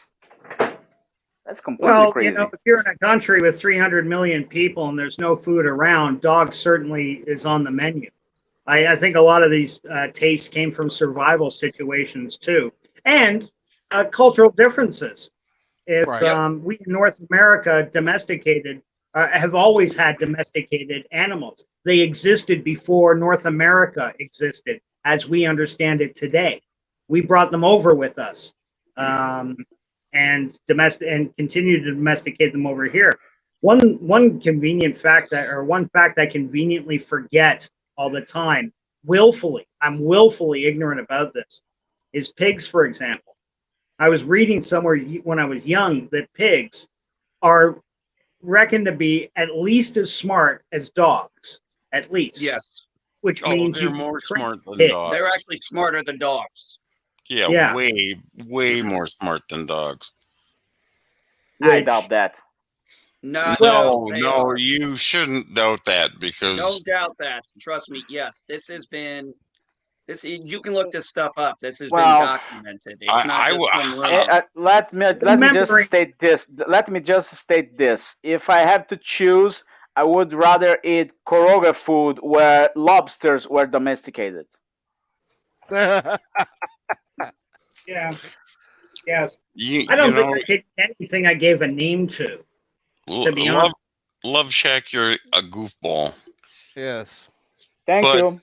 But when I'm gonna tell you something, and this has to stay within this really small community here. When I was a little kid, he is live streaming, so that might not be a good idea then. well, I know, but we had the hog barn. Mm-hmm. And, I went out to the hog barn and I was tired. I was sleepy. So I took a nap, laid up against this pig, cow, or not pig, or not cow, I'm sorry. I just laid up against her. I fell asleep. What? A pig. Not a cow? It was a pig. It was a pig. It was a cow. Not a cow. God damn it! Why did I always say cow? Was a cow or was a pig? Are you laying up against a cow right now? No. Like I said the other day, I got a divorce. I got rid of the cow. So no. When I was a kid, lay down next to this. Should I say? Guilt. And she was this sweet pig. And was like, I fell asleep. I bet I slept there for 4 hours. And she didn't even move. Oh. She loved anything embarrassing about that. I grew up in Illinois. I grew up around Prairie State farm stuff. So That doesn't sound anywhere near unusual. Look, that's cute, but I would never be able to make friendship with something I will eat later. Yeah, that's got to be hard. Like I understand farm life and farm mentality. You grew up with it was a different set. You weren't eating the family dog, but I know me, and I'm a real pussy for animals and stuff like that. And if I got raised on a farm, I probably would have ended up vegetarian or being ostracized, one or the other, because I wouldn't have the heart to do it. I'd see this cow every day. It's no, I'm not sending it to slaughter. Forget it. No, I don't care. You probably might have had a different mentality if you grew up on it. But I mean, that's the thing. It's mentality, it's culture, it's education. I mean, for example, you know how you said, your different regions have different cultures in Canada, obviously, just like in America. Californians are not like Floridians. Well, yeah, splitting a cow in half, not a cow, goat. When you have a pet goat, and Dad goes, "Oh, we're gonna butcher the goat." Why? Oh, for food, just to eat. Goat? Eat? No, that doesn't even. I can't even figure that. Eat a goat? Yeah, eat a goat. Yeah, eat a goat. What? Yeah, eat goat. No. Yeah, man. Very Don't good, do- What man. the hell do you eat in Brazil then? Okay, what I the can't fuck do you eat believe in you Brazil? live in Brazil and you wouldn't eat a Shit. goat. He's No, messy. we're not. Goat all the We're time now. Brazil. We don't eat goats in Brazil. There you do. Brazil is a varied country. It's not like there are only Brazilians in Brazil. We If you're have talking big cities and stuff, we have cows, chicken. What else? Fish, lobsters. No goats. waxing salons. Yeah, that's So that's actually interesting. You brought up the goats when I was actually in Greece, uh, not at Thessaloniki, that was that part, but when we were doing the operation, we were doing this training operation. It was pretty big, and they had leased quite a bit of land from this goat herder. And so you would see off in the distance this goat herder with his goats, just herding them around doing his own thing, coming out, I guess, checking to make sure we're not screwing up his land and stuff. Yeah. He'd just be out there milling around with his goats and stuff. And I was like, that the owner? He's like, yeah. I'm like, damn, goat herding must pay good in this country. Because I mean, Well, I it's, agree. Sheep and Yeah. goats. I was Yeah. like, damn, because that's what I was probably. They're like, yeah, release this. I'm like, releasing this from the government. He goes, nah, they're releasing this from the guy who owns the land. I'm like, I'm looking at all our stuff set up all over the place. We're looking at acres and acres of land and stuff. And I'm like, what does this guy do for a living? And they're like, he's a goat herder. I'm like, okay. I was like 21 years old. I was like, must pay You thought he good to was be a goat taking herder race- for this. I made. If you allow, I made a quick search here. The weirdest thing some people eat in Brazil is armadillo. Armadillo. I don't know how. I don't know why, but there are some people who eat armadillo and they say it tastes pretty good. I would never eat that, but that's the weirdest thing we can find to eat in Brazil. Armadillo. Yeah, but weird is a plus- relative concept. I Plus talked the about occasional crocodiles, anacondas. People would think that was weird if they came from Central Africa. They think that was insane. You wouldn't make that. Armadillo may be normal to some folks out in the bush or whatever. I know the Australians, people that live out in the bush there, they'll eat shit that you just can't find in town because it's not quite legal. Hunting kangaroos. When I say I live in the middle of the jungle, you know I ain't joking, right? I never heard you say that, but sure. I assume you're calling from a city because you have Wi-Fi. Yeah. Oh yeah, and he showed us yesterday. Yeah. Or the other day, I don't remember. It wasn't yesterday. Yeah, I live in a city, I live in a city in the shore, not in the middle of the Amazon. Where are you inland? Are you on the coast? What's On your the on the city? coast, on the coast. Okay. Is it a big city? Yeah, how something like a million people or something. Okay. Hey, I got one for you, Cap. If you're interested in that one, we're keeping the topic of food, but something a little sweeter. Favorite, like carnival circus foods that you used to go eat. You know, something when the carnival or the circus showed up, you were like, "Oh yes, I get to get one of these things while we're there." I know what Captain Trek's going to say. It's going to be cotton candy. Absolutely right. Cotton candy, bud? Ostriches. That got referenced in an earlier discussion. Would would you eat an ostrich? Oh yeah. I've had ostrich eggs. Yeah, we have that. We have that on Brazil too. What about you, Flugger? Yeah. Yeah, when I was in Wisconsin, to Stephen's point, they had ostrich burgers all the time. No, I meant your favorite carnival food. Carnival food. Carnival food. Carnival food would be or circus food. Take your pick. Horse meat. Oh, really? At a carnival? You mean hamburgers? Carnival hamburgers? Yeah, carnival hamburgers. I like horse meat. Come on now. Oh, lots of meat's people. not carnival food. Horse What meat's about not you, carnival Red Shirt? food. What about you, Red Shirt? Well, for us, where I lived at least, we didn't have carnivals came through, but we did have something called the CNE, which is the Canadian National Exhibition. And that was an every summer thing. And that was like a big carnival. It started from back in Victorian times when it was like a horse show or something. But we got carnival rides, we got like roller coasters and shit like that.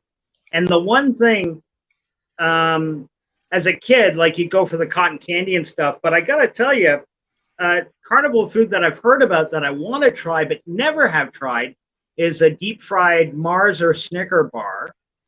Or there's another place I know that does I heard of it's like a deep fried Mars bar but sandwiched in a Krispy Kreme donut. It's supposed to be like one of the most dangerous things for you to eat.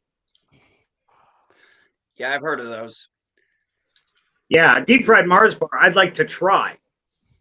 I'm sure I'd get sick of it quickly, but that's something like, wow, I never heard of that before. And the only place I know you can get something like that is a carnival.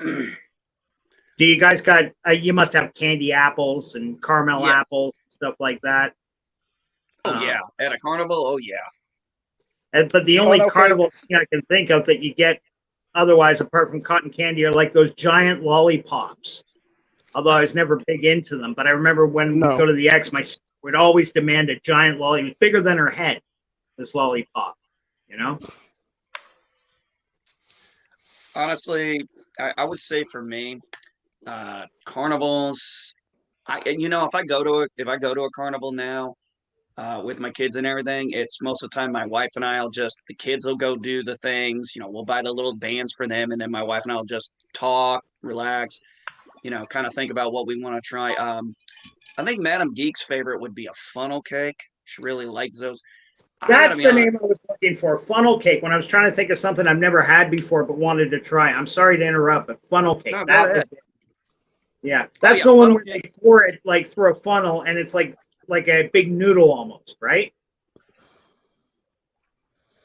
It's kind of a big noodle. It looks like a little sloppy thing with a bunch. It's basically a sloppy piece of bread with a bunch of spun sugar on it. Okay, but it's very sweet. I used to say a deep fried Twinkie. Now, don't get me wrong, I love a deep fried Twinkie. But I can only ever eat one of them at a time at a carnival because honestly, you eat too much of that shit, you are going to get sick very quick, and you're going to get one of those biggest sugar crashes of your life. You don't need to ride the vomit comet. A funnel cake Instant looks like diabetes, something. man. Yeah, A funnel cake. but I A would have funnel to say cake. the best I ever tried. My favorite thing at a carnival was when I was a kid. It was candy apple. I absolutely loved candy apple as a kid, and then when I got older, it kind of became the first time I ever got to try one because I think at that moment they were kind of becoming a new concept, or at least new to where I lived. Was a deep fried Snickers because I thought, how the hell do you fry a Snickers? Well, I Right. get one and I try it, and then we got came That's how back you home fry from that. it. We actually tried to do it. I actually looked it up how to do a deep fried Snickers. We tried it. There was one key point they forgot to mention.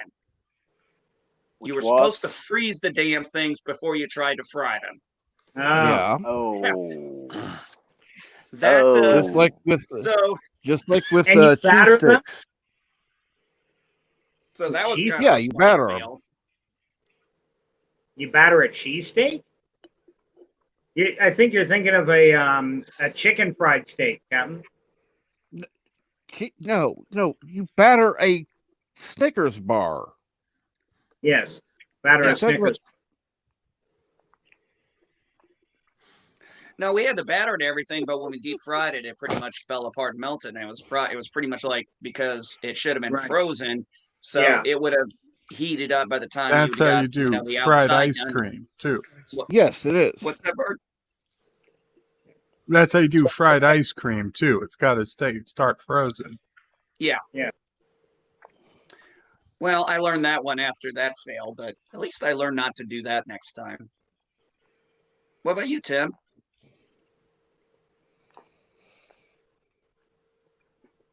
Sorry, what? Do you have a Tim, favorite carnival favorite food? carnival food. Favorite dessert? Oh. If he says a fucking BLT, toasted, I'm just gonna rip my fucking head off and. Okay. Can I have a minute? Cap You track. can have a dozen minutes. Yeah. Cap track. I don't know where you want to have, a private forum. I threw that down in the private chat. Yeah. I don't know. Well, Ooh, excuse me. I'm sure you want to. I don't want to do anything yet. Maybe 2:00 in the afternoon. Oh or yeah. something. Absolutely. But yeah, we if you want to have a public, or not a public, but a private forum, or I'm sure you can find me on Twitter or some shit. Oh, absolutely. You need to go sleep. By the way, you sound like I know. Yeah, you sound blasted, man. I'm Yeah. kind of blasted and I'm kind of really tired. So that's Yeah, You it's sound good. like you're about ready to fall asleep. Have a good nap. yeah, thanks. I should. I think what I'm going to do is I'm going to piss off and watch the stream for a little bit, and then Sleep You'll over. probably fall asleep watching the stream. That's fine. yeah. Well, I was going to say you should put your head down for a good 6 to 8 hours, and don't worry, Captain Trek will still be on when you wake up. Yeah. Yeah, I don't Yeah. think so. that's how it usually is. Oh, thanks God, God. Parler's back. Whoa, what the hell? He was not open. In the comments, yesterday. Carlos was writing a couple of things. He's from somewhere in the British Isles, and he was saying he can get battered Mars bars from the chippy, and how he used to just enjoy a cone of chips or a jam roly-poly custard, which are good. I lived in England for a while. When I finished high school, I went and lived over there for a year and traveled around working. And I was there for about a week, and I was missing North American food really bad, like just regular North American food. And I Right. stopped by Fish and Chips, and in the window they said hamburgers 35p or something ridiculously cheap, right? And I thought, fuck yeah, that's what I want. I go in, I say hi to the guy. The place was empty. It was sometime in the morning. And I said, is it too early to get a hamburger? He said, no, of course not. I said, great. Could you make me up 2? He said, you want chips? I said, yes, please. And I sat down. I started reading the paper. About 10 minutes later, he says, okay, your order's done. And I walk over expecting to say, I'd like lettuce, tomato, or ketchup on it. And it's already wrapped. I'm like, oh, okay, thanks.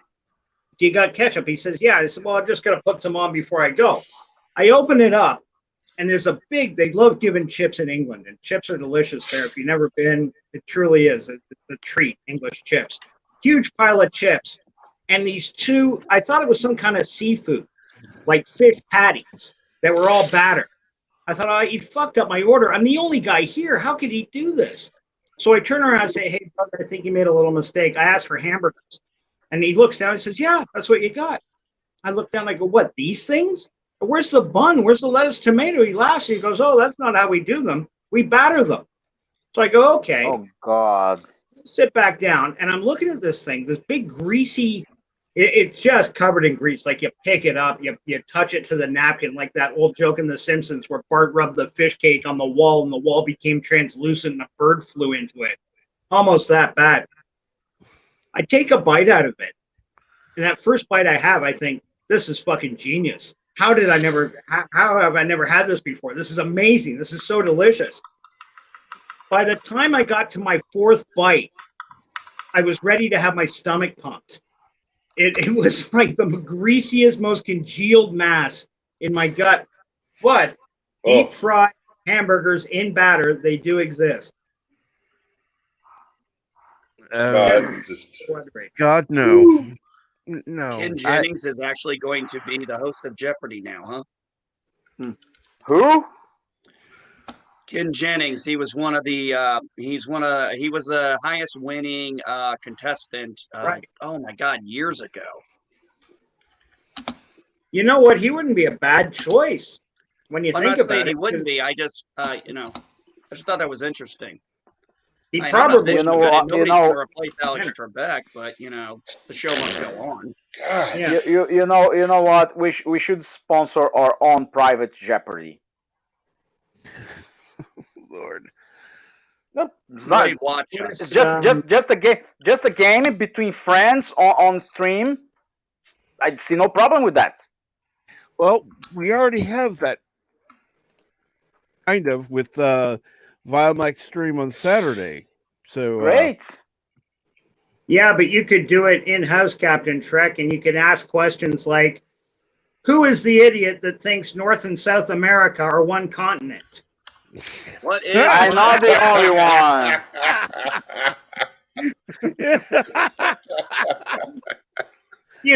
People on other streams wouldn't get that, but we would. Say whatever you want, dude. They still are one continent.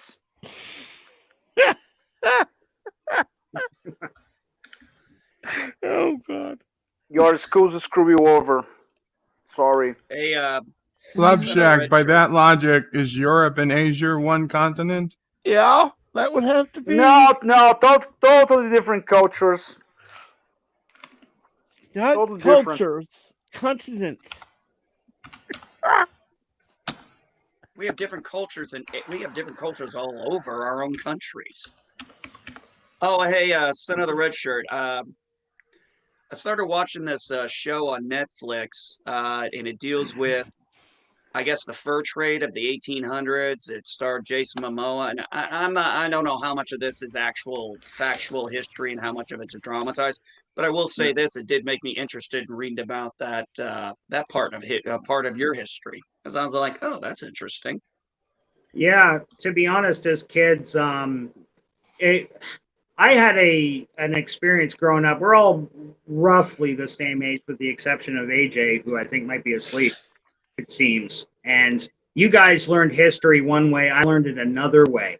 But a lot of the Canadian history, we ended up learning American history just because it's more interesting in the classroom. There's whole swaths of Canadian history where it's just exploration and finding stuff, which is cool, but really slow. The fur trade, however, is where it kind of history gets, Canadian history, that's about as sexy as it gets. because it was a fucking free for all out here. Like it really was the Wild West, but with fur and French people. So yeah, if there was any part of Canadian history, I think you might be interested in, other than aeronautics, it would be the fur trade up here. The whole Hudson's Bay thing, the yards. I thought it was interesting how I was enjoying it. I'm like, I don't know how much of this is accurate. I don't know how much of it is the European under the king actually had a monopoly, and they were trying to stop a monopoly from, and they were trying to keep their monopoly. I don't know how much of all that is accurate, but I would not be surprised if some of this stuff is accurate, because I'm like, this is kind of cool. And I was like, damn, this is a blood sport here. These people are cutthroat and vicious. This is some gangster level shit. No, not to totally disagree with you, but I would say that Rambling Canuck would disagree as far as the Canadian history aspect, because there's a lot more to it than just what you mentioned. Are you speaking to me or? Yes. Yeah. Well, yes, of course there's more to it than I mentioned. I just gave you the cliff notes. As a Canadian kid growing up here, it was more interesting to hear about World War II, even though, you know, there were Canadian involvements and stuff. Like they gave us a lot of Canadian history, and I remember it being so dry and so boring, and having to remember like what date, what Frenchman built a fort on what river, and then that superseded the next RCMP outpost that was the forefront for this next expansion into just dates and stuff like that I drilled out of my head. And I'm sure you guys sitting in history class had similar things, having to remember all, you know, dates and shit like that. But I got a feeling that we learned more about American history than Americans would learn about Canadian history. I may be wrong. I may be. I don't know where you guys grew up. Guys, I may before I finish this. Go. Excuse me. Before you keep calling me an idiot because I say America is one continent, I quickly checked it out this on the internet, and just remind me something. How many rings you have on the Olympic flag? Because I'm checking here, and there are 5 rings for each continent, and as far as I look, America is represented by only 1 ring. So instead of learning fact or history, you're going by how many rings are in the Olympic flag? Exclude Antarctica, there are only 5 continents. Hold on. Yeah, we don't count Australia either. No, they count Australia. It's here. Europe, Asia, Africa, America, and Australia or Oceania. Well, it's not our fault they fucked it up. No, they didn't fuck up. Back there, at least, they count 5 continents, not 6. I'll tell you what, pick up a geography book and then get back to us. Any geography book, even one from your own country. The geography books on my country say 5 continents, not 6. Try 6 saying this. It should be 7. 6 if you include 6 if you include 6 if you include Antarctica.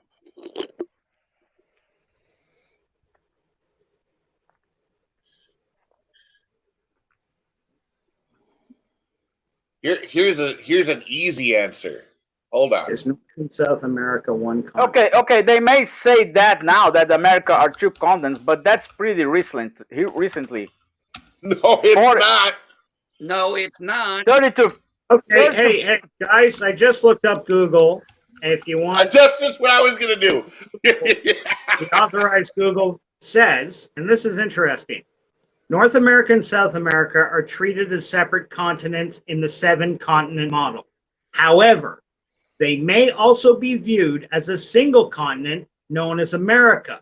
This viewpoint was common in the United States until World War II, and remains prevalent in some Asian six-continent models, as well as idiotic Brazilians with 6 toes. So, Google does support you to some degree.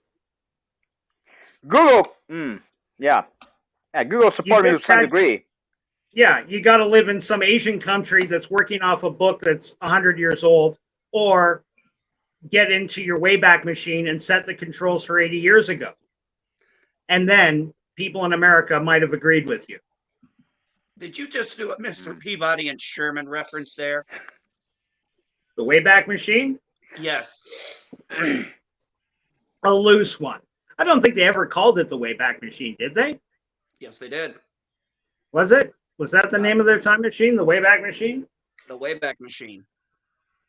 God, Sherman and Peabody. I haven't seen that in years. They used to play that up here on Sunday and Saturday mornings with The Wizard of Oz. Did you guys ever get that 60s cartoon, The Wizard of Oz?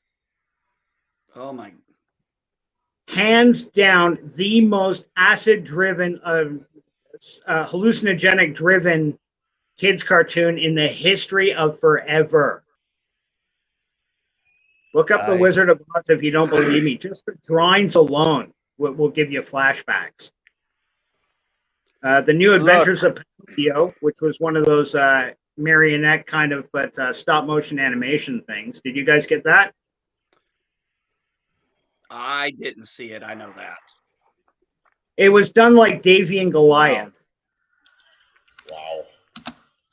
Well, may I just say that?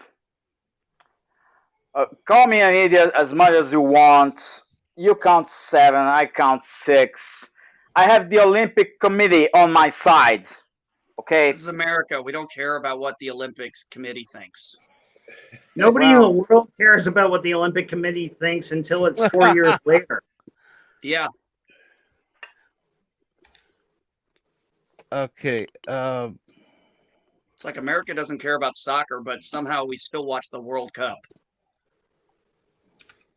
Yeah, well, there are enough. America's got a lot of people from all over the world in, so it doesn't. Give more 100 years, and maybe you learn to play soccer.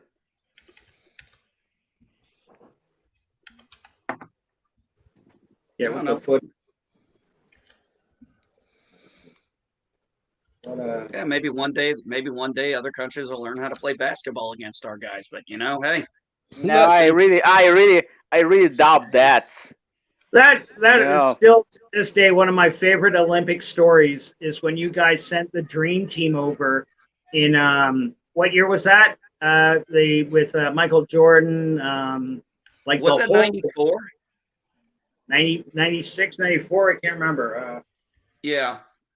I can look it up. Yeah, NBA Dream Team. NBA. 96. Yeah, that sounds right. 96. Because next Olympic was in 2000. Just to watch the team. That was like the most talked about thing I remember reading. Buddy. Carlo left. Take it easy, Carlo. And the Stitch Cafe. Hey. Yeah, I was a kid. We're watching. Have a good day, Carlo. Just for that. Take care, Carlo. Hey, LDG.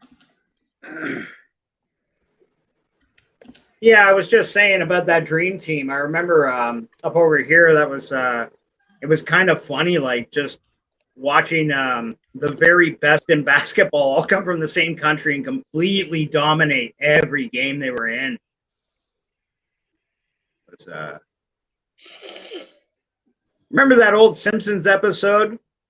I can't remember, but Krusty Burger had the winning tickets, and if you had the ticket that said Michael what's the boxer? It was like the McDonald's promotion. And if Team America won, you'd get a free hamburger. Well, that was the year like the Russians boycotted or something, and Team America won just about everything. Yeah, you get it. Yeah, exactly. Yeah, they regretted that one. Yeah, we threw out like all of our best players in one team. It's like, what are Yeah. you guys doing? Yeah. Well, yeah, it was just a total talent pool there. My Which friend was a obviously major Michael you Jordan fan. remember Just at the having time. Michael Jordan on the team was enough. Yeah. I was from I St. do Louis, dimly and remember even I the time. watched Chicago basketball just for that. Him and Scottie Pippen and stuff. That was like really a golden era for a lot of basketball. Oh yeah. Yeah, big time. Chicago ruled the universe.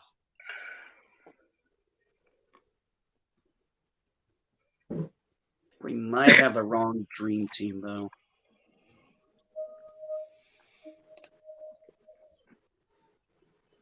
Hey, no, I don't say that.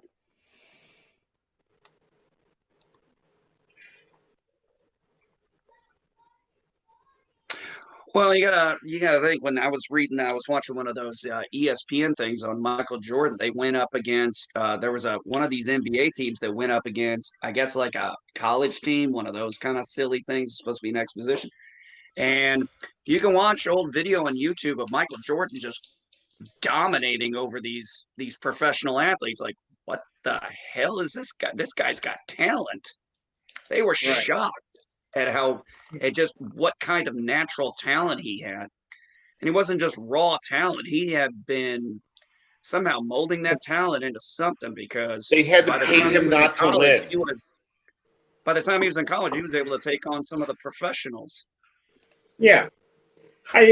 You see a lot more of that as we get older and stuff. When we were all young, if somebody made it straight in from high school or something, that was an extremely rare, Yep. occurrence. And that guy would invariably blow out his knees in 2 seasons or something. But today in hockey and football and basketball, all these sports, they're recruiting younger and younger and getting away with it. Yeah. What were you saying, Tim? They had to pay Jordan not to win a game every now and then. They literally had to like pay him to like sit out some of the game because he was that good. Yeah. We got to give the other team a chance. Yeah. An interesting article when American Dream Team wins.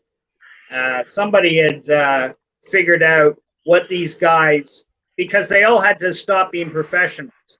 They had to like quit the NBA. There was some legality because you can't have professional athletes at the Olympics. It's supposed to be non-professionals, as I understand it. And they worked out what these guys, their combined salaries would have been to sit out just for the honor of going to the Olympics to compete. And it was something like more than all the teams put together their worth combined. Like, just outrageous what these guys were, getting, because they were all professionals. There weren't any amateurs on the Dream Team. These were all seasoned vets. And well paid too. Basketball players make really good money. Possibly the best. I don't know. You guys might know about it better than I do if you follow more sports.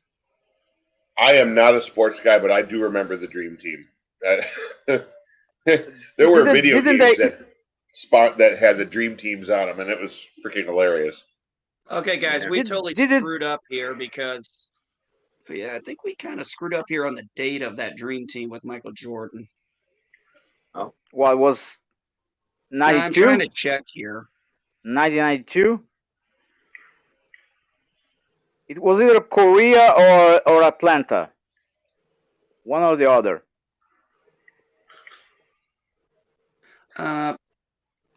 Korea, Atlanta, or Greece. Oh, no, wait. This was when he was... okay, I think I got my times mixed up here because I think he went to the Olympics before...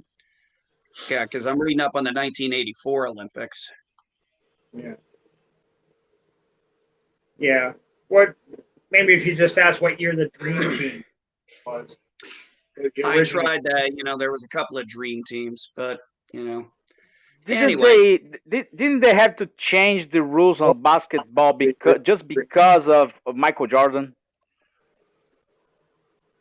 1992 Olympic Dream Team was just that. Greatest team ever assembled. Roster was made up of Michael Jordan, Magic Johnson, Larry Bird, Charles Barkley, Karl Malone, John Stockton, Patrick Ewing, David Robinson, Clyde Drexler, Scottie Pippen, Chris Mullin, and Christian Laettner.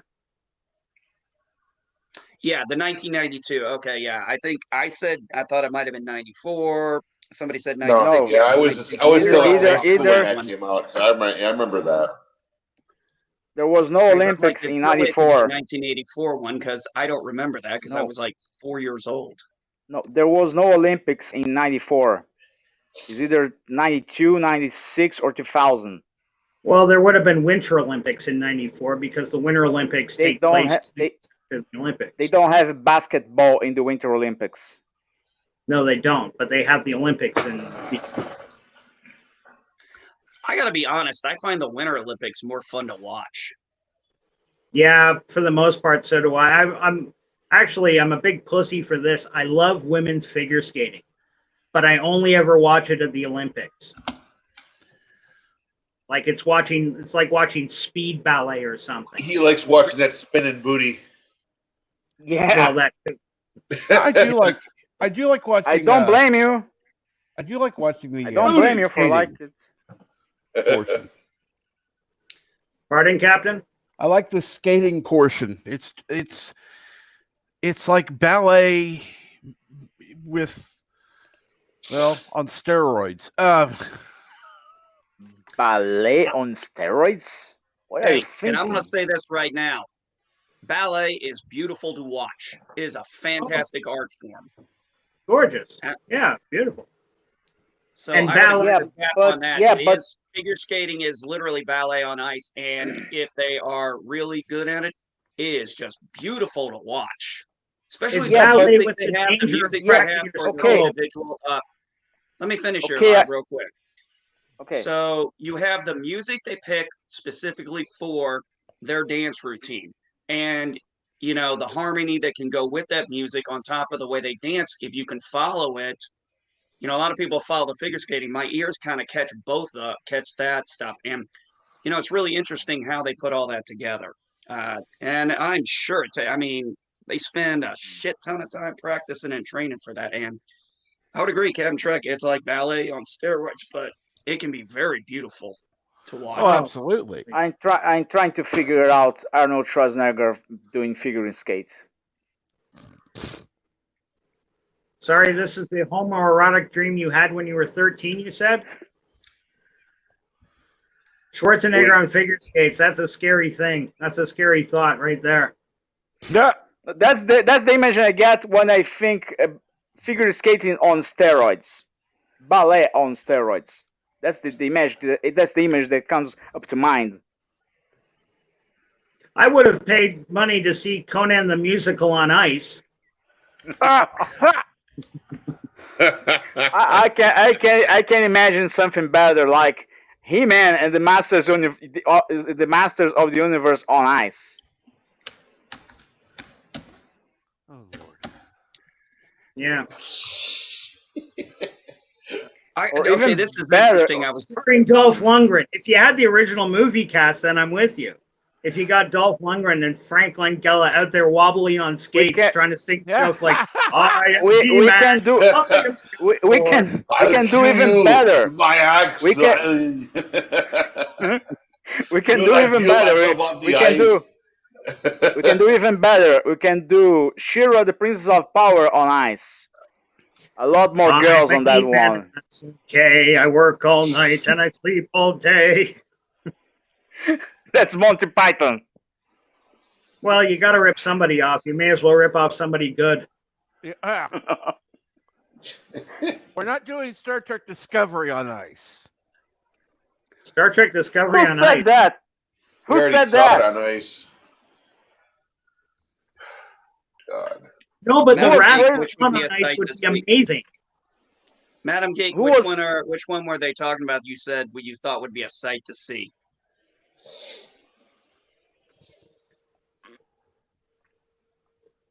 She's typing. I can hear it all the way in the other room. That's how good my ears are.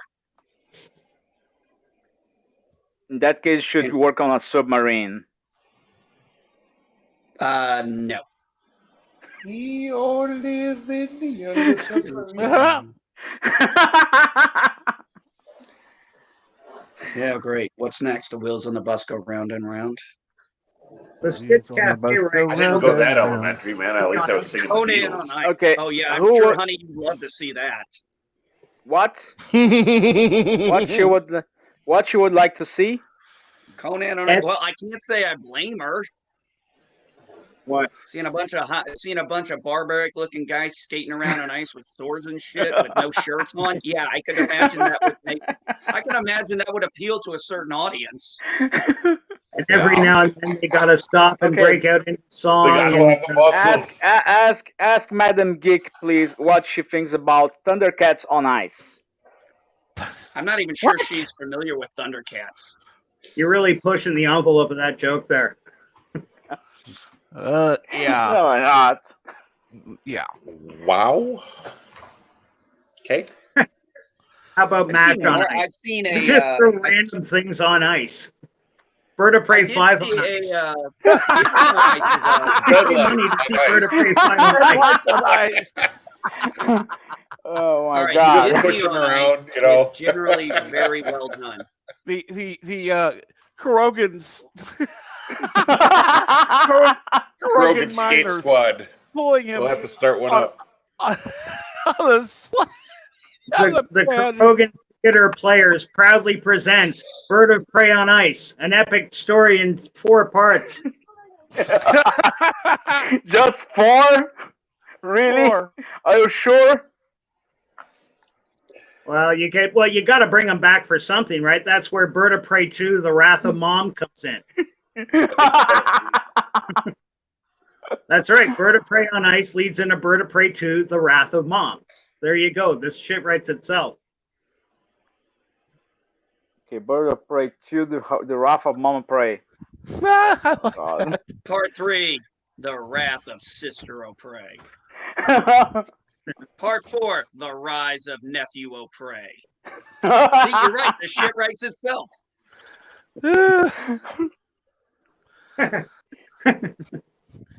Hey, you were Part right. 5, That shit The does Search write itself. We just come up with 4 titles for the 4-part series right off the bat. What do you think, Bird? Or are you still sleeping? All right. Huh? Okay, he's still asleep. That's fine. That's No adorable. worries. Or barely No worries there. awake. Oh man, this is going to be an interesting history lesson today because Why we're is going that? over. We're doing Sherman's March to the Sea. We're almost done with Civil War history. We've got Sherman's March to the Sea, and then we're going to do when Lee surrenders to Grant. Talk about the 13th Amendment and its passing during that time. John Wilkes' assassination. And then we're going to end it with Reconstruction of the South. And I'm probably going to do Reconstruction of the South in 2 parts because it's a very long history. But I'll tell you what, John Wilkes may have thought he was going to go down as a hero, but that dumbass pretty much screwed the entire South. So when you Because- get to the part, when do you get to the part about the Wild Wild West? What? What? That movie with Will Smith. The one with the giant mechanical spider. Oh, Jesus Christ, well, man. Come it's going to on. be a TV show in the 50s and 60s, I think, and then they turned it into a movie with Kevin Kline, Will Smith, and Kenneth Branagh was the bad guy. Gave us that Will Smith song, "The Wild Wild West." The Wild Wild And one of West. the worst Selma Hayek and one of the worst jobs Selma Hayek has ever done as an actor. Yeah, but just, you know what? Oh. Selma Hayek movie when she was in her 20s, I'm fine with, and not to be sexist or anything, but my God, that girl was pretty. And now you can't forget what Arvik Saunders says. Don't forget The Revenge of Sassy. Oh, that would be the spinoff. That'd be the spinoff. That'd be the next generation. That would no see that would be Nephew O'Prey. He would be the next generation. That's why I said Yep. Sassy could be the spinoff. Just as an interesting little side note, gentlemen, I read an article while we were talking here, just a short little one on my phone. A Quebec couple was fined $3,000 for breaking COVID-19 curfew violations. They tried to get around it by the woman walking her husband on a leash as a dog. When stopped by police, she said to him, "Well, we're allowed to walk our dogs after curfew, aren't we?" One of the few exceptions to Quebec's COVID laws. They got it there worse than anywhere else in the country right now. Right. Yeah. So, and there's this picture that got taken of a guy being walked on a leash. He's on all fours and he's walking like a dog. I mean, there's pussy whips. Oh my God. Meow. That is pretty nasty. Oh, they got it. $3,000 fine, $1,500 between each of them. Yeah.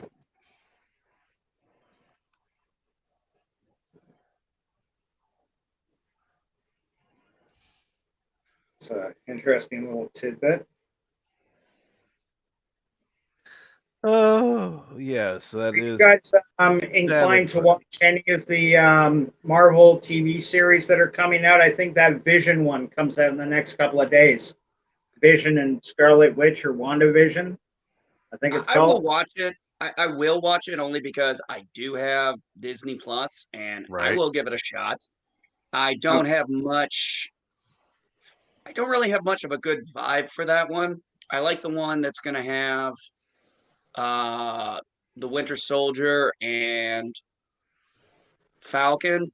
I kind of like Right. the Falcon and idea of the the Winter way they were kind of playing that, where he's kind of put he's still, he's still not ready to take that shield. So it wouldn't be too bad if during whatever, I think it's 6, 7 episodes, maybe by the end, that's when he finally picks up the shield and realizes he is fine with, taking up the mantle. He can still be, and for a lot of people, I remember hearing why there was a lot of people in Endgame who were just absolutely like besides themselves. They're like, why would he give it to Falcon? Why not give it to Bucky? I'm like, well, would you like me to explain? Because I can really do this easy for you. And they're like, Yeah. okay, fine. I was like, well, let's see. Bucky died during World War II, at least as far as we know. He didn't come back to the Winter Soldier until like the 2000s. And then they were enemies for a long time until they finally got rid of the deprogramming. Captain America and Falcon have been teaming up since Marvel team ups in the 70s. In fact, they were one of the most popular team ups that was being produced at that time for Marvel team ups. Yeah. So they have been friends and comrades for a long ass time. And in the comic book, when Cap retired, he gave the mantle of Captain America to him. He said, So I was like, well, I don't like that. I'm like, tough shit. But you are aware in the comics that just in the comic lore, Captain America did pass it off to Bucky before Falcon. Bucky got to be Captain America for a while back in the 80s. Like actually wear the suit and people call him Captain America. I think you're thinking of the guy who was called something USA. Not Nomad or USA. Neither of those guys. I understand why you mentioned them. They were both spin-offs in a way of Captain America. But the Bucky, I'm sure, got to wear the shield and wear the full uniform and act as Captain America. Didn't last. People don't like, Cap being replaced. We want our comic book characters never to age. Get older. I did hear there was actually, the one thing I'm most excited about is of their stuff is the What If series, because that was one of my favorite comic books growing up. I love it when a new What If came in. Yeah. Some of those What If books were amazing. They really took your way. Unfortunately, a lot of those what ifs kind of got bastardized into whole story runs that wouldn't last. But you know, classics like what if Aunt May had lived? What if Wolverine had killed the Hulk? There were a bunch of them. They always took that story and just turned it into the pivotal moment. It was a great concept series, and yeah, just like you, I'm looking forward. It's animated, isn't it? The What If series. Yeah, that'll be interesting. If I may interject, Bucky Barnes took up the mantle of Captain America after the Civil War series of comics. So about 2004 time recent. frame. Yeah. Oh, okay. I thought it was much earlier than that. No. The fact that I don't think because they brought the Winter Soldier back like what in the late 90s, like as a character, and then it was revealed to be Bucky Barnes. I'm not I sure. saw Captain America, but not super well. Like I did like the character. I was always interested in him. I thought Okay, I got you here. This is what happened. Okay, I got it now. This is what happened. Captain America was looked like he had been assassinated. Bucky did take over the role for a little while, but when Cap took it back, it was years later. Because it was years later, his super serum wear off and he was getting old, and he decided to pass it on. So maybe that's the proper way to say is, yeah, Bucky did take it over, but Cap did not give it to him. Whereas he gave the shield to Sam. Falcon. Sam, yeah. I like one of my favorite ones was honestly, what if the Fantastic Four all had the same powers? All had the same powers? Yes, it was actually 4 parts. They had all 4 parts of it. 2 of them were very short, and 2 of them were decently long. The one where they all had Mr. Fantastic's powers was relatively short. The one where they all had the Thing's powers was relatively short. The one where they were all invisible was, I think, the longest. And then, of course, the one where they all had the Human Torch's power. Those were the 2 bigger stories. Right. Although Bucky Barnes was a sidekick for Captain America all the way back to cover dated 1941. Well, Joe Simone and Jack Kirby first created Captain America Comics #1. So Bucky Barnes has been around for a long time. Oh yeah, he was a sidekick in the 40s, way back in the original Jack Kirby run. Yeah. That's right. I do believe the original story had Bucky. Bucky never got frozen or anything. He just aged. When Cap came back, remember it was the 60s. So guys that fought in World War II in their 20s would be in their late 40s by that point. The character of Nick Fury, I remember that they finally explained his aging away back when Nick Fury was a white guy. You remember that? Nick Fury was a pretty toxic character in the 70s. He had a pretty psychedelic but cool, like psychedelic artwork, like Doctor Strange almost level. I think they relied a lot on The Prisoner for some imagery and stuff for that 70s run of Nick Fury. But they said Nick Fury, it was a derivative of the super soldier serum. That's what kept him looking so young. But the difference being, all this did was slow down your aging. It didn't give you superpowers. It just slowed your aging down. He had to take it once a year. And if he missed it, he just morphed into an old man overnight. I mean, Nick Fury, I believe, started out, and I could be wrong here, but I think one of his first series was Vietnam one, where it was Nick Fury and the Howling Commandos. Well, yeah, the Howling Commandos, actually, not to be Mr. Knowledgeable about this, Nick Fury, I had a lot of those comics when I was a kid. Sergeant Rock, Nick Fury, and the Howling Commandos were war comics I really dug when I was a kid. And it started in World War II, but yeah, I think he made it to Vietnam. Much like Sergeant Rock, there was a Sergeant Rock series where he had made it to Vietnam, and even as a little kid, I'm like, that doesn't make sense. Vietnam and World War II are decades apart. How the hell is the same guy still a sergeant out in the field? Like at 10, I'm asking myself that question. But, comics. I didn't know it started out in World War II. Yeah, like I said, if I'm wrong, you're more than welcome to correct me on that because there are things I'm knowledgeable. My son asks me questions all the time. I'm like, son, you got to understand. Just because I know comics and I know how to research doesn't mean I'm an expert on every comic book character. You know, Never say you are an expert. we all have certain characters we really latched onto, and that I'm sure we all looked through other comics and read them and everything, but there were certain ones we gravitated more towards, and some that were just casual. Yeah, sure. I mean, one of my favorites growing up was Silver Surfer.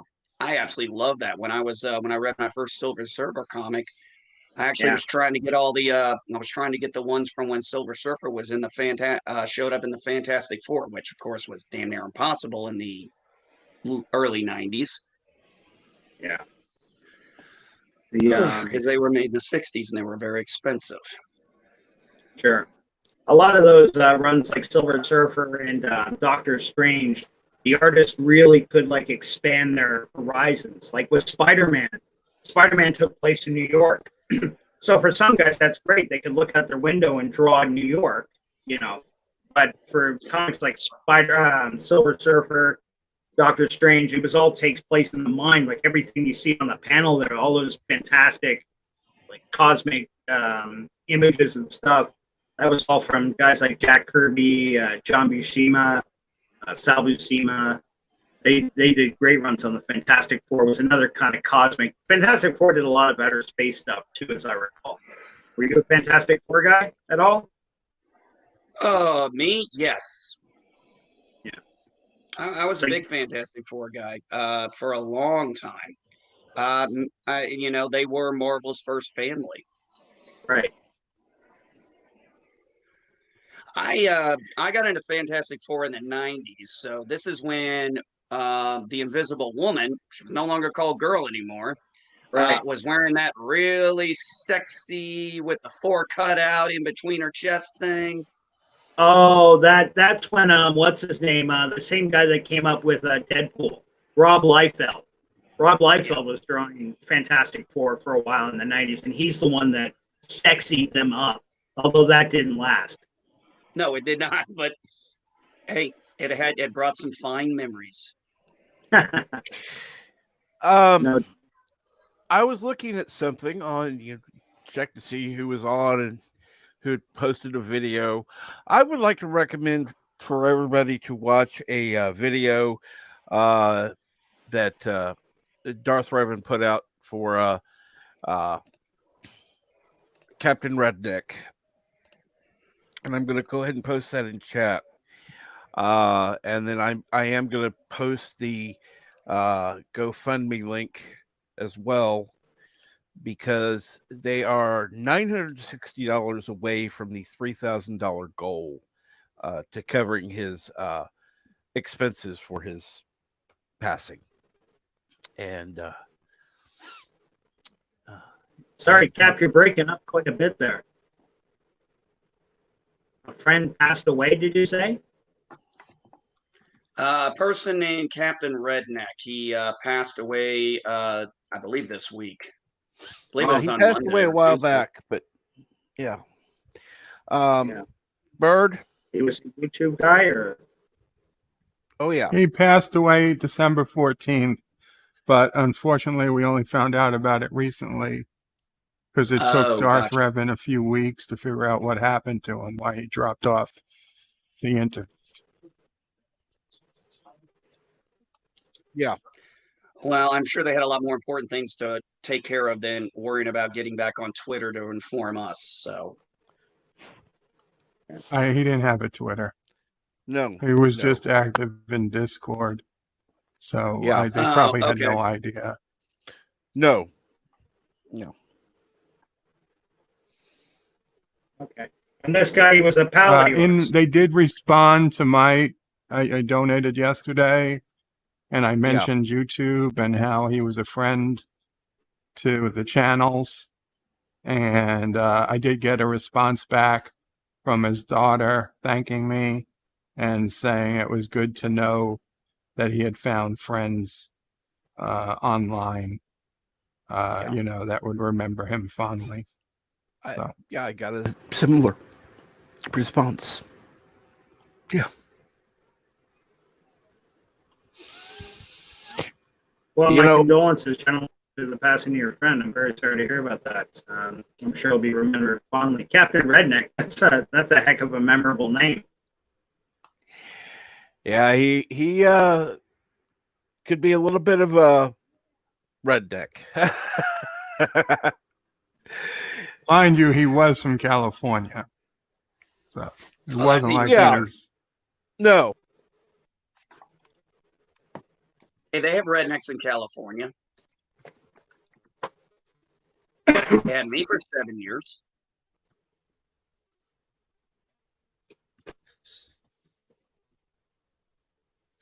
LDG Pixels. Always has the most entertaining visuals. Come on, boy. Move. Morning, everyone. Yo, what up? Not much. How's everybody doing? All right. How about yourself, Papa Smurf? I'm holding in there. What's going on? Power go out in the middle of the night. That was fun. Damn. Yeah. Then my imagination got away with me, and I thought it was the government coming for me. Hey, as the old saying, as I like to say, just because you're paranoid does not make you wrong. Yep, that's true.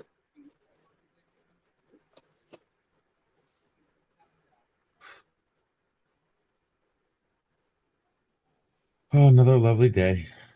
Tuesday. What have you been busy doing all day, LDG? You working on new videos or hanging out about the house? No, I usually spend my morning making sure all my clients are up and running and good to go. I'm all set now. Everyone's good. Mm-hmm.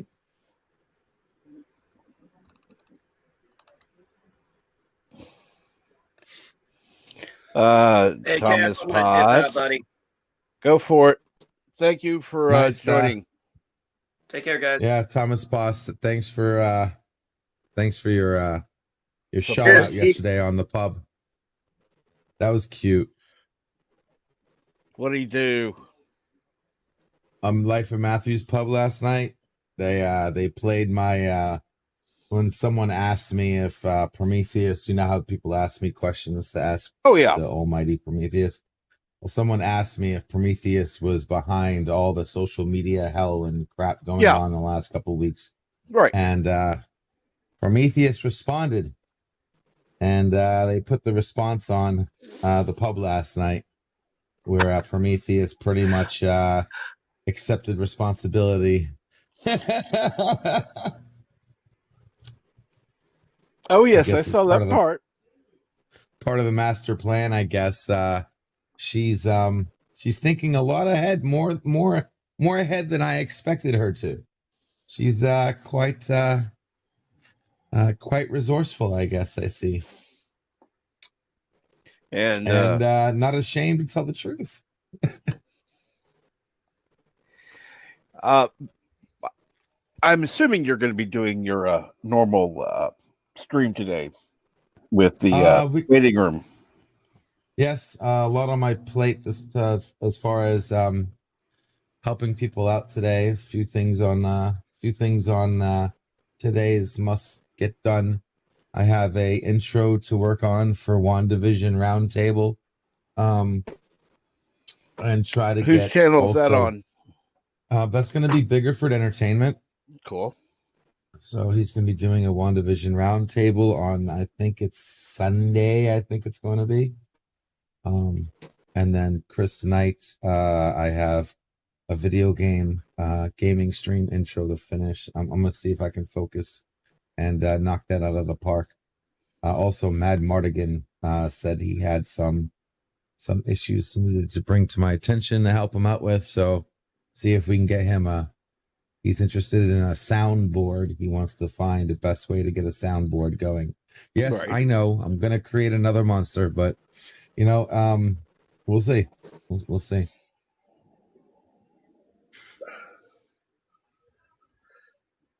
Just checking the news right now to see if there's anything new about our freedom of speech being under attack and what's going on with Parler. And I wanted to come out with a quick meme against Amazon.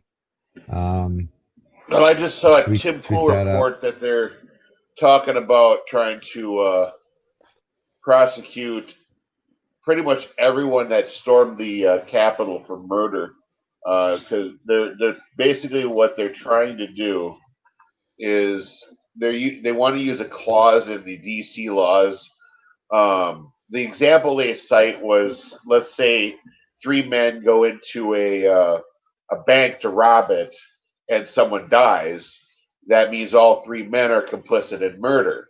Right. So they're trying to do the same kind of thing with this, with the Capitol building raid.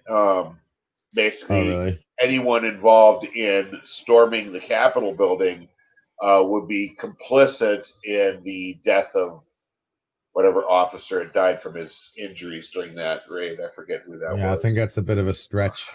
Yeah, At least in a bank robbery, all three of them are going together. Yep, Capitol and they know raid, you each have other if you're planning different it. people, different. Yeah. It's just Yeah, the In Tim that Pool case, live then you stream pretty I much. watched, that's what they were saying, is that it's such a stretch because you've got a bunch of people that don't know who they are. They don't know each other. Exactly. There's no Yep. plan. There's no coordinated effort. You They're might as just well charge even the angry and they're people who are just running peacefully in. protesting. Yeah. They will. But But what about the officer that killed that unarmed lady? Yeah. then all the That police wasn't should be even a threat. prosecuted for that. I mean, if we're using that logic, then That was caught the on entire camera. police force should be placed. She wasn't a threat, and the guy who shot her was like 20 feet away. Like, seriously? I mean, it's a mess. It truly is a mess. I'm almost ashamed to be American right now. Both sides handled that horribly. Agreed. Both sides did horribly. And this is yet another reason why we need a third party. And Maddie's joining in. Hi, Hey, Maddie. guys. Hi, Maddie. How are you? Doing okay. I How are believe you? you're still streaming. I started like, what is Oh it? yeah, he is on for 5.5 hours so far. Yep. Oh God. Now, Captain Trek, your metrics must be shit. Oh, they are. They are absolute shit. Don't. Yeah. Yeah. I'm not worried about that. I don't even. Oh, I know. I'm just teasing. I see you. I see you've been busy with some background tags and stuff. Good man. Not been helping, but hey, why not? I do make the only thing I see right off the bat is never put the word cock, even if it's someone's name, into your analytics. It's a demonetized term. It could be hurting your impression possibilities. So, Cap, you know what you got to do? Take your 5-hour live streams and then just like chop them up into the most entertaining bits, then throw that up on your channel as videos. That's a possibility. Might gain some attention. What's like, don't do the parts where we're not talking though, because that won't do you any good. No. What's your impression sitting at right now? Let me check right now. Since I knew you were going to ask, I was. Or you could put a typical Captain Trek stream. This is a short video. Typical Captain Trek stream. And all of us are here. Nobody's saying a word, and you have the cricket noise. Yeah. Then I need Jeff Franklin's help with that one. Come on.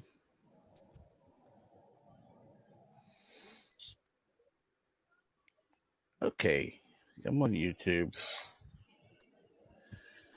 YouTube. Gotta take my clothes. Impressions 461. Click through rate 10%. 461. Okay. Correct. Oh yeah, I've had- LD. Last night I dropped out because I accidentally shut down my computer. I was trying to quit out a game, and I accidentally went to. Well, I just for some reason I just went to the window bar and hit the shutdown button and shut down the whole computer. So that's why I disappeared last night. It's like shit. I've done that before, but I am blonde. That's my excuse. I was tired. It was time to go to bed, anyways. I think I managed to sleep like a total of 4-ish hours last night. did you I get wasn't a sleep? zombie I at know, work yeah, at all. right? Yeah, that I think that's another song really helped. Really put me to sleep. I managed to fall asleep, thank you. And well, for like 2 hours, but better than nothing. So, I do not Maddie remember what had I a did hard. today, so I absolutely have no. I'm starting to lose any memory of what I did. I know I had like a hard Oh, with my team leader, and I went to the dentist, and I'm me too. not seeing a. There must have been one video that had that because I'm not seeing it listed on my terms or my keywords that I'm putting in. It's on your channel. You have it on your channel tags. It's not your video tags. Your Okay. channel tags copy to every video you do. It's not just your channel. Like I used to think it was just your channel, but it actually copies over to every video you do. Okay, let's see here. I'll And do the the channel. second I added him, I went from thousands of impressions to hundreds. When I removed it, I noticed it coming back. And then it was a certain website I was learning that, yeah, that word is a big no. If YouTube doesn't like one word you use under a tag, you will automatically get put in the low. It's called impression throttling. They'll impression throttle you. Okay, then I will. But it's cool the way they do it because what you can do is since your channel tags copy to everything that you do, you can do your general key terms to what you are, like your nerd key terms and your sci-fi and Star Trek and key terms that go to every single video. Put that in your channel tags.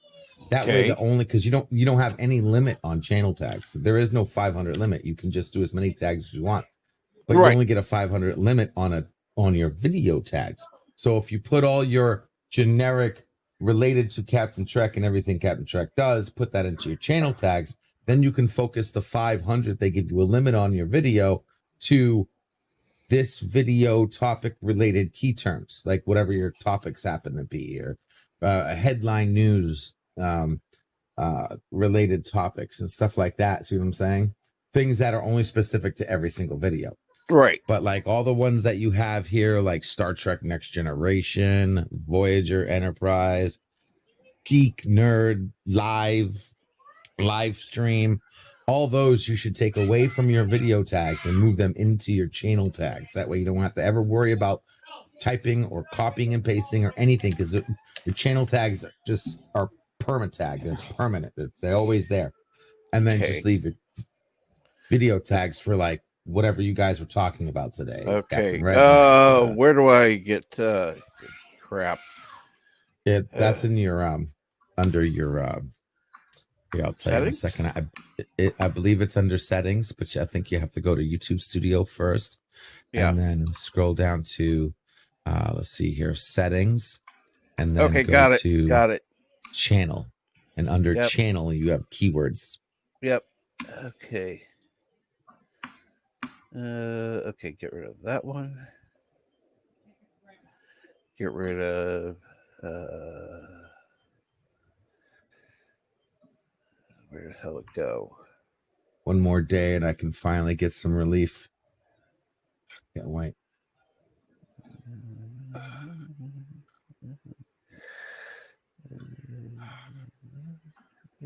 You already have an examination, dude?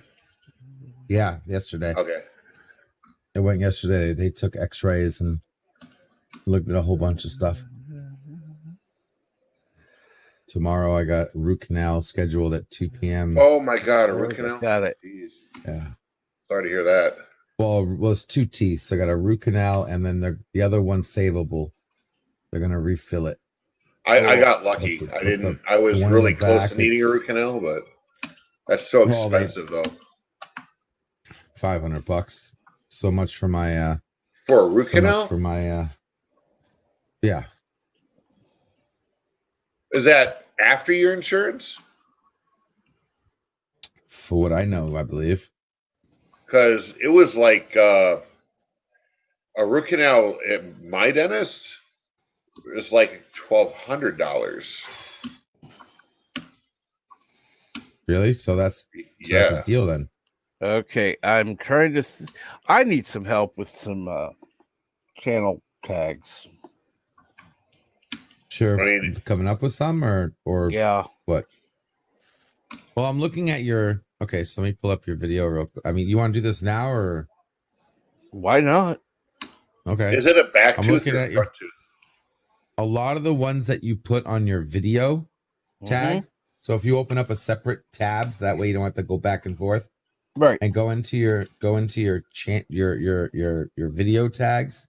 You can copy. There's a copy button in that box. You can copy and paste them into your into your channel tags, and then all those are channel related. I don't see any of them here, except for maybe WTF Monday. Why do you have Ronos? Oh no, I guess I guess that would work. Except for WTF Mondays. And even that would kind of work. Yeah, all those video tags should be channel tags. Picard, Enterprise, Captain Trek, Variety, Vintage, all that. Be hopeful. Just copy them right into your channel tags. Okay, I'll take care of that. Yeah. And just like what I do when I'm having a waiting room, Captain Trek, is because obviously it's organic, just like your show is, right? We talk about whatever. And if something comes up, someone talks about something, then I'll look up that piece of news on Google Trends and I'll set the time for the past 24 hours, like who's been searching for this term or related things to that term in the last 24 hours. And I'll look for end spikes. If I see anything that has a nice end spike, like recently starting to surge, I'll grab that key term, whatever that key term is, that phrase or whatever, and I'll add it live while I'm on the air. And I've found that is very helpful. And then all of a sudden I'll see a spike, because when you look at the line, you can tell when you do changes if it just keeps going steady, or all of a sudden you have like a uptick. Of current. Another thing I like to do too, like right before I start the show, I'll go look for what's the latest news headlines. What's the latest news headlines this morning, and I'll start using some of those key phrases just to start off and throw them in my video tags. I know it's a little clickbaitish, but as long as you mention the stuff, it isn't. Right. Exactly. As long as you take a minute to mention it. Hey, what's going on with Kardashian this week? Because he's got to brush up. Really, you're gonna get that low to talk about Kardashians? No, that was there's low and then there's. I was completely joking. Okay, because I was like, that's it. I'm unsubscribing and leaving. I'd rather watch Discovery. Good, you scared them. Supposed to be a funny joke. I'm sorry. Please don't leave me. Okay. I won't. Who else is gonna put me to sleep if not you? I didn't know how to take that last night. So So if everybody knows, last night, Maddie here was having a hard time going to sleep last night. So where does she go? Does she go to the refrigerator and have some warm milk? Does she go get some chamomile or maybe even a drink of something?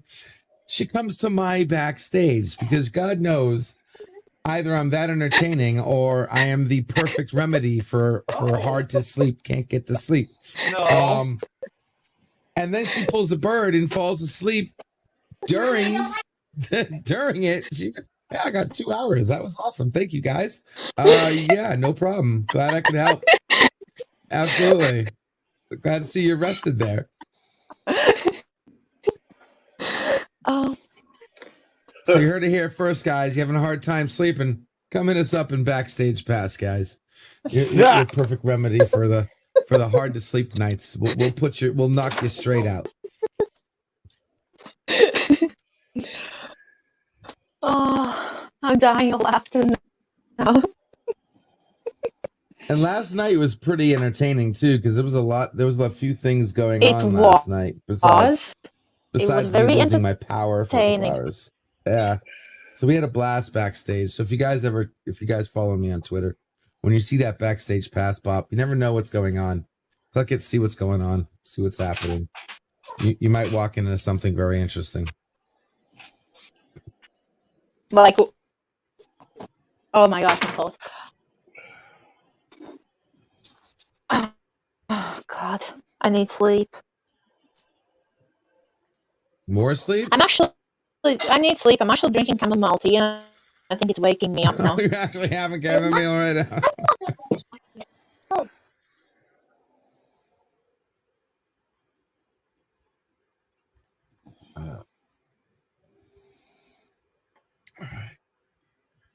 All right, I gotta get this together.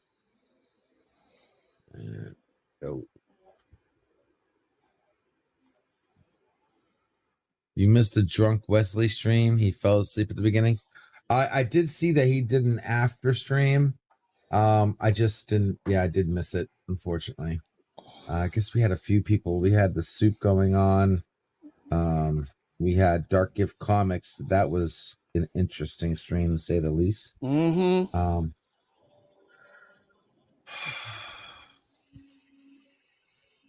We had Rakiti Law was streaming about Parlor.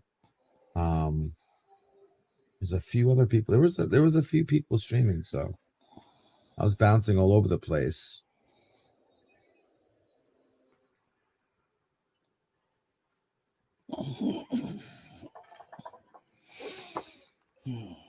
Oh, and I was on what's his name? Had a double stream. Orville Nation pulled a double stream back to back. Had some fun over there. Got to meet talk to Latino Saint and Slant. A few others. Slant, Saint. I say thinking Jason Saint. I'm mixing them together. Latino Slant, yes. And a few others. Deej popped in. Mad Mardigan. Yeah.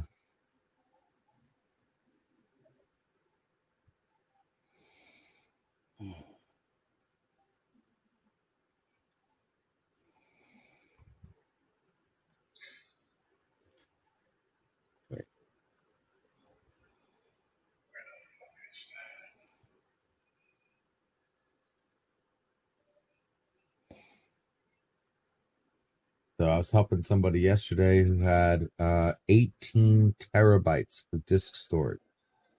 And their so-called computer guy, right, had him, oh, well, you get RAID, and RAID is the best thing in the world. If anybody ever heard of RAID before, it's a particular way of setting up hard drives to either get more redundancy or speed. Said, all right, this is what you need if you want 18 terabytes. Well, the guy set him up on striping RAID, and striping RAID is basically each drive adds to the pool, making a bigger single drive, right, and making it faster every time you add a hard drive. Well, 18 terabytes, 90% full, What? Each, yeah, 90% full. And the hard drives are over 3 years old. And the lifespan of a hard drive, depending on how much you use it, is anywhere from a year to 5 years. After 5 years, you definitely need to look into replacing your hard drive. Right. You can have a failure at any moment. In a RAID 0 or a striping RAID, where you have, and he had 5 hard drives. There were 5 hard drives put together to make 18 terabytes at super fast. If one drive fails, just one out of 5, he just lost everything. The whole 18 terabytes gone. All of it. Not some of it. Not a little bit of it. Not most of it. All of it. Gone. One drive fails. He wakes up one morning to a power surge, or one of the drives just has a scratch. Gone. And I showed him this, and I was like, wow. So we had to get him we got him an 18 terabyte single drive to transfer the data over, and then kind of we're going to redo his hard drive setup. But he had to spend, I gave him a really good, one of the best drives out there. I didn't even know drives got that high. Just recently. Huh. Like within the last 6 months. $500. Well, the one I gave him was a gold drive, a data center drive that's built to be running all day, every day for like 5-6 years. There's no way he's going to be even doing that. You know, these are like data center drives. I said, listen, if this is your huge storage drive and you need it fast and you need it big, this is the one I would get. It's about $570. But these are enterprise level drives. They're not like Bill Gates' SpaceX enterprise, but they're definitely data center enterprise, made to do nothing but run all day long, every day long. You won't even be doing that, but these things are made to run.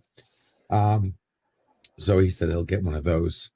So 18 terabytes for about almost $600. Not a bad deal for the quality that they are. No. If you go get like one of your red drives, like the exponential of drive failing is like 30%. Like if you really want to depend on your hard drive, especially the spinning ones, you really need to get the high quality. So we got him a gold, Western Digital Gold enterprise level. And unlike power supplies, gold is the highest. There is no platinum or anything. They don't go like that. It's like red. It's like I think it's like what is it?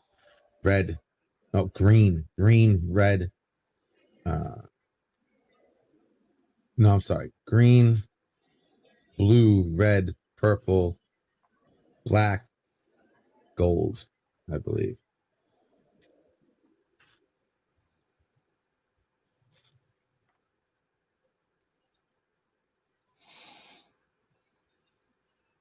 So, anywho, enough of the tech talk, boring talk. It's not boring by any means. No, I find all this techie stuff interesting. Mostly about the fact that hard drive lives up to like 5 years. Mine's like 6.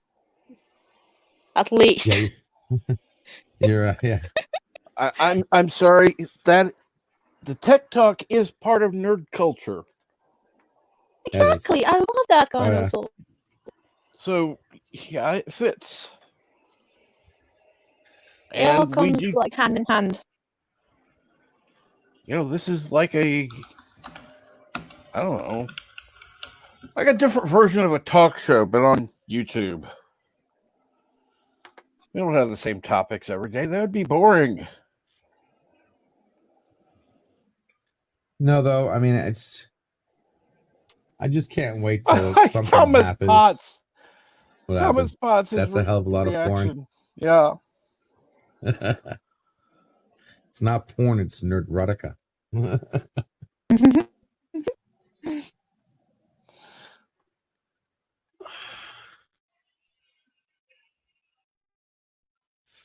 I think some people though are like, that word kind of rubs off on some people weird.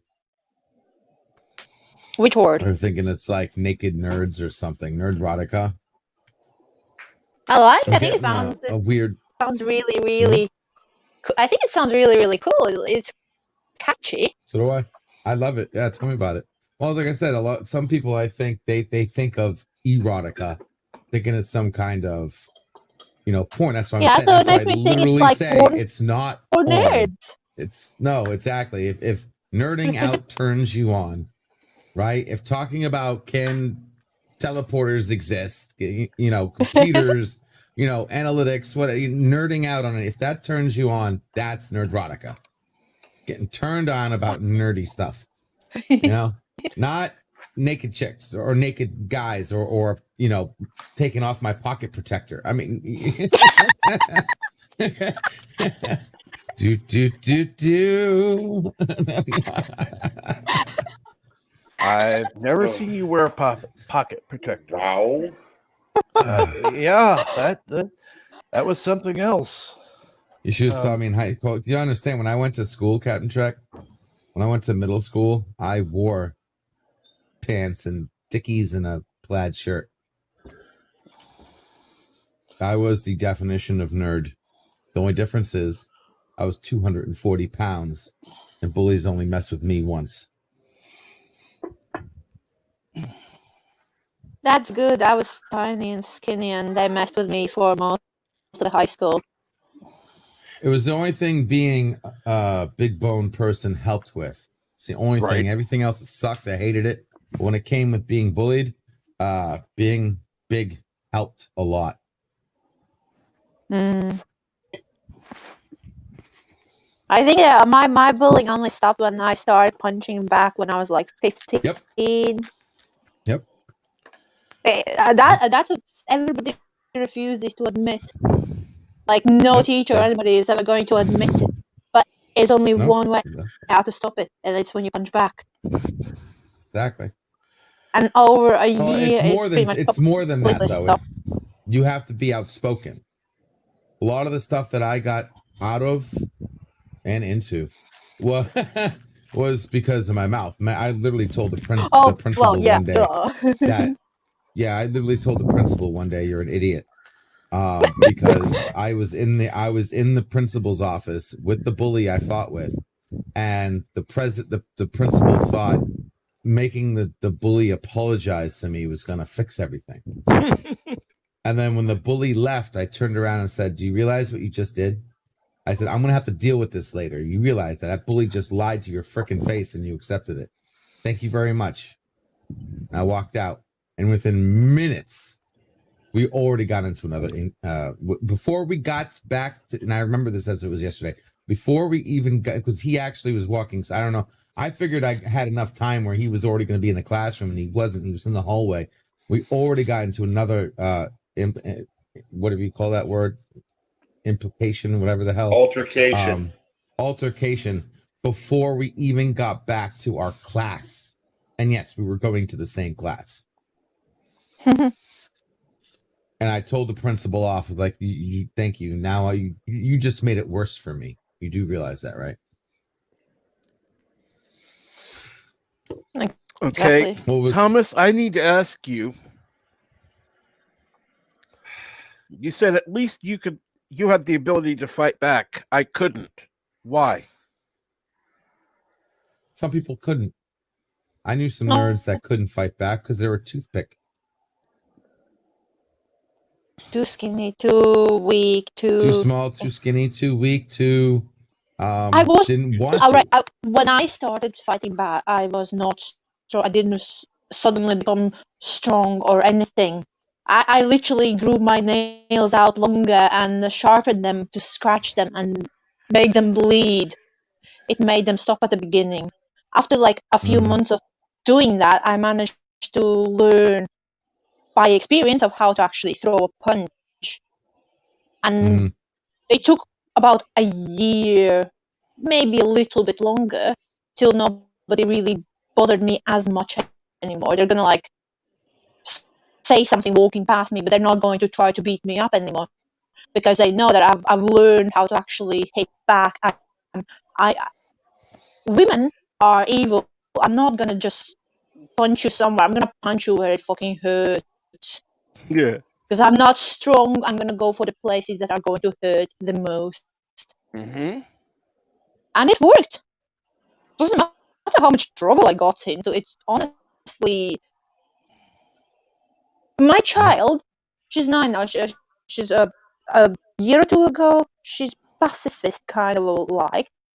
A guy pushed her, and now she has a scar on her back because she fell on glass. And nothing came of it.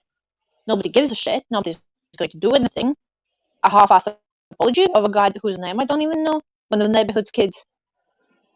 And this is what they're facing these days because it's the same thing. Like 20 years later, nothing's changed. If anything, teachers do a better job at pretending that bullying doesn't exist. Bullying is actually necessary, but it has to be controlled.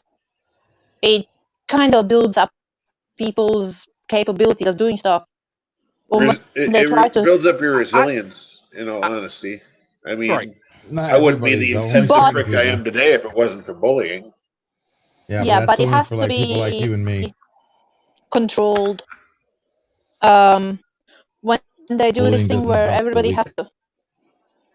I disagree about the bullying part, but because there are people who can't handle it. Yeah, there are. And I agree. That's true. And quite honestly, you know, you do have kids Yeah. who are weak and they'll actually end their lives because of the bullying. Yep. I think a lot of that, though, I mean, I think a lot of that is exasperated nowadays because of the way society wants us to be. They want weak. everybody to be weak. They want us to be weak. They want kids to be sensitive. Everything is all about making everyone sensitive now and not actually trying to build yourself up in any way. I mean, look like participation awards, for example. You know, there's no Exactly. winners or losers in schools anymore. It's all participation trophies. So they're indoctrinating this sensitivity in life, and they're not teaching kids to be strong. They're teaching kids to buckle under pressure. It's absolutely ridiculous, and they're doing it in the name of virtue, the name of doing the right thing, and it's really harming us in the long run. All you really need to In no win do is look society, at nobody win. how the human mind is built. We're still pretty much just a bit more. We're animals with clothes on, okay? Our minds still work the same way, and if we don't have this rough play, if we are younger, it does not allow us to grow into adults that are fully capable of communicating and succeeding in life, because there's always going to be something missing. That kind of little bit of a rough play is necessary, but it has to be controlled. It has to be learned from an early age. It has to be done like okay, somebody pushes you a little bit on the playground. That is all right. Somebody starts spitting in your face and like breaking your nose, like happened to me. I'd say it's a bit over the top, isn't it?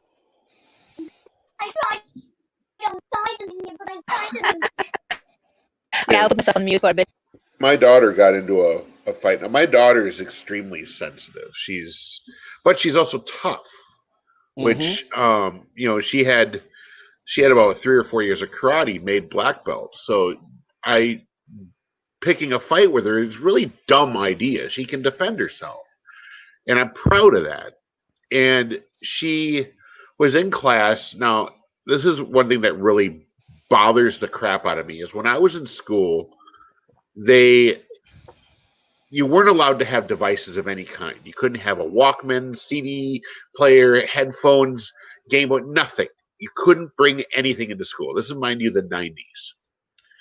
And now all these kids have cell phones. They have them all over the place. They bring them into class. They do whatever. So my daughter had her phone with her in class, and she's texting, and she gets into a, because she's kind of mouthy, she's kind of got a tune once in a while, and she gets into an argument, a text argument, on her phone with another girl in class, and they proceed to call each other out in the hallway. So she's standing out in the hallway waiting for the other girls to show up. They show up. It's two girls and their boyfriends. Now the boyfriends are there to just to stand and watch. You know how guys are. Oh, look, our girls are going to get into a fight. Check this out. That's pretty much what that was. But the two girls proceed to get into a fight with her, and my daughter knocks one down, straddles her, and holds her down while the other one's beating her in the back. And my daughter held her own through the whole thing. I call that a win, because the other girl isn't doing anything. She's half her size. The other girl that she had down was probably close to the same size. So I call it a win. Mm-hmm. She came out on top, literally. Now I get a phone call to come to the school and take care of stuff. My ex-wife was there with her husband. I walk in the room.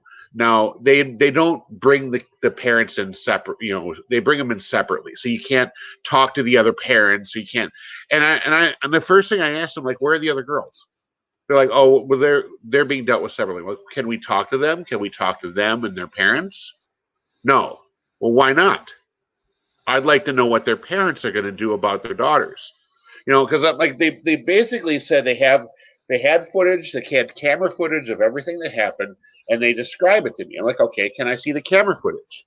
No, we're not allowed to do that. Well, what do you mean? I pay my taxes for this school. I mean, you have video footage of my daughter getting into a fight. I'd like to see it. And technically, I think I'm legally obligated to see it. Well, we're not allowed to do that. I'm like, okay, I'll drop that for right now. Then they proceed to explain to me the situation, and they show me all the texts and stuff too. And I'm like, okay, my next question is, why do they have phones in class? I lay this out as the school's fault that this happened, because if they hadn't had phones, they wouldn't have been texting each other, which means they wouldn't have called each other out, which means they wouldn't have gotten into that fight. And I won't even get into the argument I had with my ex-wife in front of the principal about phones. But we then proceeded. I proceeded. She explains to me what happened. I looked at her like, okay, so my daughter is a black belt in karate. She could have probably kicked the crap out of these two girls. Instead, she straddles one while the other one's beating the crap out of her. And you say that's a fight. That's not a fight. That's a squabble. Now, I don't know what you guys are going to do. Actually, the principal was really reasonable about what they decided for punishment. It was like a 1 day out of school suspension for like the rest of the day. And I'm like, okay, so she gets a day off. They all got a day off. That's not really punishment, but whatever.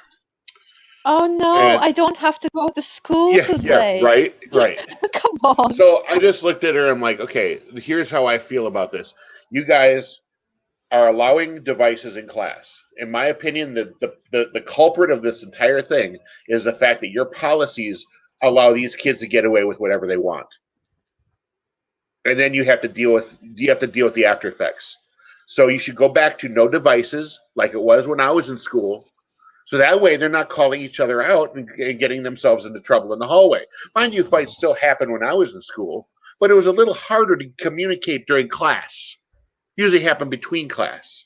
So you go back to that, you might not have as many problems.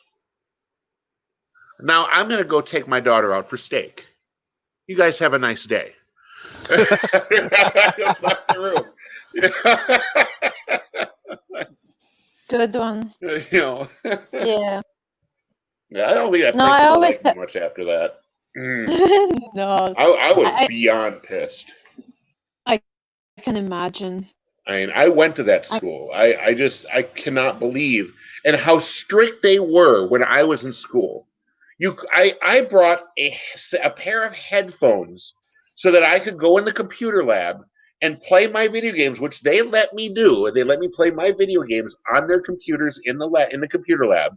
And they actually, a couple of the computer games were given to me by my English teacher. So I was like, sweet. So I brought a headphones in so I could listen to the sound on the computer without bothering the other kids. I wasn't allowed to have those. So and I didn't have a device, or I just had the headphones so I could plug it into the computer and listen to the computer by myself without disturbing anyone else. That's the only reason I had them. And they still didn't like me having those. And that's how strict they were when I was in school. And now anybody can have phones. Like, you got to be kidding me. How do these kids learn? How do they learn anything in class? Yeah. I was just absolutely floored. And the reason is that, well, we can't keep track of every kid. Like hell you can't. You know what you do? You set a policy. If you bring a phone, the school will not be responsible for what happens to that phone. That is a disclaimer when the kids sign up for school. Every kid has to sign up for school. You put the same disclaimer on every application for school. So if they lose their phone, it's their own responsibility. The school will not be held responsible. By the way, phones are not allowed in school. They may be compensated. There you go. There you go. And make sure every parent knows that. Your liability is now expunged.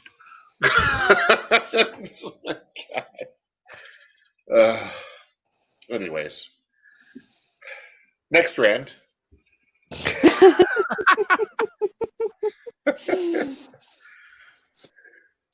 How about Discovery? No, I'm kidding. Oh God, no! That's not beating a dead horse. Come on. No, right? Oh boy. Oh, for fuck's sakes! I didn't do it. What now? How about Discovery? Not funny. I thought it was pretty funny. Oh God. I'm No, gonna be single soon, I think. No, I think we need a little bit more transparency in schools, and parents need to have the tools to be able to monitor their kids in school. Totally. I would love to be able to have that feature. Well, I had a friend. He lived in Texas, and his kid got literally assaulted in the lunchroom. That's where I got the steak idea. His kid he has a big kid, big guy, like football player size guy, He brings in his tray, he's great to sit down, and this kid comes up to him and says something and flips his lunch tray into his lap. His whole lunch tray. And Terry's son just gets up and just all out and hauls the kid. Just bam! Right down on the floor. And the principals basically bring him in. They're gonna have this kid's gonna get a ticket. Now in Terry's case, he was a little bit more forceful about getting the video footage, because there was video footage. He demanded the video footage. He actually threatened to get a lawyer involved to get the video footage. So they roll out the video footage, and as he sees the incident, he's like, "What's happening to the other kid?" Nothing. Why? I'm like, why not? He assaulted my son with that lunch tray. You're gonna prosecute my kid. He basically reacted to that assault. So you're gonna press charges on my kid. I'm gonna press charges on that kid. So you do the right thing. They dropped everything. They dropped the whole incident. And that's when he's like, all right, now I'm going to take my kid out for steak. So I like that line. I couldn't help but use it. I'm probably going to get to use that line at some point. Oh. It's just great. So great. Oh. I mean, I had an instance where twice somebody knocked over my daughter's food on lunchtime because they all have either like packed lunches or whatever dealt out packages. It's not like they can get any more. And I We would, literally ended up starving twice, and school never told that to me, and never did anybody like told off the kid that did it, and that's pretty much it. They left it. There were like 7, 8 at that point, and they left it. And my kids end up being. They don't tell me. She doesn't have nobody offers her any food, extra food, or anything. If I only found out because she didn't tell me. I only found out like a month or so later about that. I hate schools.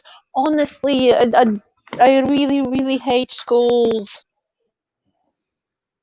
Not school as a place of education, but school as a like what they do there, how they run places. It's just the way they've been run. It's so damaging and wrong and stupid. okay, Bird, I'm gonna address what you said. Can't go without devices.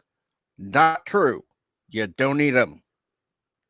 Parents won't allow it. Fuck them. Make a rule, make it stick. They need the ability to communicate with their kids. No, they don't. They're in school. That's what Plus, they have home is mouths for. they can open. They Yeah, can talk. exactly. But they don't talk. They text each other, and that makes it Now you want to have and an harder to emergency monitor. phone for the teacher? Fine. Let her have a phone. Kids don't need a fucking phone. They don't need Ever. phones turned on. I needed phone because I was going to school and back on my own. But we had rule that it has to be turned off. It always had to be turned off in the school.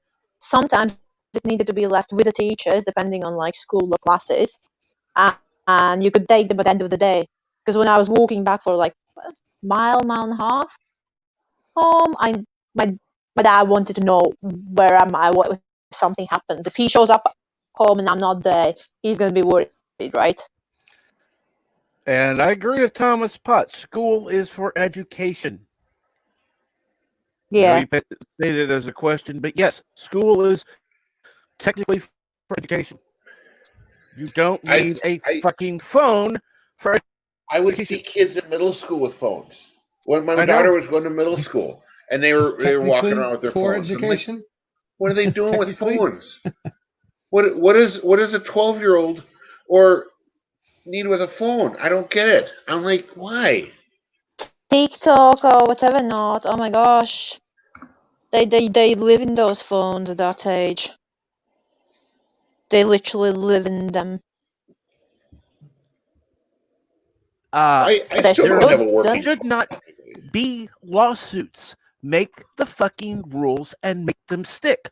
No phones, no devices for kids at all.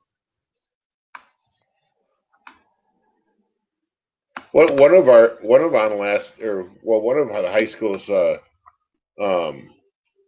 I don't care if you know. I lived in Alaska high school. That's fine.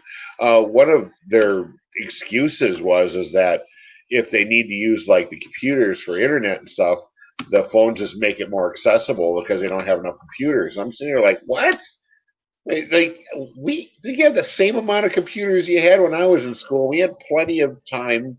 You got study halls they can go in and use them. They got all sorts of other options. It's like I'm not buying it. I'm like, you quit blowing smoke up my ass. You're not good at it. I mean, I was good at blowing smoke up your guys' asses. Laws. No bullshit, a bullshitter. If they want school safety, don't allow fucking phones. Yeah. Don't allow devices. And if parents want to make these stupid lawsuits, make them pay for it. Yeah. They need to be educating their kids.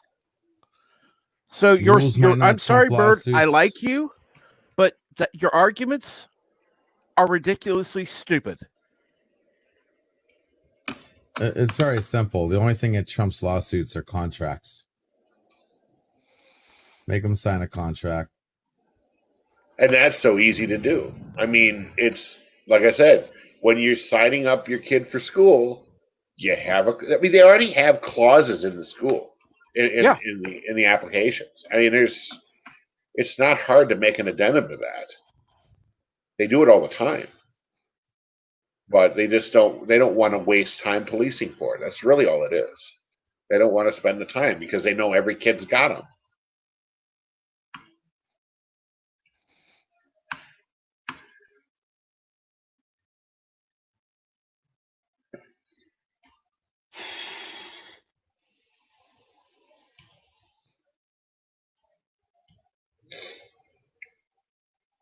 Ooh, I think I found a good picture. Okie dokie. Bird. I'm sorry. Go ahead. Captain Check. No worries. I mean, yeah, good conversation though, guys. I wish they would do something, but they're not going to. And the only things they're going to do is make it worse. Yeah.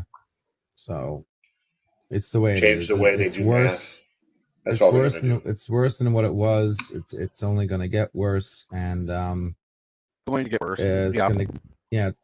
But at least the one thing this whole beer bug thing is doing is promoting more homeschooling, because I'm a complete advocate for homeschooling.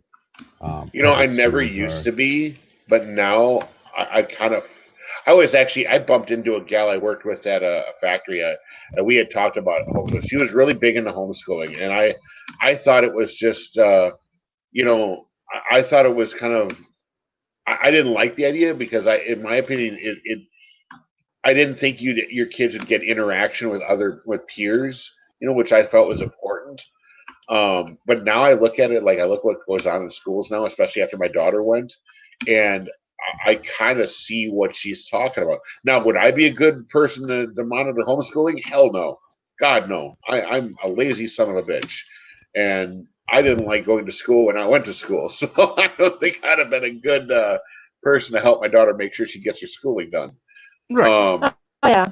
So most homeschoolers actually really, their children get more time to productively interact with their peers because they're really into it. So they always take them to all kinds of activities and clubs and homeschooler groups. They really actually have more productive time with their peers than they do in school. You want to make school. You want to make schools have to follow rules. Make it on a state level. They have, if they want to get their money, they have to follow these rules. That's what they do all the time. Well, yeah, I told a gal that I bumped into her at the store. They have to conform. I told her, I'm like, I completely agree with curriculum. They should have to follow rules as far as devices are concerned. So, yeah, again, there goes your argument, Bird. They promote more negative than they do positive right now, and I mean, don't get me started on the fact how effective they are right now. How many kids graduate school and don't even know the importance of brushing your teeth or washing your hands multiple times a day? It's simple common sense crap. You got bullies and people who just pass through failing.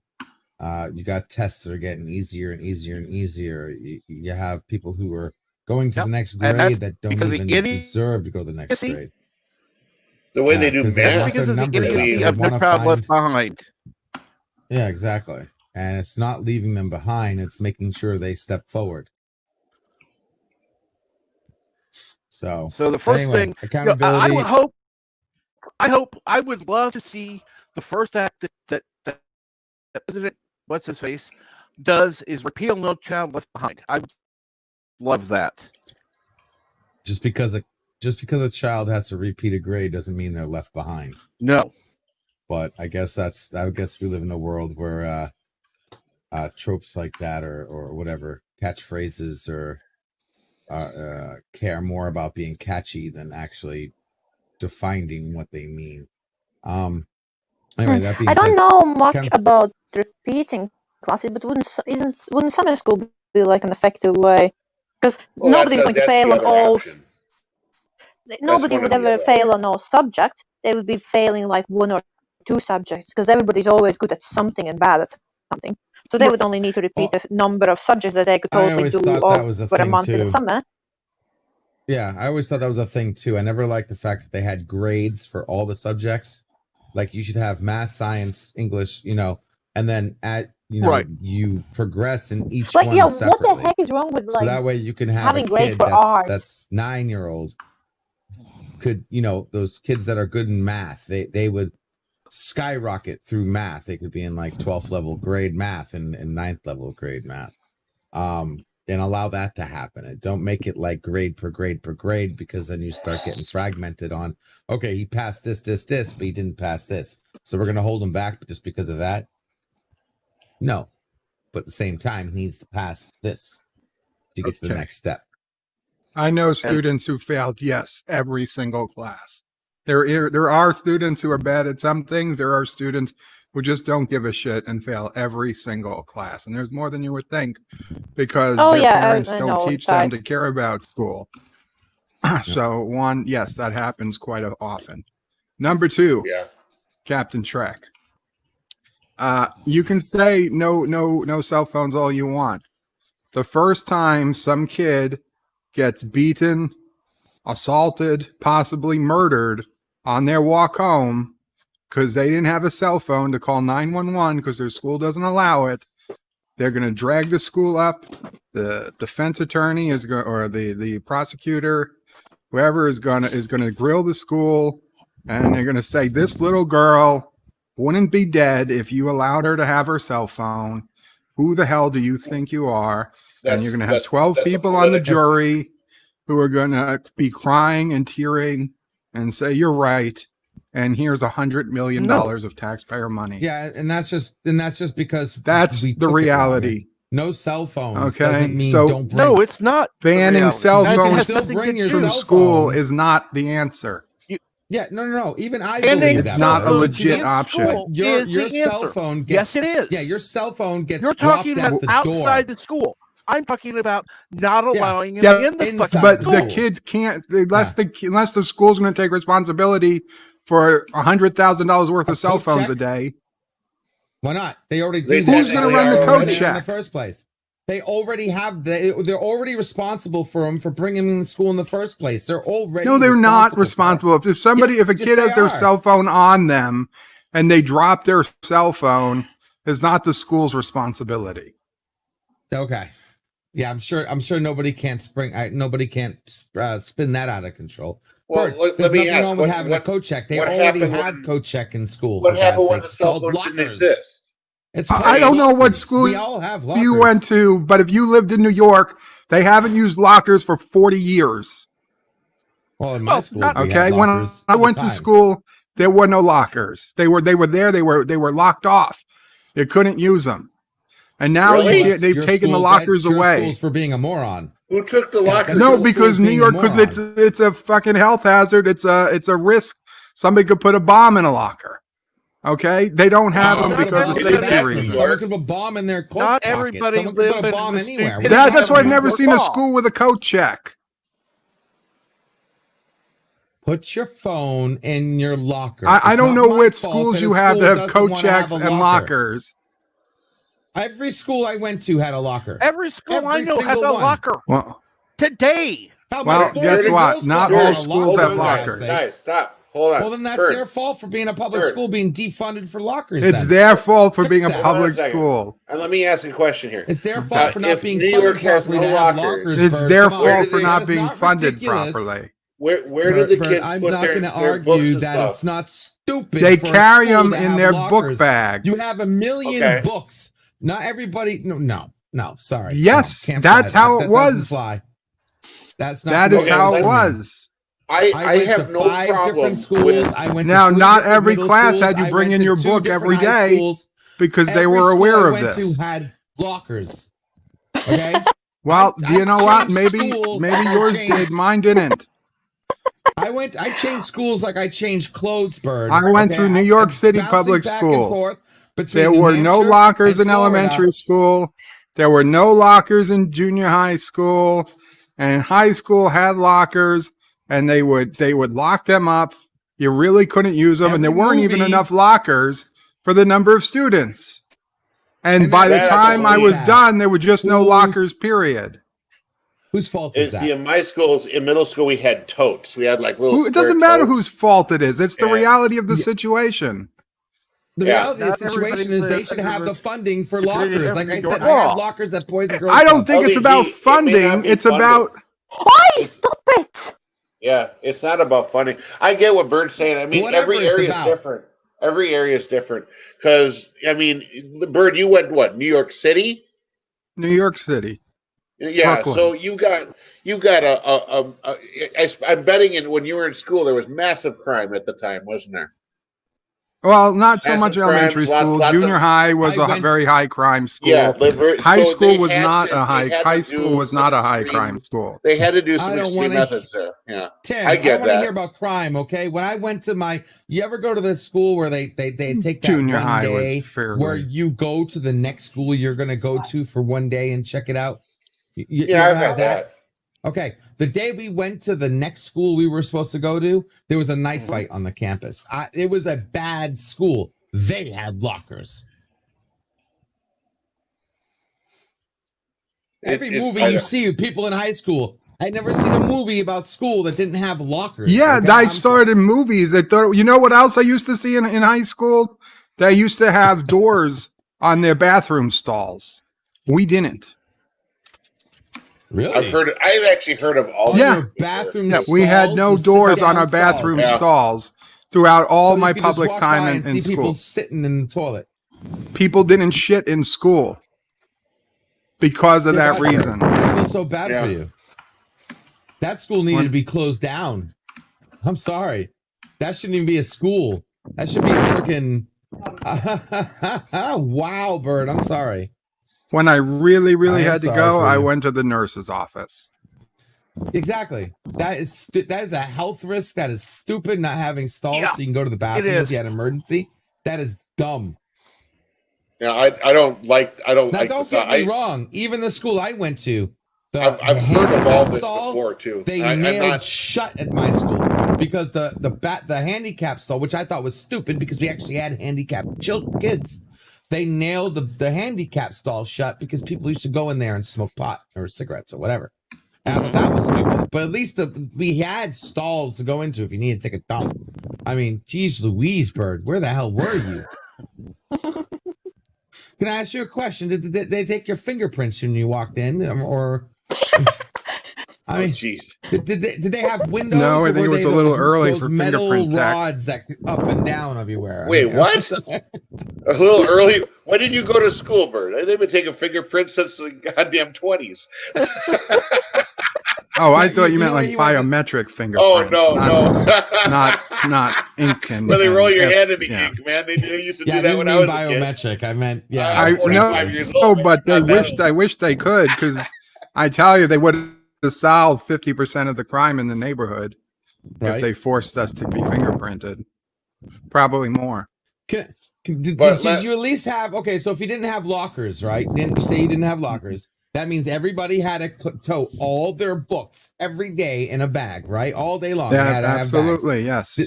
Did they at least Well, have they a had place some for you to big, put your strong bag kids then inside the coming out of that rooms? No, the bag would be Some next to your, classrooms had desk. closets that you could Oh. put your coat in while you were in that room for the 45 minutes to an hour. So they spent money on things where you could put your damn coat that can go right over your damn chair. Well, but God forbid they actually gave them lockers for actual. you're saying they productivity spent money. or These something. things were 50 years old. They were there since that school was built. The school was Which built with meant lockers, cost but they money. had taken them out. Right, when I went to school, Fear does a lot keep of in mind this strange disease things in thing. some areas, man. I mean, if you got a lot of crime in an area and a lot of like Bird is saying, bomb scares, I could understand them taking the lockers out. I've actually heard of this before, and it's not good. It's not good for the students. Now, as far as cell phones, my big problem is the kids having them in class, and I don't have Same a here. problem with kids bringing a cell phone, leaving it in their Yes. bag or their locker or Yes. wherever they have to Yes. store it. But when they're pulling Exactly. it out, and they're pulling it out in class and texting, Yep. then the Yep. teacher should have the authority to say, "I'm taking this for the remainder of the class." Yeah. Or I'm That's going all to we're send it to saying, the bro. office, We're not saying ban and you cell. can bring, Even you can I get would them think back that's at the end of the stupid. day. Yes, You know? you need your cell phone for emergencies. I'll be the first person in the world to say don't. When we Yeah. say when we were talking about banning cell phones, I'm pretty sure it's Captain Shrek I'm is talking with us. about using We them weren't in talking about school. not Yeah. having them, just not using them. Whether it, put them in your locker or put them in your bag, but don't have them. But you go to school and you see them on them, like in class. And being used in class. Yes. That's all we're saying, Bird. Because even I am an advocate. You need your cell phone during an emergency. Oh, Just like when I absolutely. went to go. Just like when I went to Yeah, go no, see. don't get me wrong. I'm not against not using them in class, but you guys were saying you sign a contract, not allowed to have them in the school. Yeah, that's not going to work. Okay, maybe Yeah. clarify. That's not what we meant. If it came out No. that way, I want to clarify. 'cause I think I said that. You need and your cell phone emergency because I believe cell phones There should are have that emergency ring. If it's your parents saying you need to pick this up right now, that your cell phone does get that call. When I went to watch Pineapple Express, they were taking our cell phones from us because they were afraid somebody was going to get a 320 by 240 video cam of the movie and put it on internet or whatever. And I was arguing. They had a police officer frisking us for cell phones at the freaking movie theater. And I said, listen, this is a joke. You got half the people in this line high off drugs right now, and you're worried about freaking us and our cell phones? Are you kidding me? I'm like, listen, I said, tell you what, you can have my cell phone, but if my parents or someone that loves has a heart attack and I need an emergency and I don't get that phone call, I'm suing the living hell out of you. And I'm telling you this right now. They were frisking people for cell phones. That's not the right way of doing it. Just like telling people in school not to bring your cell phone is not the right way of doing it. But they need to be off that phone during school. There's no reason to be on your phone during class. Okay. Listen how it was in my school. We had, keep in mind, Eastern Europe, this is Latvia, 90s, early 2000s. None of us ever had lockers, so we could bring our phones in because kids could pretty much go to school from the age of 7 on their own and go home. Tell Nigel it was age, homeschool. most kids would have phones because they needed them. The parents would get home at like 6, 7 o'clock in the evening. The kids needed phones to be able to contact them. So you come into school, before the class starts, the phone is turned off, put in your bag, and it is not touched until the end of the school is finished. And then you turn the phone off and go on and go home. If a teacher finds you with a phone turned on, they are taken away from you, taken to the head teacher's office, and your parents get a phone call. And then the day you get your phone back, your parents are informed, you get in trouble, system is working. We didn't have teaching assistant or all this bullcrap that we kids get these days. 30 kids, one teacher. It worked. It did work.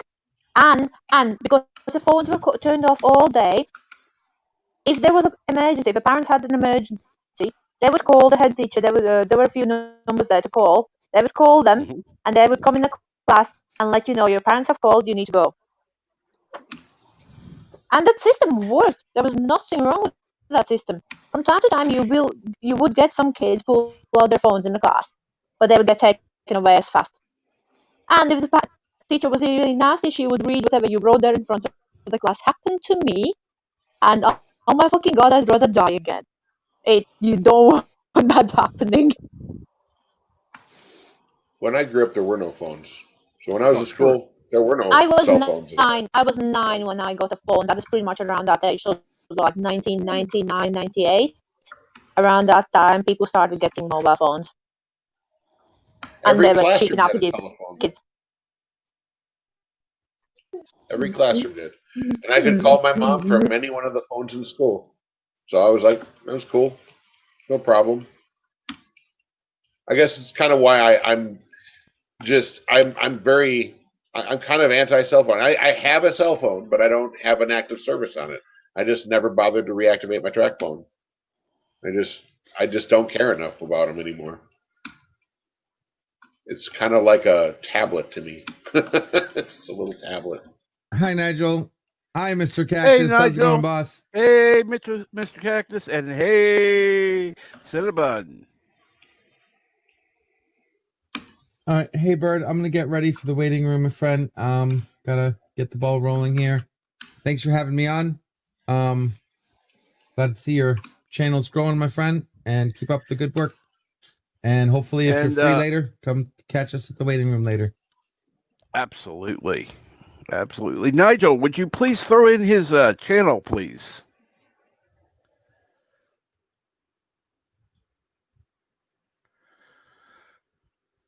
I didn't know who that Mr. Cactus was. Followed me on Twitter. Thank you, Mr. Cactus.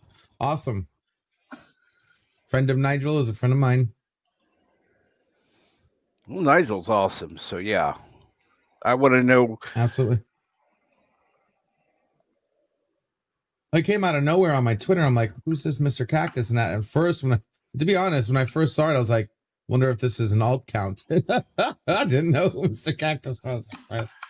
But awesome. Good stuff, man. All right, guys. Take care. Be good. Bye. I'll be over in a Later. bit. Oh, yeah. All right. I need a few minutes to set everything up and whatnot. All right. Be good. See ya. I need to run as well. I have some adult people stuff to do as well, Of course. like cook and clean and all that kind of bull crap. Annoying, I know, right? Not for long. I'll be back soon. Sounds See you good. later, guys. See you later. Have fun. Always. Take care.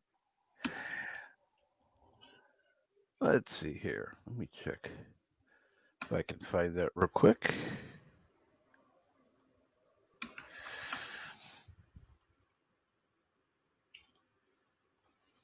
And Mr. Cactus. If I can find it. Mr. Cactile.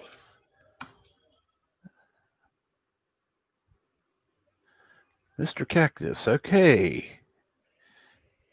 Let me see if that's the right one, just to make sure.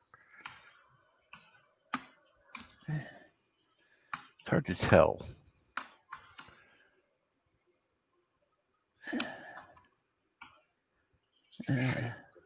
Doesn't look the same.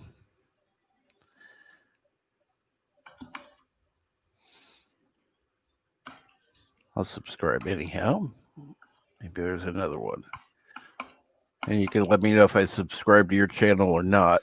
But as I'm looking and I'm not seeing any other.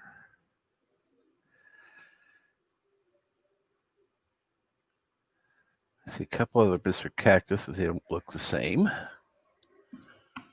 Let me look one more time. It's hard to see.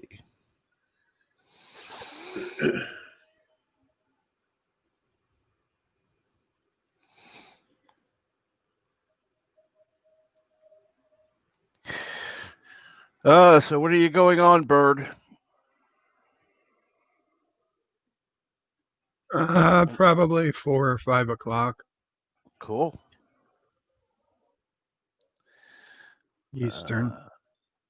Yeah, right. Thank you. And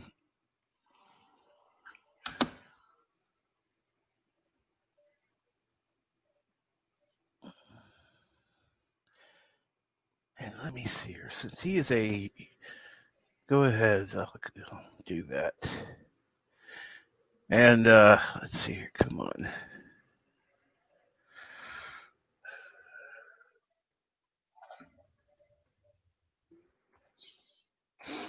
Okay, I'm going to go ahead, since he's a friend of Nigel's, add a moderator. Go ahead and put your channel link in, Mr. Cactus.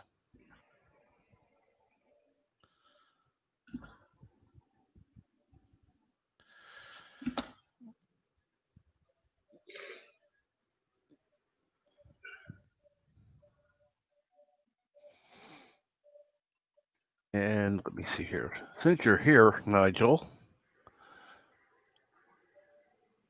go ahead and where'd it go? There it is.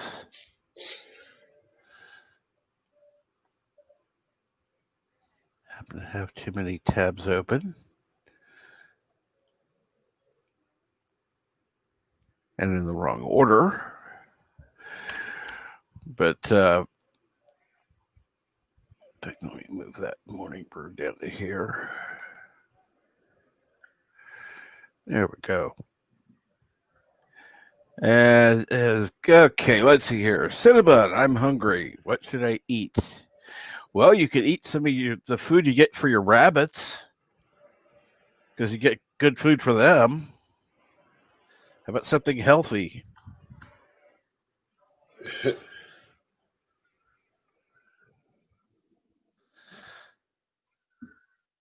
And I mean, you're welcome to come on, Cinnabon. I used to come on your streams, so I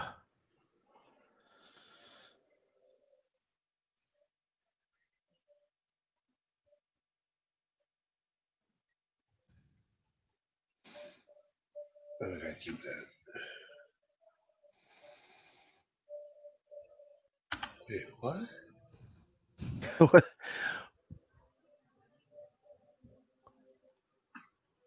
What's going on, Tim?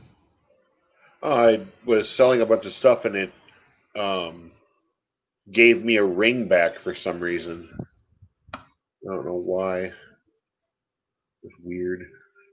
Weird. Well, let's see here. My impressions have gone up slightly, and my impression click-through rate has increased. I think that's good. Thomas Potts demands that Cinnabon Buddy join. What the fuck?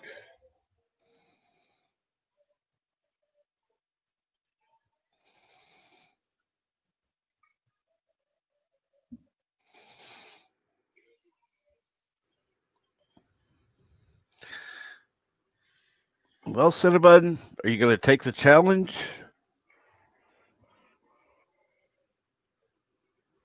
Why do we keep fucking up my inventory?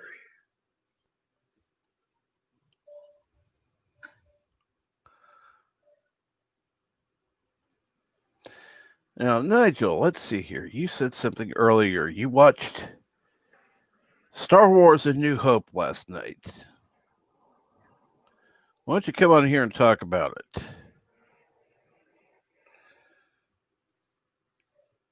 You're looking for food. Well, that's the eternal question: what to eat. Okay. Do you have food there other than what you feed to your bunnies?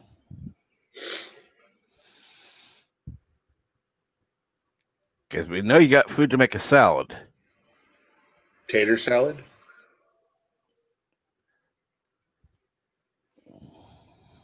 I'm sorry, I couldn't resist.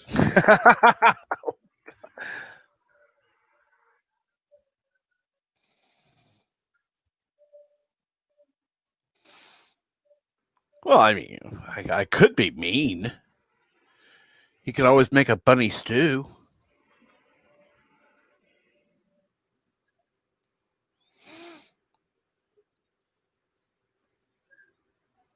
As I say that. Hello, Cinnabon. Well, do you want me to join? You're gonna have to deal with loud background noise. That's no problem. Where are you at? What's up, guys? For lunch. So what does everyone think I should eat for lunch today? What do you got coupons? Let's see here. I haven't been to Burger King for a while. I would go for, let's see here. Would be a good. They've got specialty sandwiches. I know that. No, they give you coupons, right? I always get a coupon pamphlet like every other week.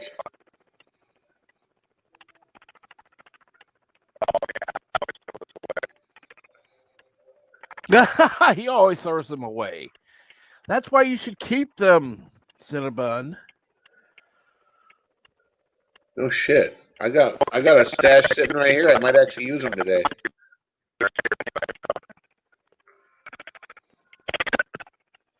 I can't hear anything he's saying. Can you guys? Well, I can make out a few words here and there, but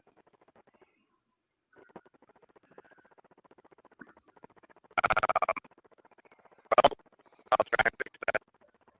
Get back.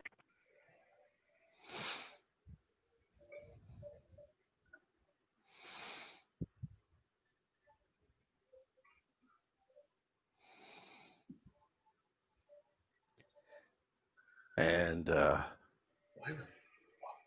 Nigel, if you're still in the chat, as well as your friend, where's Mr. Cactus? You're both welcome on.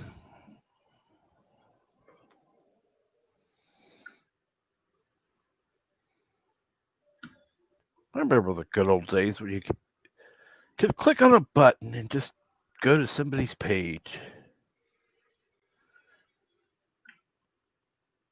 What days were those? Not that long ago, a few months ago.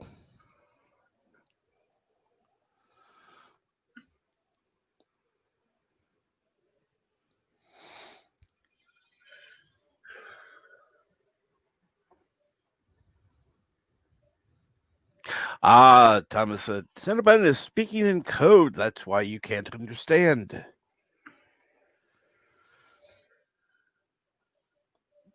It did sound kind of like Morse code there. You're right.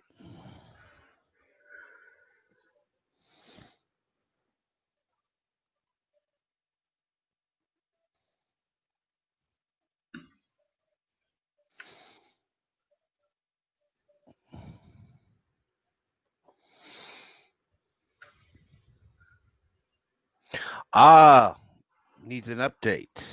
No wonder.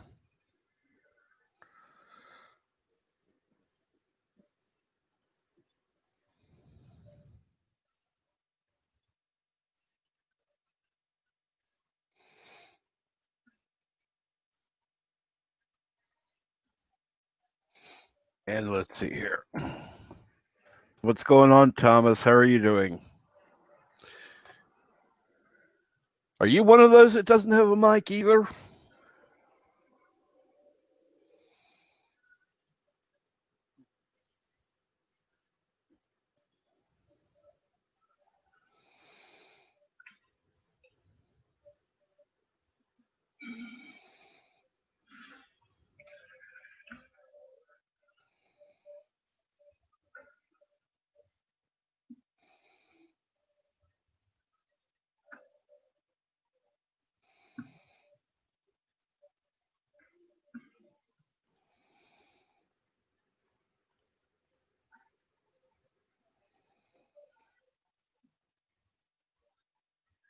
Oh, working on stuff. Can't join. Okay.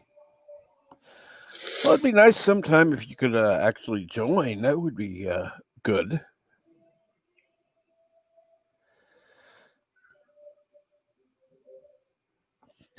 Thomas, do not delete your channel.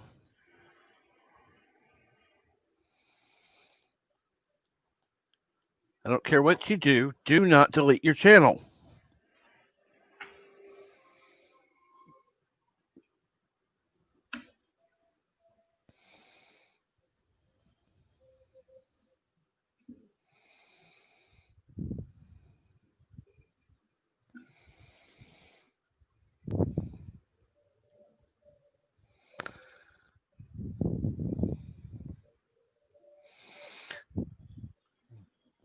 Let's see here.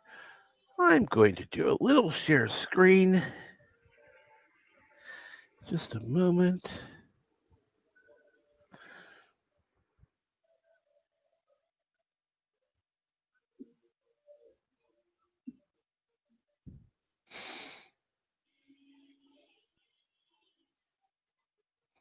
Let's see here now. I'm going to go ahead and add this because this way I'll have More proof than ever. Oh, and Nigel's backstage. Hey, Nigel, what's going on? Yo, what's up? How y'all doing? Doing good here. How about you? I'm doing well. Just got up a little bit ago. I always miss most of your stream because you're up so early. True. Yeah, but he stays on so late. True. You've been going you've been going 7 hours. That's impressive. But you usually always do that, so that's really cool. I sent the link out. Hopefully everyone I know is subscribed to your channel. But if they're not, I will make sure that they do eventually get subscribed to Captain Trick. I appreciate that. You have been very, very, very helpful. Let's see here now. Let's get this going. You guys were talking about schools earlier, and it got kind of heated in here. Oh, a little, yeah. Right now, we're going to go with something that LDG has helped us provide.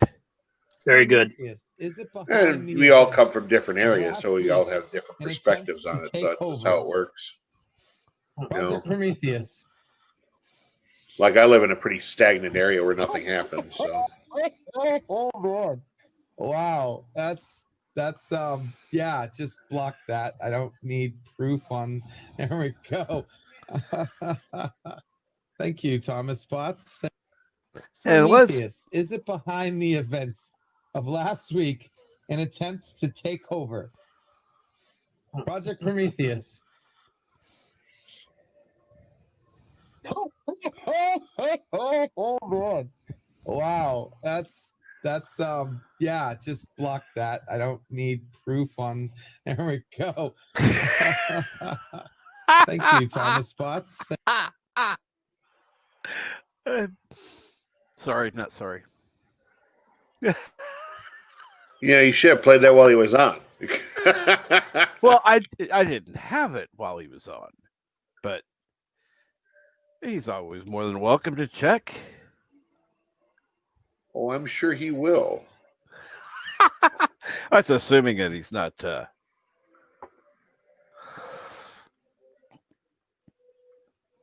So, see, even if something happens to Thomas Potts' channel, which it damn well better not, Thomas, there's still proof on my stream. Proof? Proof of what? What are you trying to prove? I'm confused. See, he has a project LDG called has a Prometheus. pet Go ahead. project, yes. Yeah. Oh, go ahead. I was just going to say I've seen him tweeting about it, and it looks intriguing, but I don't really know much about it. I wonder if he does. And hello, not Ryan Johnson. What's going on today? So, you were telling about seeing Star Wars. Oh, yeah. I was just watching some Star Wars lately. I usually only watch Star Wars like once a year, but I was kind of getting into it lately. Of course, the special editions are still weird to me, and especially the Disney Plus version where it's like Han definitely did not shoot first, and then there's that added McClunky in there. But it makes me laugh every time I hear that McClunky when Greedo shoots at Han. Oh, my question is, where did that come from and why? Yeah. Yeah, I'm actually kind of thankful I found the DVD set that's got the original theatrical release, so I can watch it in its original niceness. Like I don't know, I don't know how else to say it. I mean, I always thought the movies were fine the way they were. I don't understand anyone's obsession with changing everything all the time. I don't know.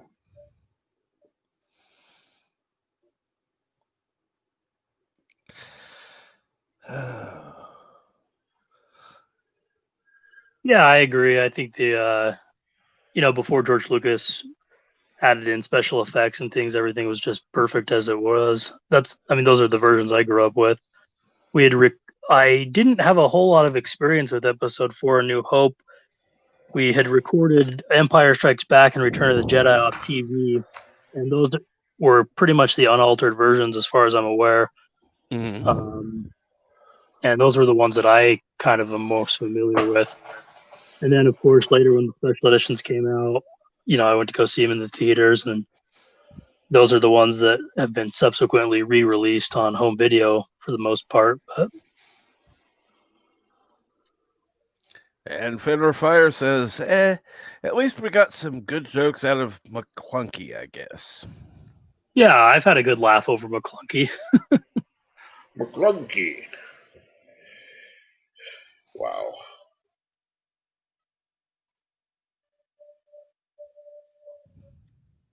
So tonight I'll probably watch Empire Strikes Back, and I'm about halfway through that Star Wars Solo, but I don't really particularly care for Star Wars Solo or Solo, a Star Wars story, that much. It's not that great.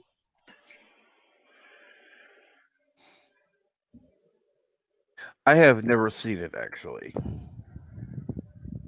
Oh yeah, you should check it out. I mean, it's not like a waste of time to watch it at least once, I think. And have you seen the what's the other one called? The one that's set right before A New Hope. Oh yeah, Rogue One. Rogue One, that's it. Yeah, Rogue One's better than Solo. Yeah, it's not too bad. I kind of like Rogue One. It has issues, though. I gotta say, it's got issues. Oh, I I agree. used to like it a lot, but the more I watched it, the more I noticed the issues.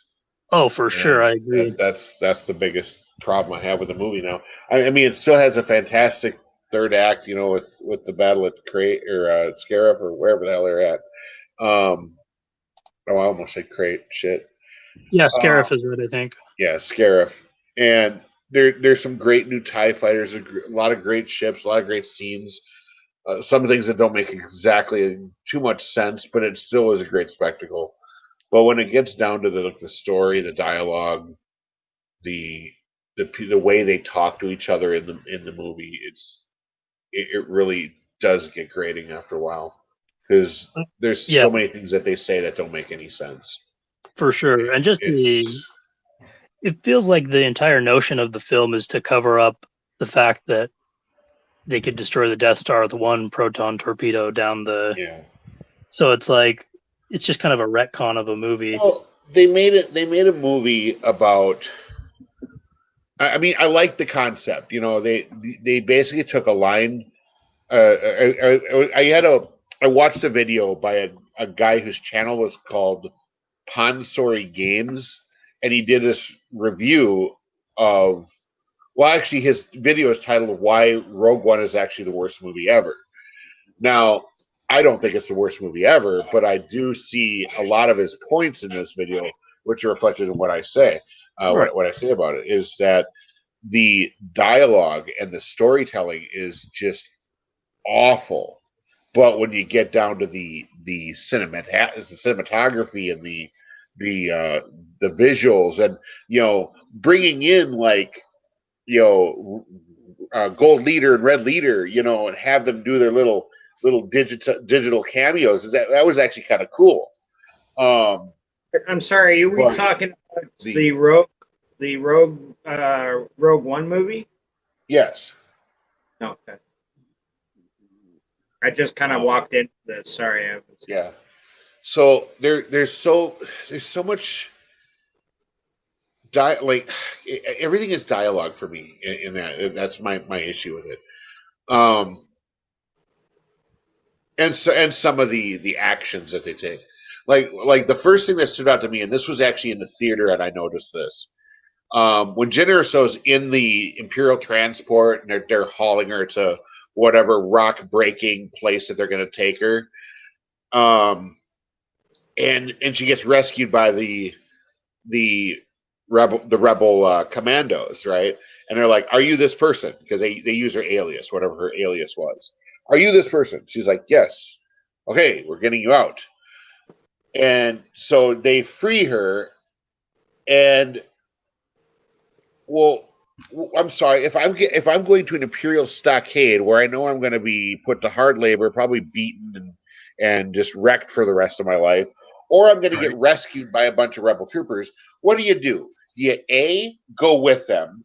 B, grab the nearest shovel and beat them over the head and rabbit for the door on your own, or C, whatever C might be. Oh, I'm sorry, I'm going to take option A because it's got to be better than what's going to happen later. And hello, Broken Entertainment. But she picked option B, which didn't make any sense. It's like, are you kidding me? Yeah, I see your point.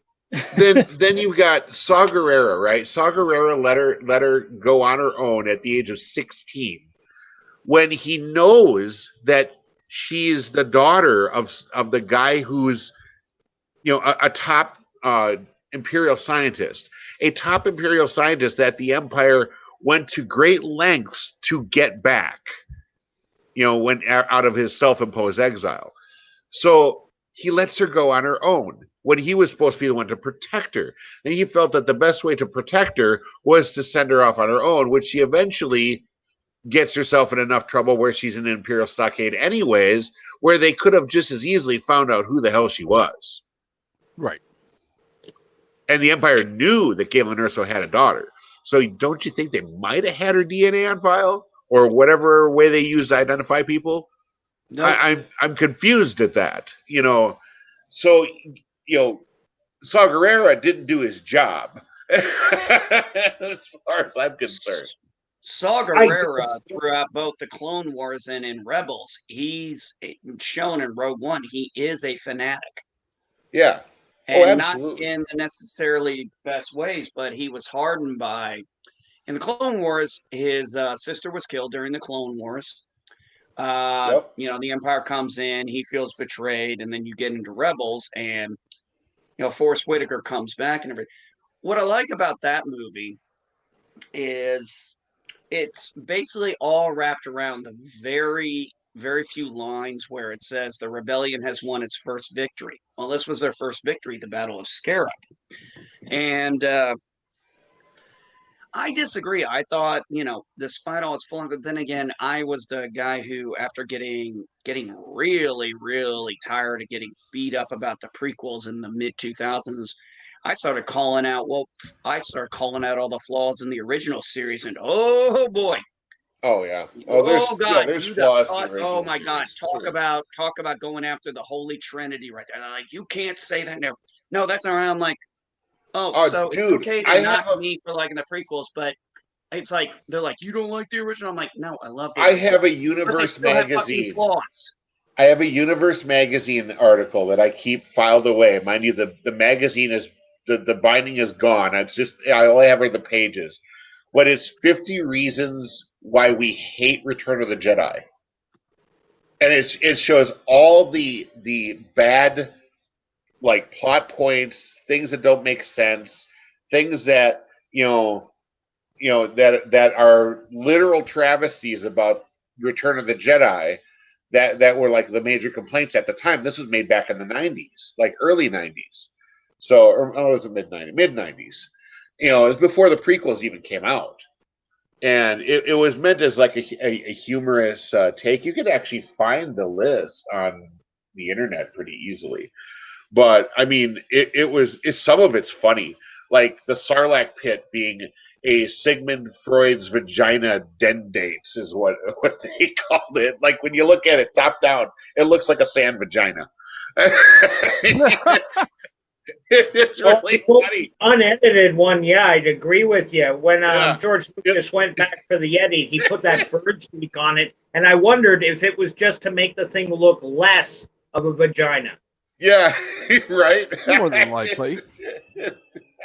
I thought adding that beak on the Sarlacc pit was a good touch. Yeah. I thought I, it was a very good touchdown. I didn't like that at all.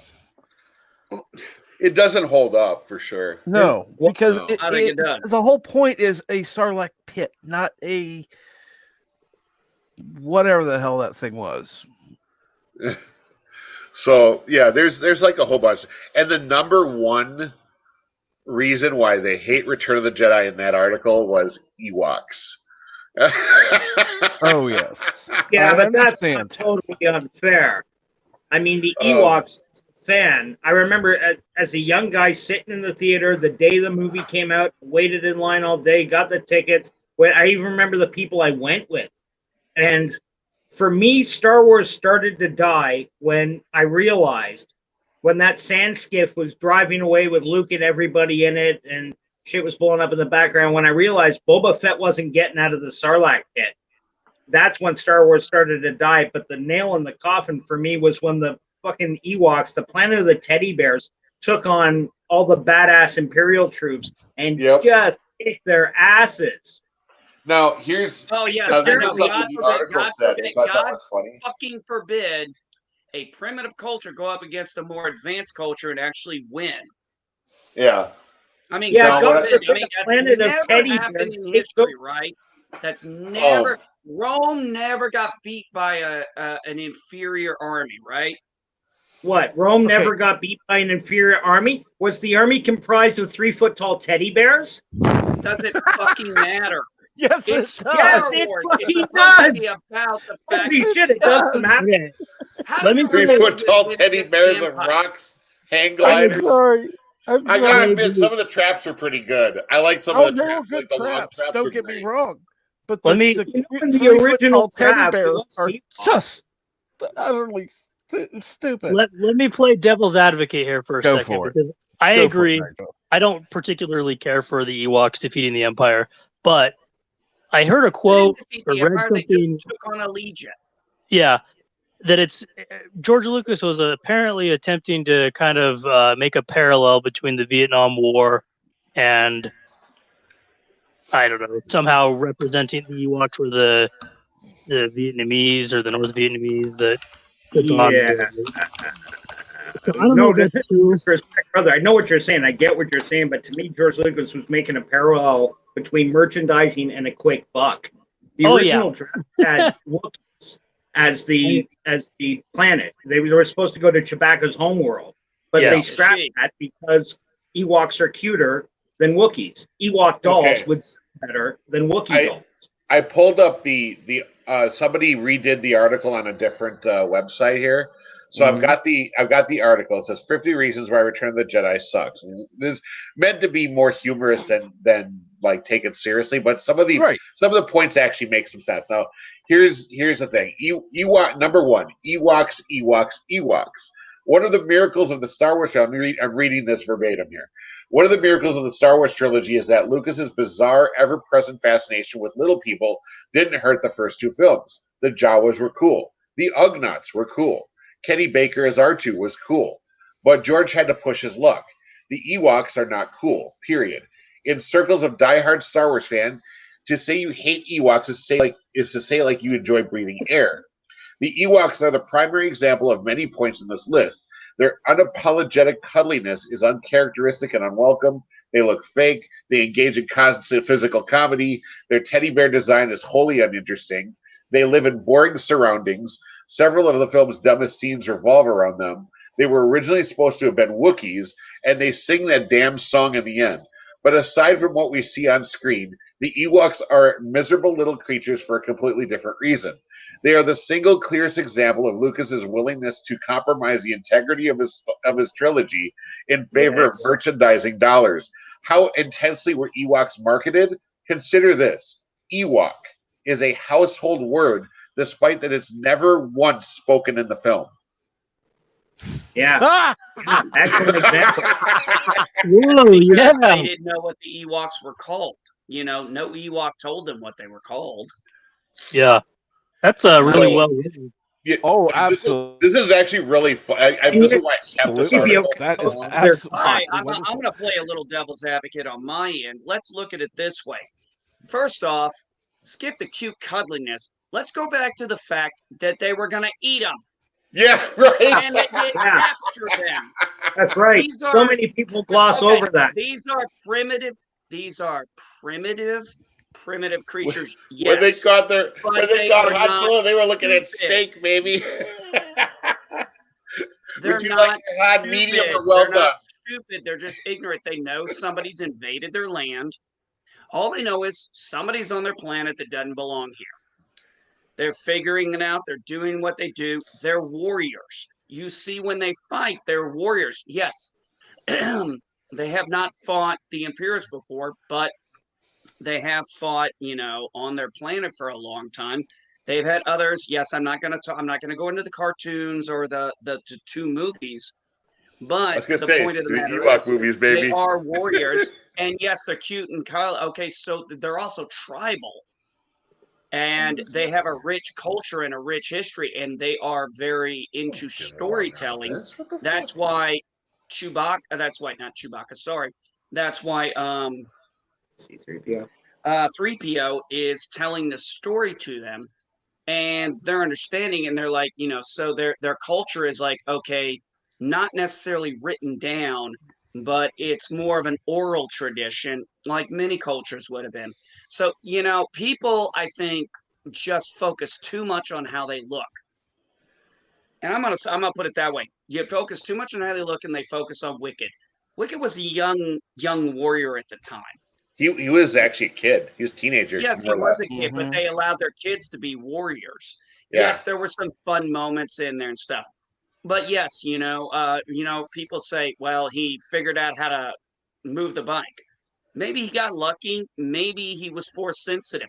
Maybe they had been, call me crazy, but it takes a while to build a place like that and a big freaking Death Star out there. So they'd probably been on the planet for a long time, did not consider these Ewoks a threat, probably more when they saw them as a minor nuisance. But you're thinking they didn't notice how these guys did it? That means they were probably being observative. Yeah, you see, I can think of all kinds of things that make the Ewoks intelligent creatures and not this cuddly little fucking thing that people are always saying was the worst thing about it. They were one of the best, and the whole allegory behind it was, and I don't know what wars you could name any of them.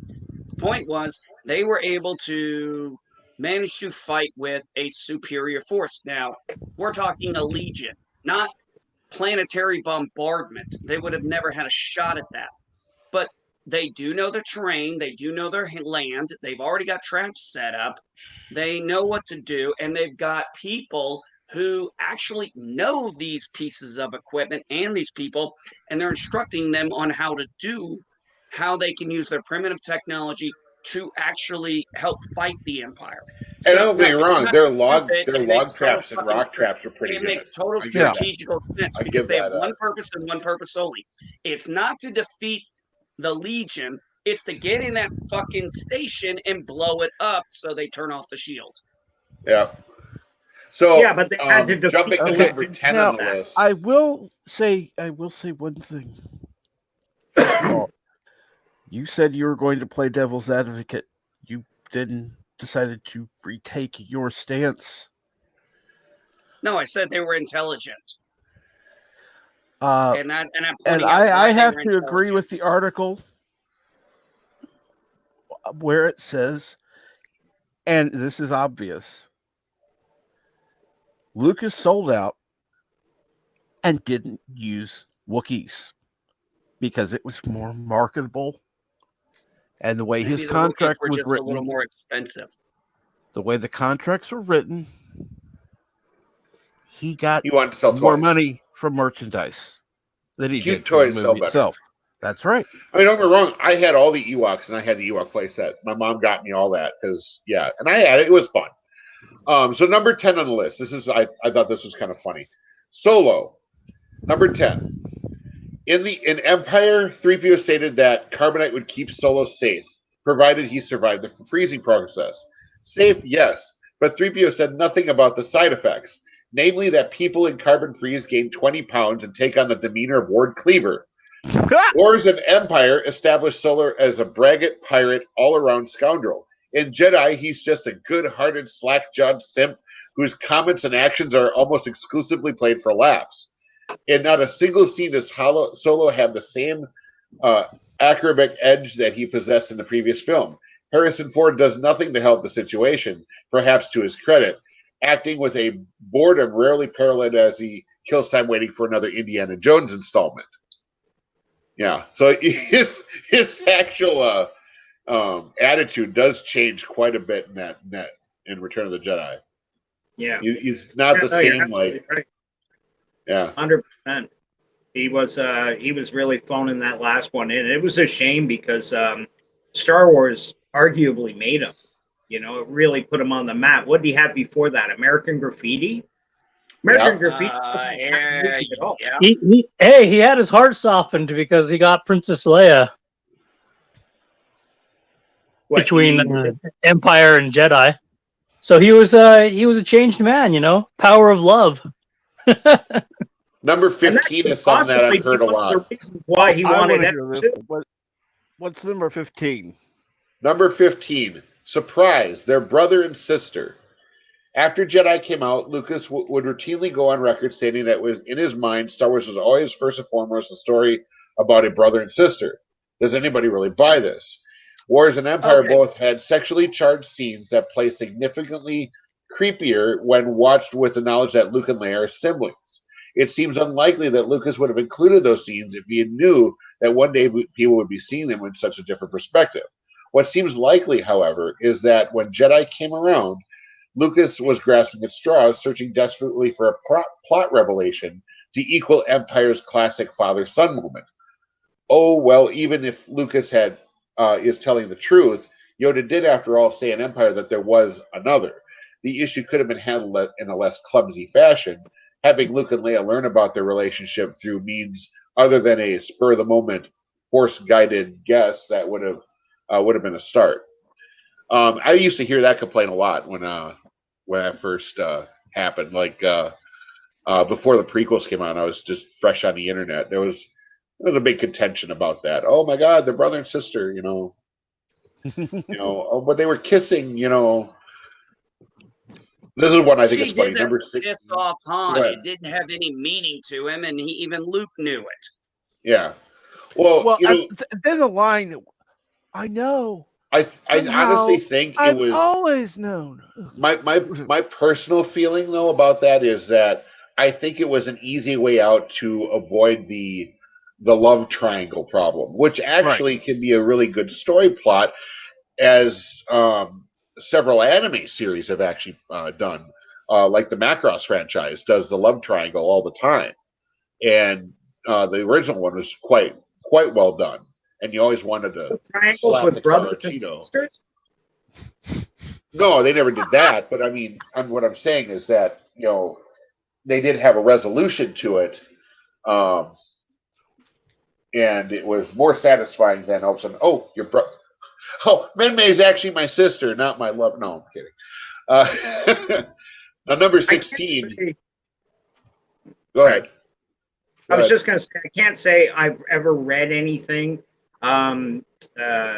too personal about George Lucas's upbringing or whatever, but I think there's some clues in his movie that he's had some experiences which really have shaped him. One example I'll leave is Anakin Skywalker hooking up with a chick that was, like he met her when he was 8 and she was say 17, 18. Then I meets her. I would say she was 15 or 16. Yeah. Okay, maybe I didn't. But still, it seems a little weird. Yeah. She was a 16-year-old queen, which isn't that. I think he was 10. But yeah, beside the point. The overlying point I'm making there is I'm sure there are instances or things from his past where he crushed hard on an older girl he couldn't have or something, and that's worked its way in. So when you read kind of odd stuff like with the paternal kiss or something, it can't help but make you think that. Well, I stress. I've never heard any stories, any background to support anything. It's just kind of a couple of odd things like that make you think that he's got to be drawn from some kind of personal experience. Like, did he in his own fantasies come up with, well, now they're brother and sister? or was there some overlying thing? When Star Wars was written, as I'm sure we all know, Star Wars was kind of written as the first movie, although it comes as chapter 4. He didn't write The Phantom Menace, Attack of the Clones, and the other one until years later. Like he didn't start the series at 1 and work his way up and just decide 4 is the one I'm going to start with. He started with 4, like in the middle of the series. Am I not right? Yeah, probably. However, there's actually Enzo, myself, and I forget who else. It was Chris Knight. We had a big debate on that because see, Lucas has changed his recollection of how he made his movies throughout the years. Right. When he first made the original movie, A New Hope, whatever, Episode 4, whatever the hell you want to call it, Star Wars. It was originally intended to be one movie. He didn't think he was going to get anywhere after that first movie. Right. And then it became such a vast success, they decided to make a sequel. Now, when he first made that movie, he said, "This was it. This was my thing. This was my story. I wanted to make this story." Now, after the success, he made Empire Strikes Back, The Return of the Jedi. Then the story started to change, and he had this overarching concept, and that he decided to start in the middle and then do what he did. His recollection of his own events has changed, and we had this big argument because between Enzo and Chris Knight, where they were like, Chris Knight was saying what I'm saying is that Lucas's ideas have changed since then, or at least what he tells the public has changed. And Enzo was like, "Well, that doesn't matter." I'm like, "Well, it does, because it leads to the credibility of your recollection of the events." And I'm trying not to say story because that's where Enzo was getting confused because he was thinking we were talking about the story of Star Wars and we weren't. So I'm carefully picking my words here. And yeah, so Lucas has not been very transparent about how he came up with his trilogies, and that's his prerogative. Yeah, sure. I kind of got the feeling that he wanted to have some magical Walt Disney-esque type story that this was all thought out years ahead or whatever. Later, when he was that young guy hungry for work that got stole the studio that he could make this movie for 14 million bucks and do it. Yeah, he didn't think of anything like that. A lot of the guys we look back on as heroes, Stan Lee, Gene Roddenberry, George Lucas, they all kind of changed their histories as they got older. I don't know if anybody else noticed that. With Stan Lee, he would admit, how other guys had and I'm not hating on Stan Lee. I love Stan Lee. I really do. But he did get called out for it a couple of times, talking about, well, I invented the Hulk. He said, well, didn't you and Jack Kirby invent? Oh, yeah, no. Yeah, Jack, yeah, no, back in the day. But he'd take Gene Roddenberry. Quite famously, we all know Gene L. Coon, D.C. Fontana had a huge hand in creating the Star Trek mythos. Things we know today like Starfleet, the Klingons, shit like that. Gene Roddenberry didn't come up with. But Gene Roddenberry did come up with Star Trek, the idea of a starship. He wanted to call it the Yorktown originally. So it's just kind of an interesting thing. I'm not trying to deflate any people that we love or anything in any way, shape, or form. I'm just saying that when they get older, they kind of color their own history.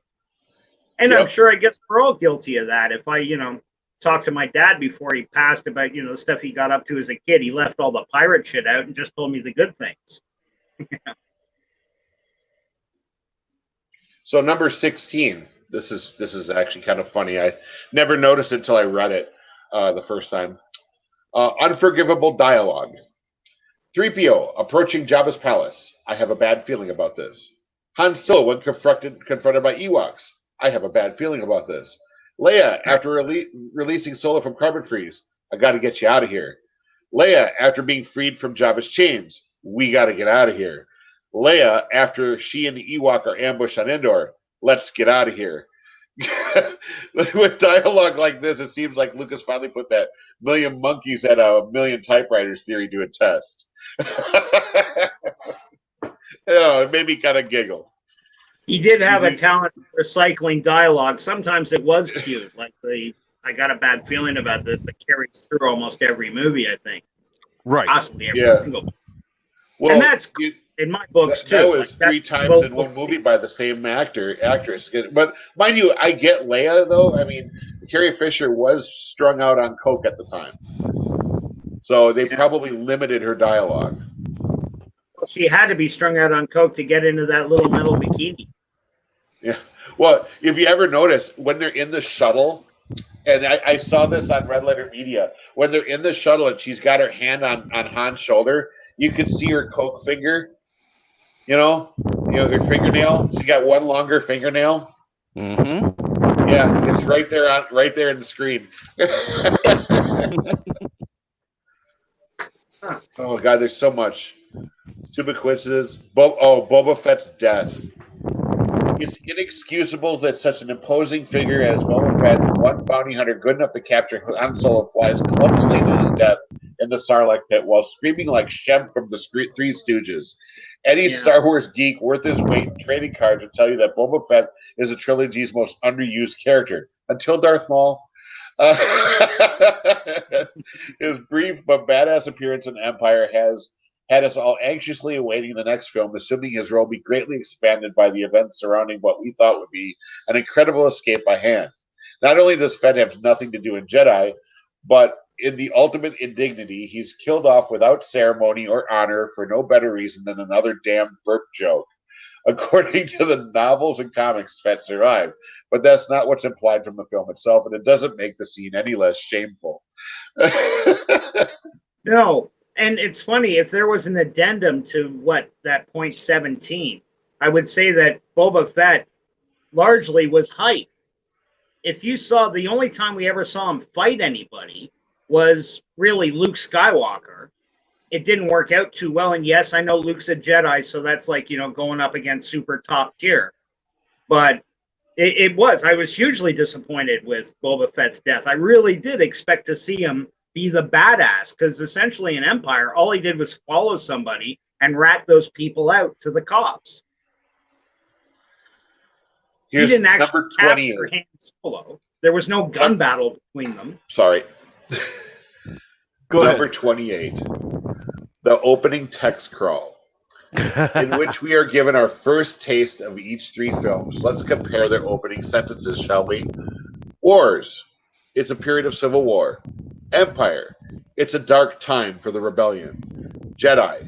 Luke Skywalker has returned to his home planet of Tatooine in an attempt to rescue his friend Han Solo from the clutches of the evil wild gangster Jabba the Hutt. Charo guest stars. Okay, we threw in the part about Charo, but the point is, we're taking mythic tracks versus a blurb from TV Guide. The first sentence in Jedi centers around the word friend. Well, that's just... But we much prefer the first two films' implications that we're about to see something a bit bigger, larger than a buddy picture. Mm-hmm.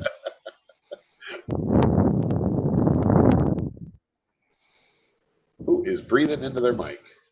Yeah.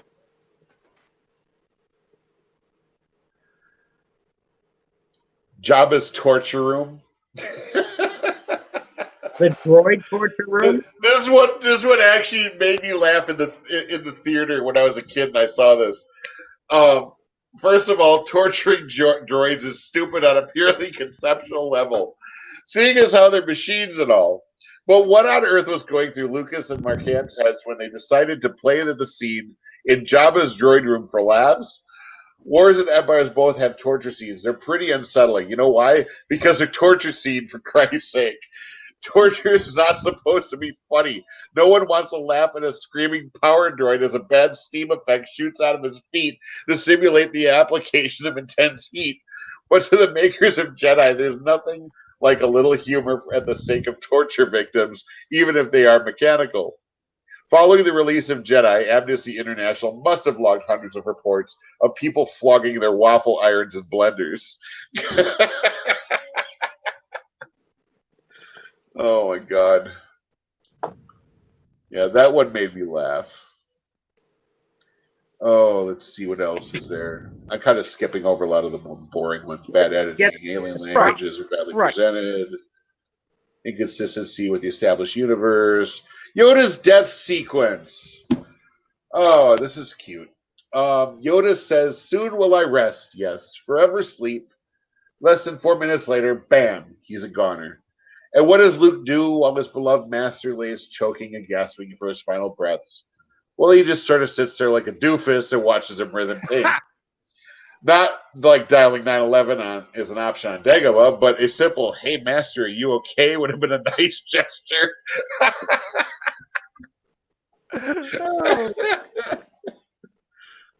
Paradoxical lessons of the Force. Yoda says the only way Luke can become a Jedi is to face Vader. Minutes later, he says it's unfortunate that Luke rushes to face Vader. This, in addition to Yoda's assertion in Empire that if Luke faces Vader, he'll become an agent of evil. So he needs to face Vader to become a Jedi, but he can't face Vader or else he'll become a slave to the dark side. This is a paradox on par with the one Kirk used to confuse and blow up Nomad. Yeah, the only difference I'd say is that they did have a line with Yoda and Ben when he came back as a ghost saying, "Only as a fully trained Jedi will you have the strength to resist." Oh And yeah. There was definitely more to it, but the like what they put in that one blip, it's funny. It is Yeah. funny. Vader's not so special shuttle. When we first saw Vader's shuttle with his clean lines and sleek tri-wing design, it seemed a fitting vessel to transport the leader of his stature. But later we find out that apparently every Imperial shuttle, even the ones that transport supplies to work sites, look just like Vader's. What explanation? After Vader damaged that fancy bent-wing TIE fighter they gave him in Wars, he lost his special ship privileges. The more likely explanation, someone at Lucasfilm was Jeez, too you're lazy or still cheap going. to build a model for a different style shuttlecraft. Oh yes, still going. Are you surprised? I mean, again, I've streamed for 15 hours straight, so what am I talking about? The worst part about that was YouTube cut off the last 4 hours of the stream. So if you rewatch it, it's only 11 hours. But know this, it was truly 15 hours, 45 minutes, and 31 seconds. Wow. And we ended it by getting laid in a video game. So 49. The Wizard of Oz. Homage at Jabba's front door. Anyone who's ever seen MGM's seminal music fantasy experiences more than a little deja vu when 3PO knocks on Jabba's door and asks the whimsical attendant to admit him to the Emerald City, Rusty Palace. Had there been a precedent of scene-specific homage in Wars or Empire, it might have been more forgiving on this point. But the scene is presented in Jedi sticks out and degrades the overall integrity of the mythos. I don't know. I kind of like the scene of the droid and the thing, but anyways, sure, Wars is mimicked Kurosawa as the hidden fortress and almost scene for scene, but it's socially maladapted from geeks that notice that. Yeah, I don't know. That one I thought was interesting because it is actually, and it's been admitted that, and Carrie Fisher in an interview did say that he did lift a lot of ideas. He lifted ideas from Wizard of Oz, and that was one of the scenes he did. But I don't think the scene was anything bad. I disagree that it should be on the list. And unfortunately, it wasn't really a whimsical thing that they put in the list either. And then number 50, last but not least, the Sarlacc pit as Freud's vagina. I said it wrong again. Dead date. Come on, like it never occurred to you. And in the original article had the picture of it right next to it. It was great.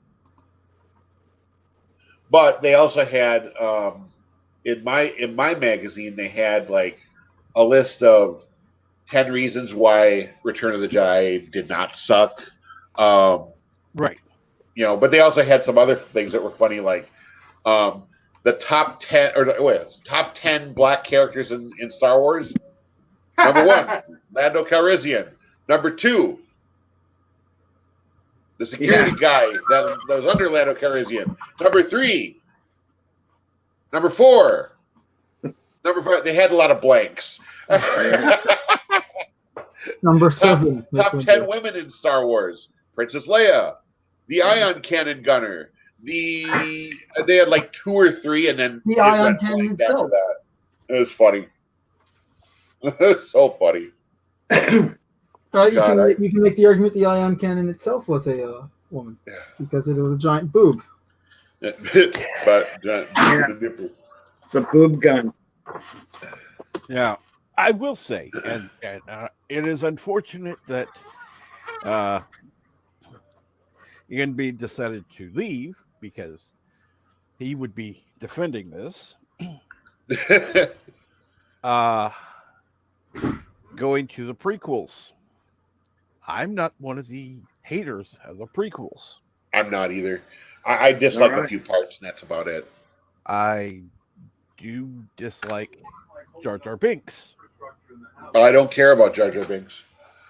And it never bothered me. Well, he was weird, but I mean, I expect weird characters in Star Wars, so right. I was never put off by him. I'm not one of those people that say he's the worst character ever. I'm like, no, he's a plot device, is what he is. Right. You know. Well, and then I did,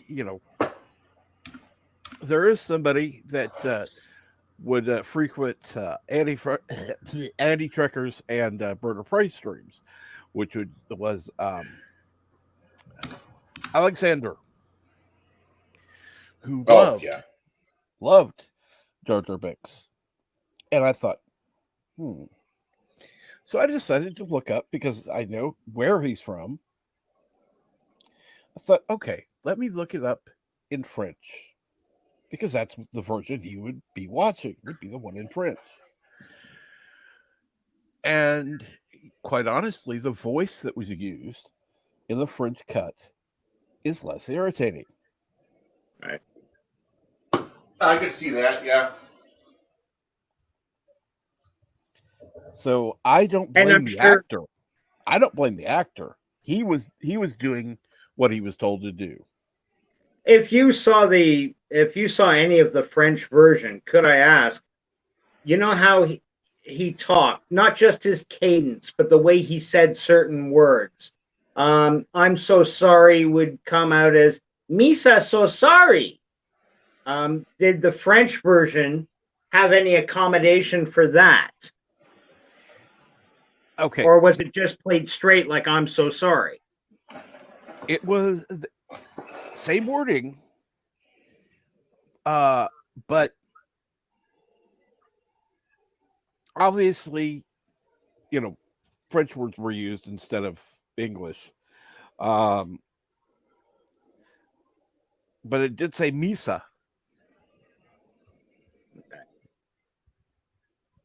Okay. Right, I actually do have to go. I just wanted to pop in and say, hey, I'm glad you did. Guys, if you haven't subscribed to this dude, why haven't you? What's wrong with you? Go subscribe to Captain Trek and everyone else on the panel.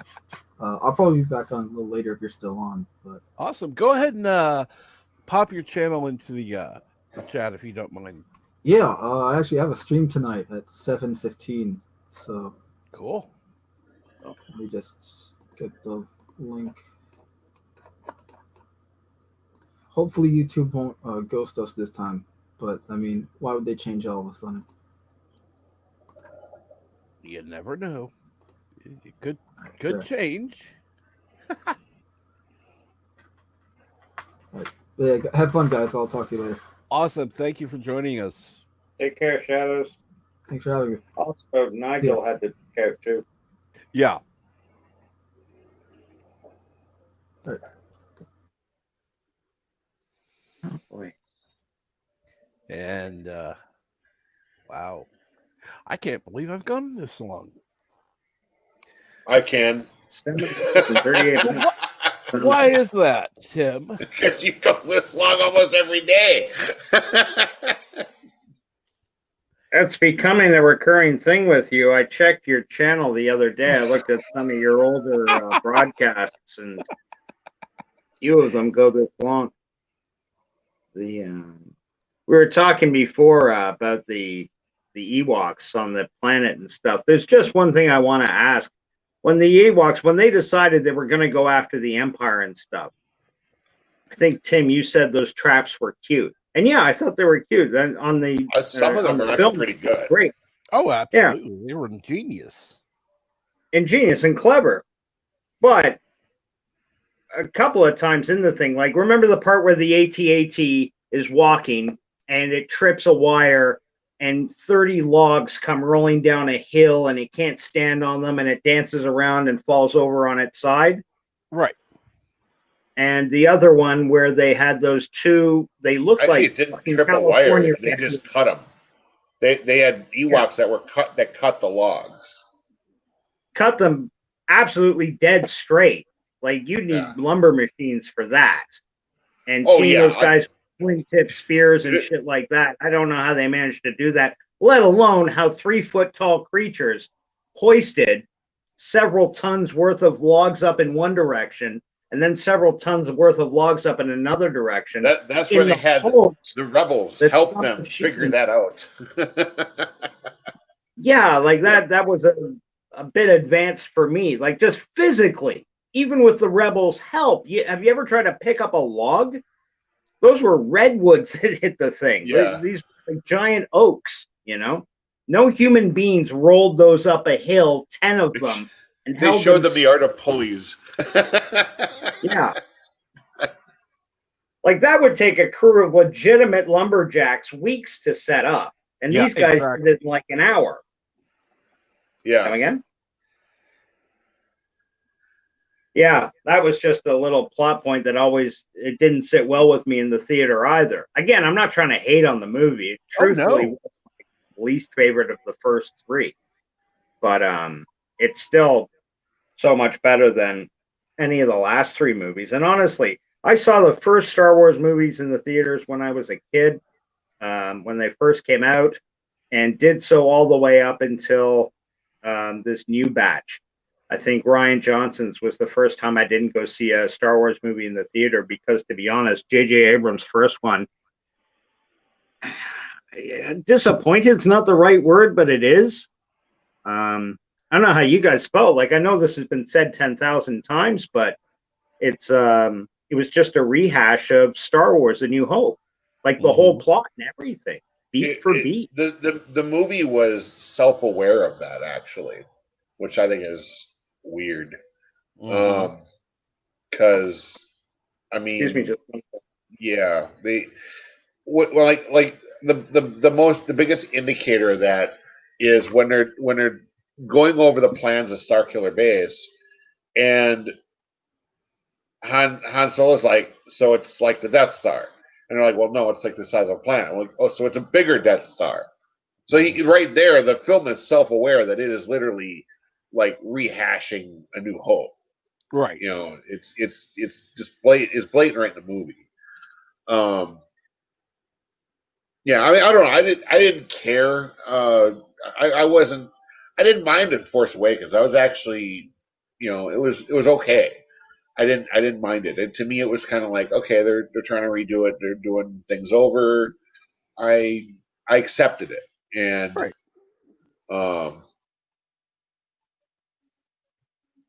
When it came to the Last Jedi, though, I was fine until the flashback scene with Luke standing over Kylo Ren. Okay. Yeah. Then I checked out. I was like, I immediately went, fuck this shit. That is not Luke Skywalker. There's no way in hell that's Luke Skywalker. No. Now, okay, I'm going to address something that not Ryan Johnson said. Easy for me to say. Mythbusters did a show on the Ewoks destroying the ATSTs. Oh, I'm sure they did. Yeah, that I would have loved to have seen that one. Yeah, that's funny. I really would have. That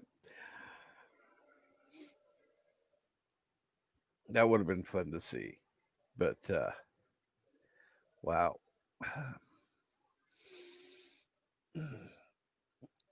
Now yes, I could pick apart every episode of Star Trek everything, good, bad, whatever. I love it. Uh, as far as uh, the original series to Enterprise, and I can do the same thing with Star Wars, all 6 movies. But when I'm going on the different ones, I'm going, I can't point out the good. I mean, there isn't anything that's exceptional that is going, yeah, this is good. And I'm just going, I don't like this. I don't like this. I don't like this. I don't like this. And it's just like, why even bother? Yeah.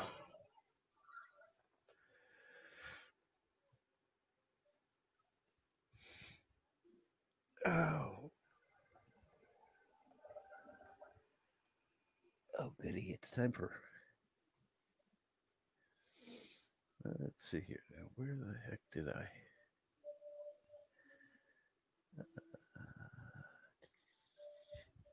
Dang, dang it! I forgot about. Yeah, I lost part one thing I said earlier. Anyhow, hmm, well, let's see here. I want to thank everybody for coming today. I think I'm going to go ahead and call this a stream. And Tim, if you'll stay in, I'll be talking to you a little bit more. Well, I'm gonna hop out and go to LDG's stream in a minute. I was gonna say that sooner or later. But anyhow, thanks again. Thank you everyone that's joined the panel. Thank you everyone for that's been in chat. And yeah, Thomas Potts, you better stay on YouTube. That's all I'm going to say. And Plot, please, Captain. Kapla. And please, if you have not done so, we have our dear friend who Bird of Prey like to call by my name, Captain Redneck. His family is collecting funds to cover the cost of his funeral. They need about $940 to finish covering the costs. If you can give anything, please do. If not, send your thoughts and prayers for the family. Everything would be appreciated. And have a great day.